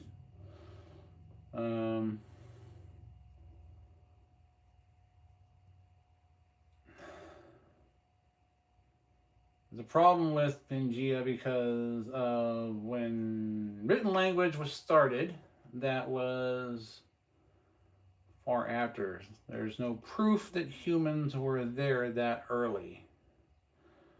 Well, yeah, I mean, I agree with you in the sense that I don't know. Well, let's be honest. Are you religious? Are you an evolutionist or are you a creationist? That's where the conversation should have started, right? I'm a Christian. I know I was created. I know everyone was created. And then everyone argues that the earth is so many millions of years old or billions of years old and the universe is billions of years old. But if you look at the creation context in Genesis, everything was created and then on the last day man was created. So technically our perception of what time is didn't exist until the last day. So who's to say that those millions of years that we consider that it would have taken for things to get to where they are didn't happen before human beings were created to perceive time? Just a thought.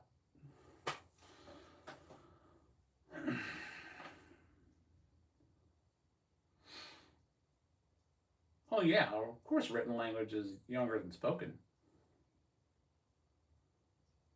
But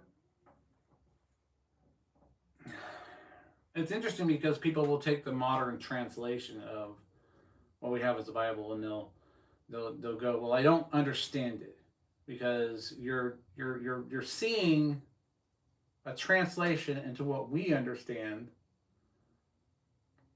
of things that were seen by people who didn't understand what they were seeing. So, yeah, of course it's confusing. You got to kind of read into it. So, and that's where people get taught. They look at it and they go, well, I'm not a Christian. I mean, you hear a lot of celebrities that'll they thank God, but what God are they thanking? You know? Let's be honest. They're not very clear on it when they say it.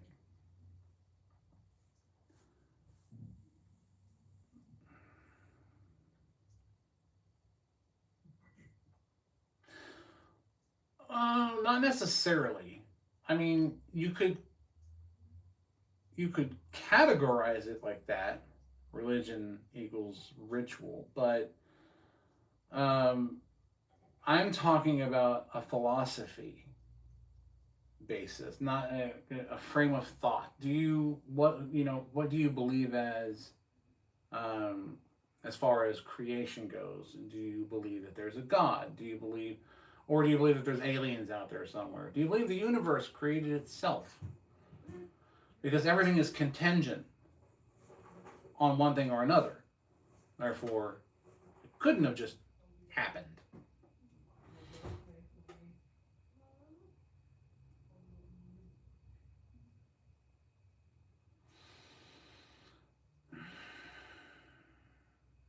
And saying there's also no proof to the contrary, so it's an equal chance. That's a good point, but that's where faith comes in.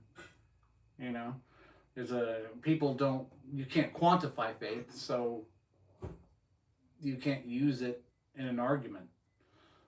It just is. You either have it or you don't. And I find it interesting how people try to argue the point. It's like, well, say, everything started with a Big Bang. Okay, fine. What was the Big Bang before it was the Big Bang? What is the Big Bang in? What does the universe reside in? What's outside the universe? What's the medium that it sits in? We know that gravity, being space-time, we know that a light doesn't actually travel. A photon is where it was where it is always. The only thing that makes it appear to travel is gravity, which affects space-time. Therefore, that's why we see things farther away as they say basically, if it's 100 light years away, it's because it happened 100 years ago. So that's what you're seeing. Well, that's gravitating. That's gravity affecting space-time, because a photon, like I said, doesn't have a speed. A photon is where it was and was where it is.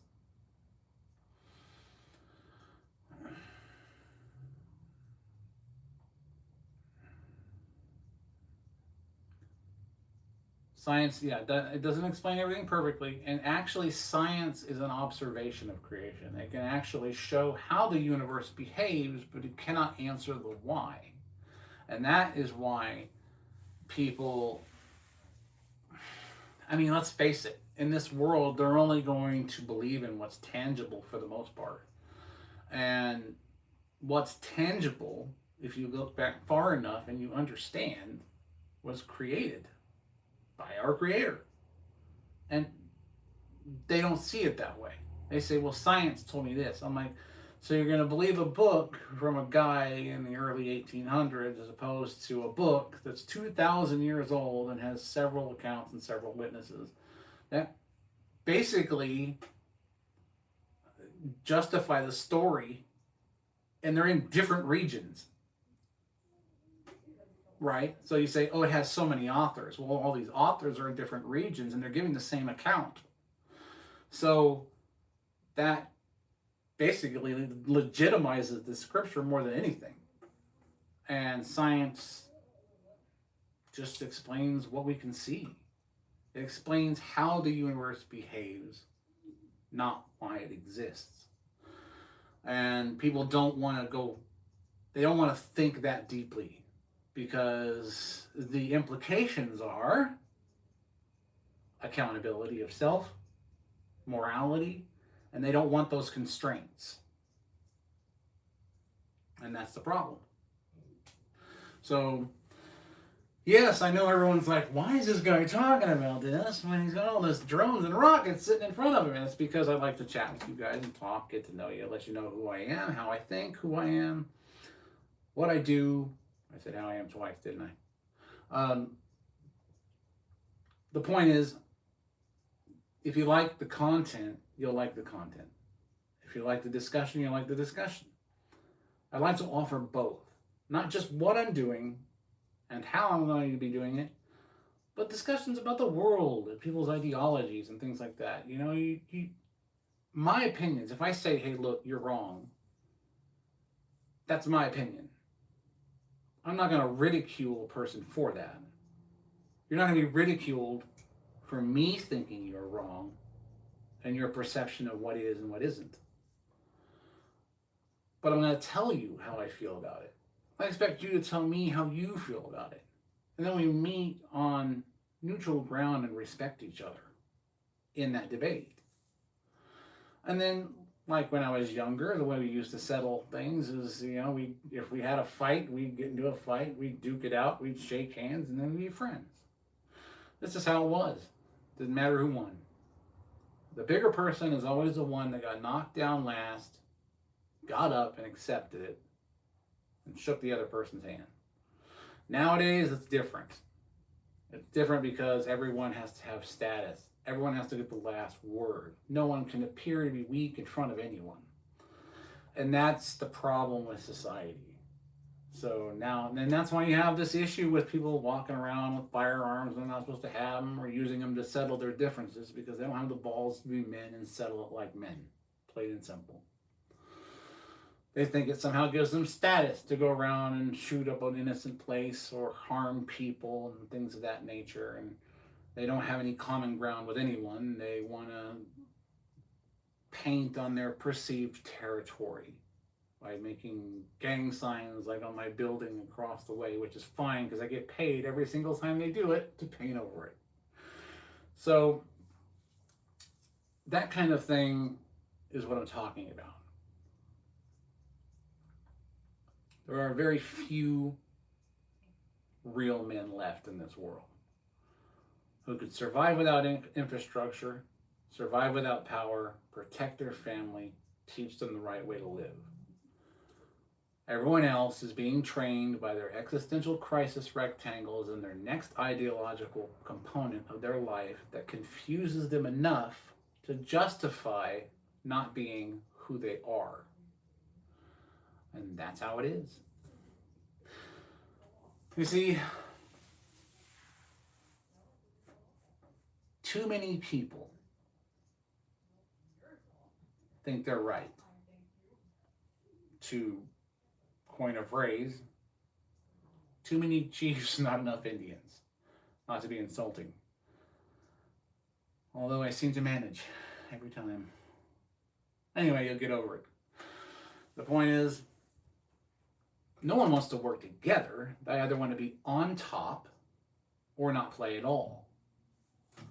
No one wants to be wrong because then they would have to deal with being wrong. No one wants to be accountable for desire, so they dehumanize a forming human. It's basically a way of hiding from the truth. How do you hide from the truth? You convince everyone that it's a lie, and then all of those people convince you that you're right. And then you walk away believing what you believe, even though it's false. And then you feel justified in that belief because you have so many people who agree with you. But morally and ethically, it's wrong. But who cares about moral and ethics, right? Especially when you've got numbers. There's people that are outside protesting on the streets who don't even know why they're protesting. They're just along for the ride because Orange Man bad or some stupid shit like that. That's what it boils down to.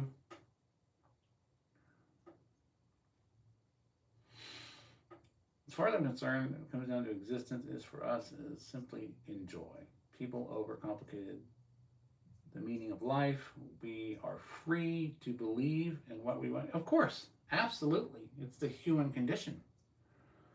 Absolutely free to believe in whatever it is you want to believe in, but there is only one truth. And I wouldn't be a Christian who stands firm in my faith if I didn't say that out loud. How could anyone respect me for my faith if I gave,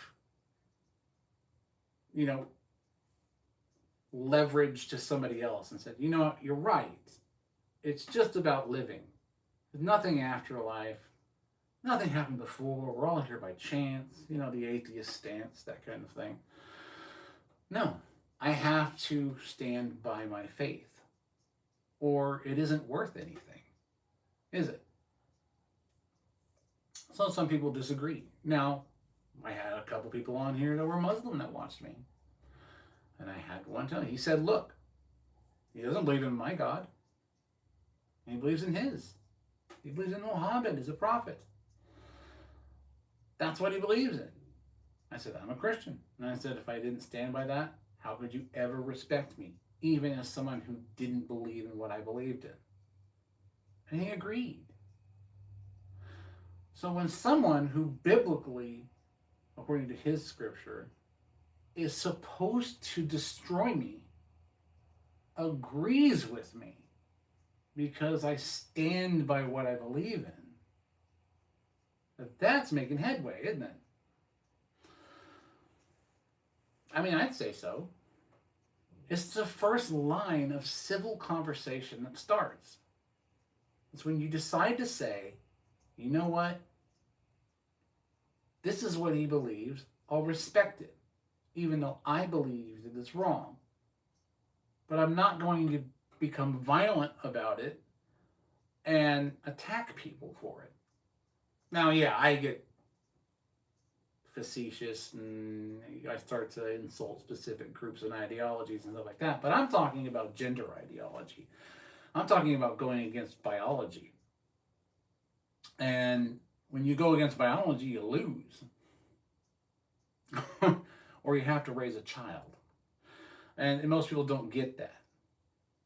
And so they try to normalize stuff like abortion. And why do they do that?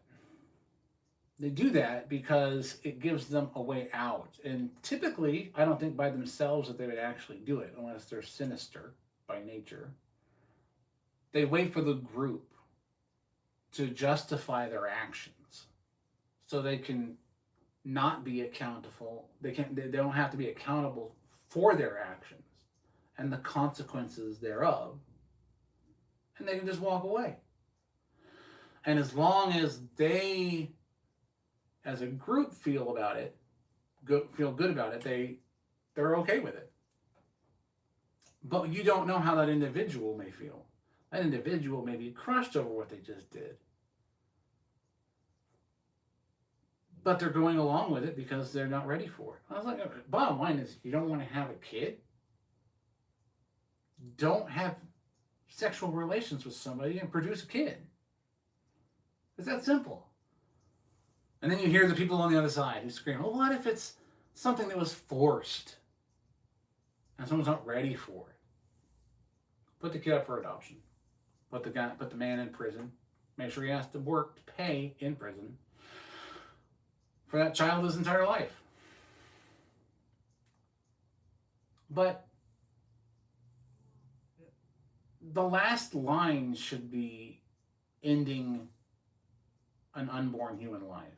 It should not be something. That's where we should draw the line for any reason. For any reason. Now, there's situations where you have to make a decision where either the mother has an issue and won't survive, or the baby won't survive. That's a hard choice to make. And that's up to the people that are in the situation to make it. Those things happen. They happen because they weren't meant to be. It's just that simple. Now, people that don't like what I have to say, that's totally fine. Debate me on it. But what I'll get is I'll get comments about, you're a fascist, you're a Nazi, you're this, you're that. That's what they'll do. They'll say, you're a MAGA, whatever, Republican. And it's like that.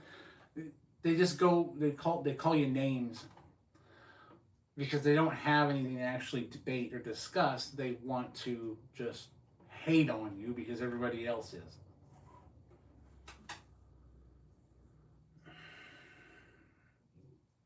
No, everyone's gonna die. And everyone, death is not an ending as far as, of course it's not. I like to say that the human condition, our existence as humans, are the gestation period of your soul. Just as your human life was gestated in the womb. Your soul is gestated through your life. At the end, you have an experienced soul. It's just that simple. And then we move on to what's next.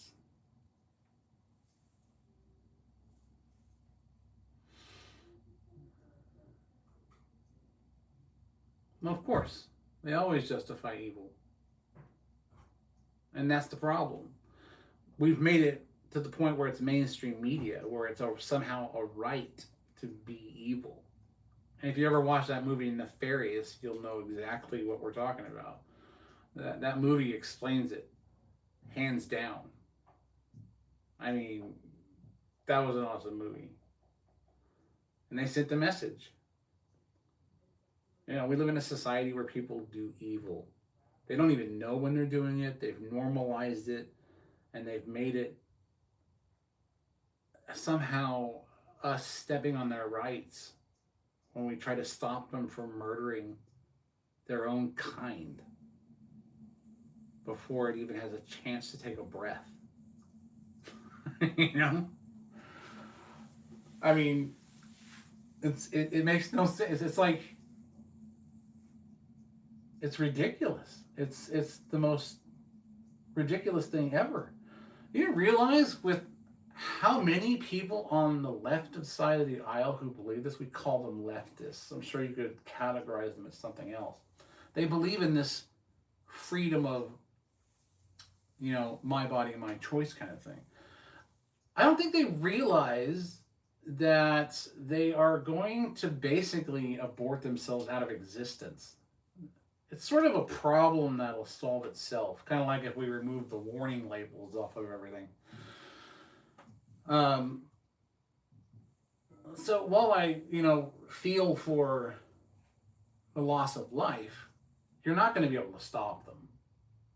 They're going to find a way. They're going to find a way to do what they want to do. But eventually there won't be any left. They're going to ideologically extinct themselves. That's what's going to happen. Stupid screensaver.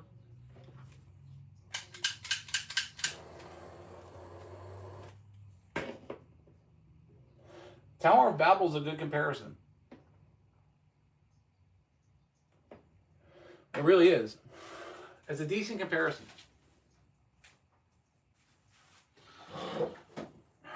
But I'm sure you're all wanting to hear me ramble some more, but get off of the philosophical conversation. Let's get back to what I plan on doing, right? And we'll wrap it up with that, because what's going to end up happening is rockets hopefully tomorrow, if it's not raining. I know we're expecting rain. Folks just want to be held, they don't want to be held accountable. That's the reason for everything. And he said the marriage bed is basically sanctified. So yeah, that's just it. They want to be sexually immoral and not suffer the consequences. So they make up their own rules. Well, that's not going to fly. They're going to find out. But tomorrow we're going to go ahead and hopefully, weather permitting, because we're getting like a 20-degree drop between now and the end of the week, which is weird.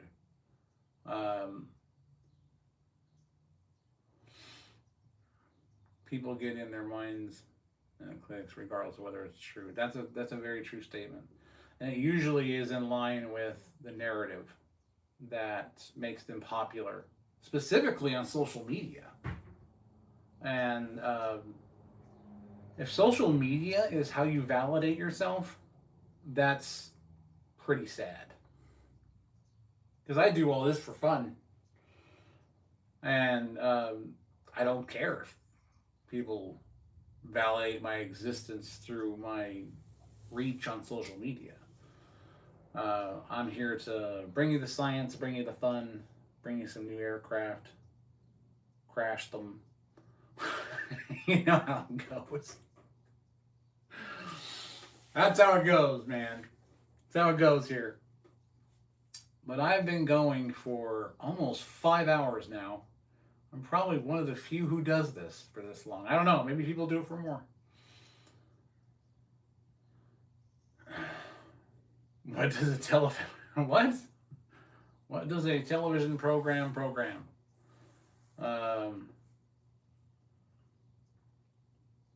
You got me on that one. I assume there's a punchline or an answer. Television. It's like that's a dad joke because it was almost funny.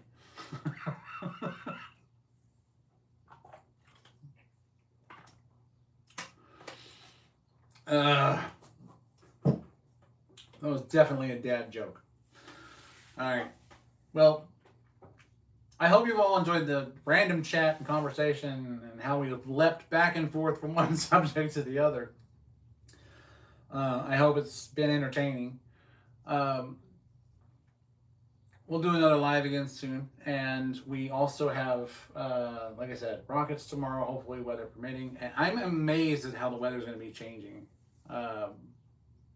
by the end of the week. So I'm going to try and get out there before it's too bad. You know, it would be cool to do it in the rain, though. Still might be neat. So I want to thank you all for watching. Thank you all for being here, for listening to me rant, ramble, rave, whatever you want to call it. Thanks for looking at the projects. Go check out the playlists. Don't forget to become a member. You don't have to. It just helps me out, you know. Share it with your friends. Like, subscribe, hit the bell for notifications so you know when another live is coming up or you got another video coming out, because a lot of people don't do that. And they miss out on a lot of stuff. So, once again, thank you all for being here. And I appreciate each and every one of you. And I will see you in the next one, where we are discussing whatever the outcome of this was, because that's going to be a good video, and eventually the outcome of this, and the outcome of the drone I made out of these. So, and the A10 Warthog, of course. So, you guys,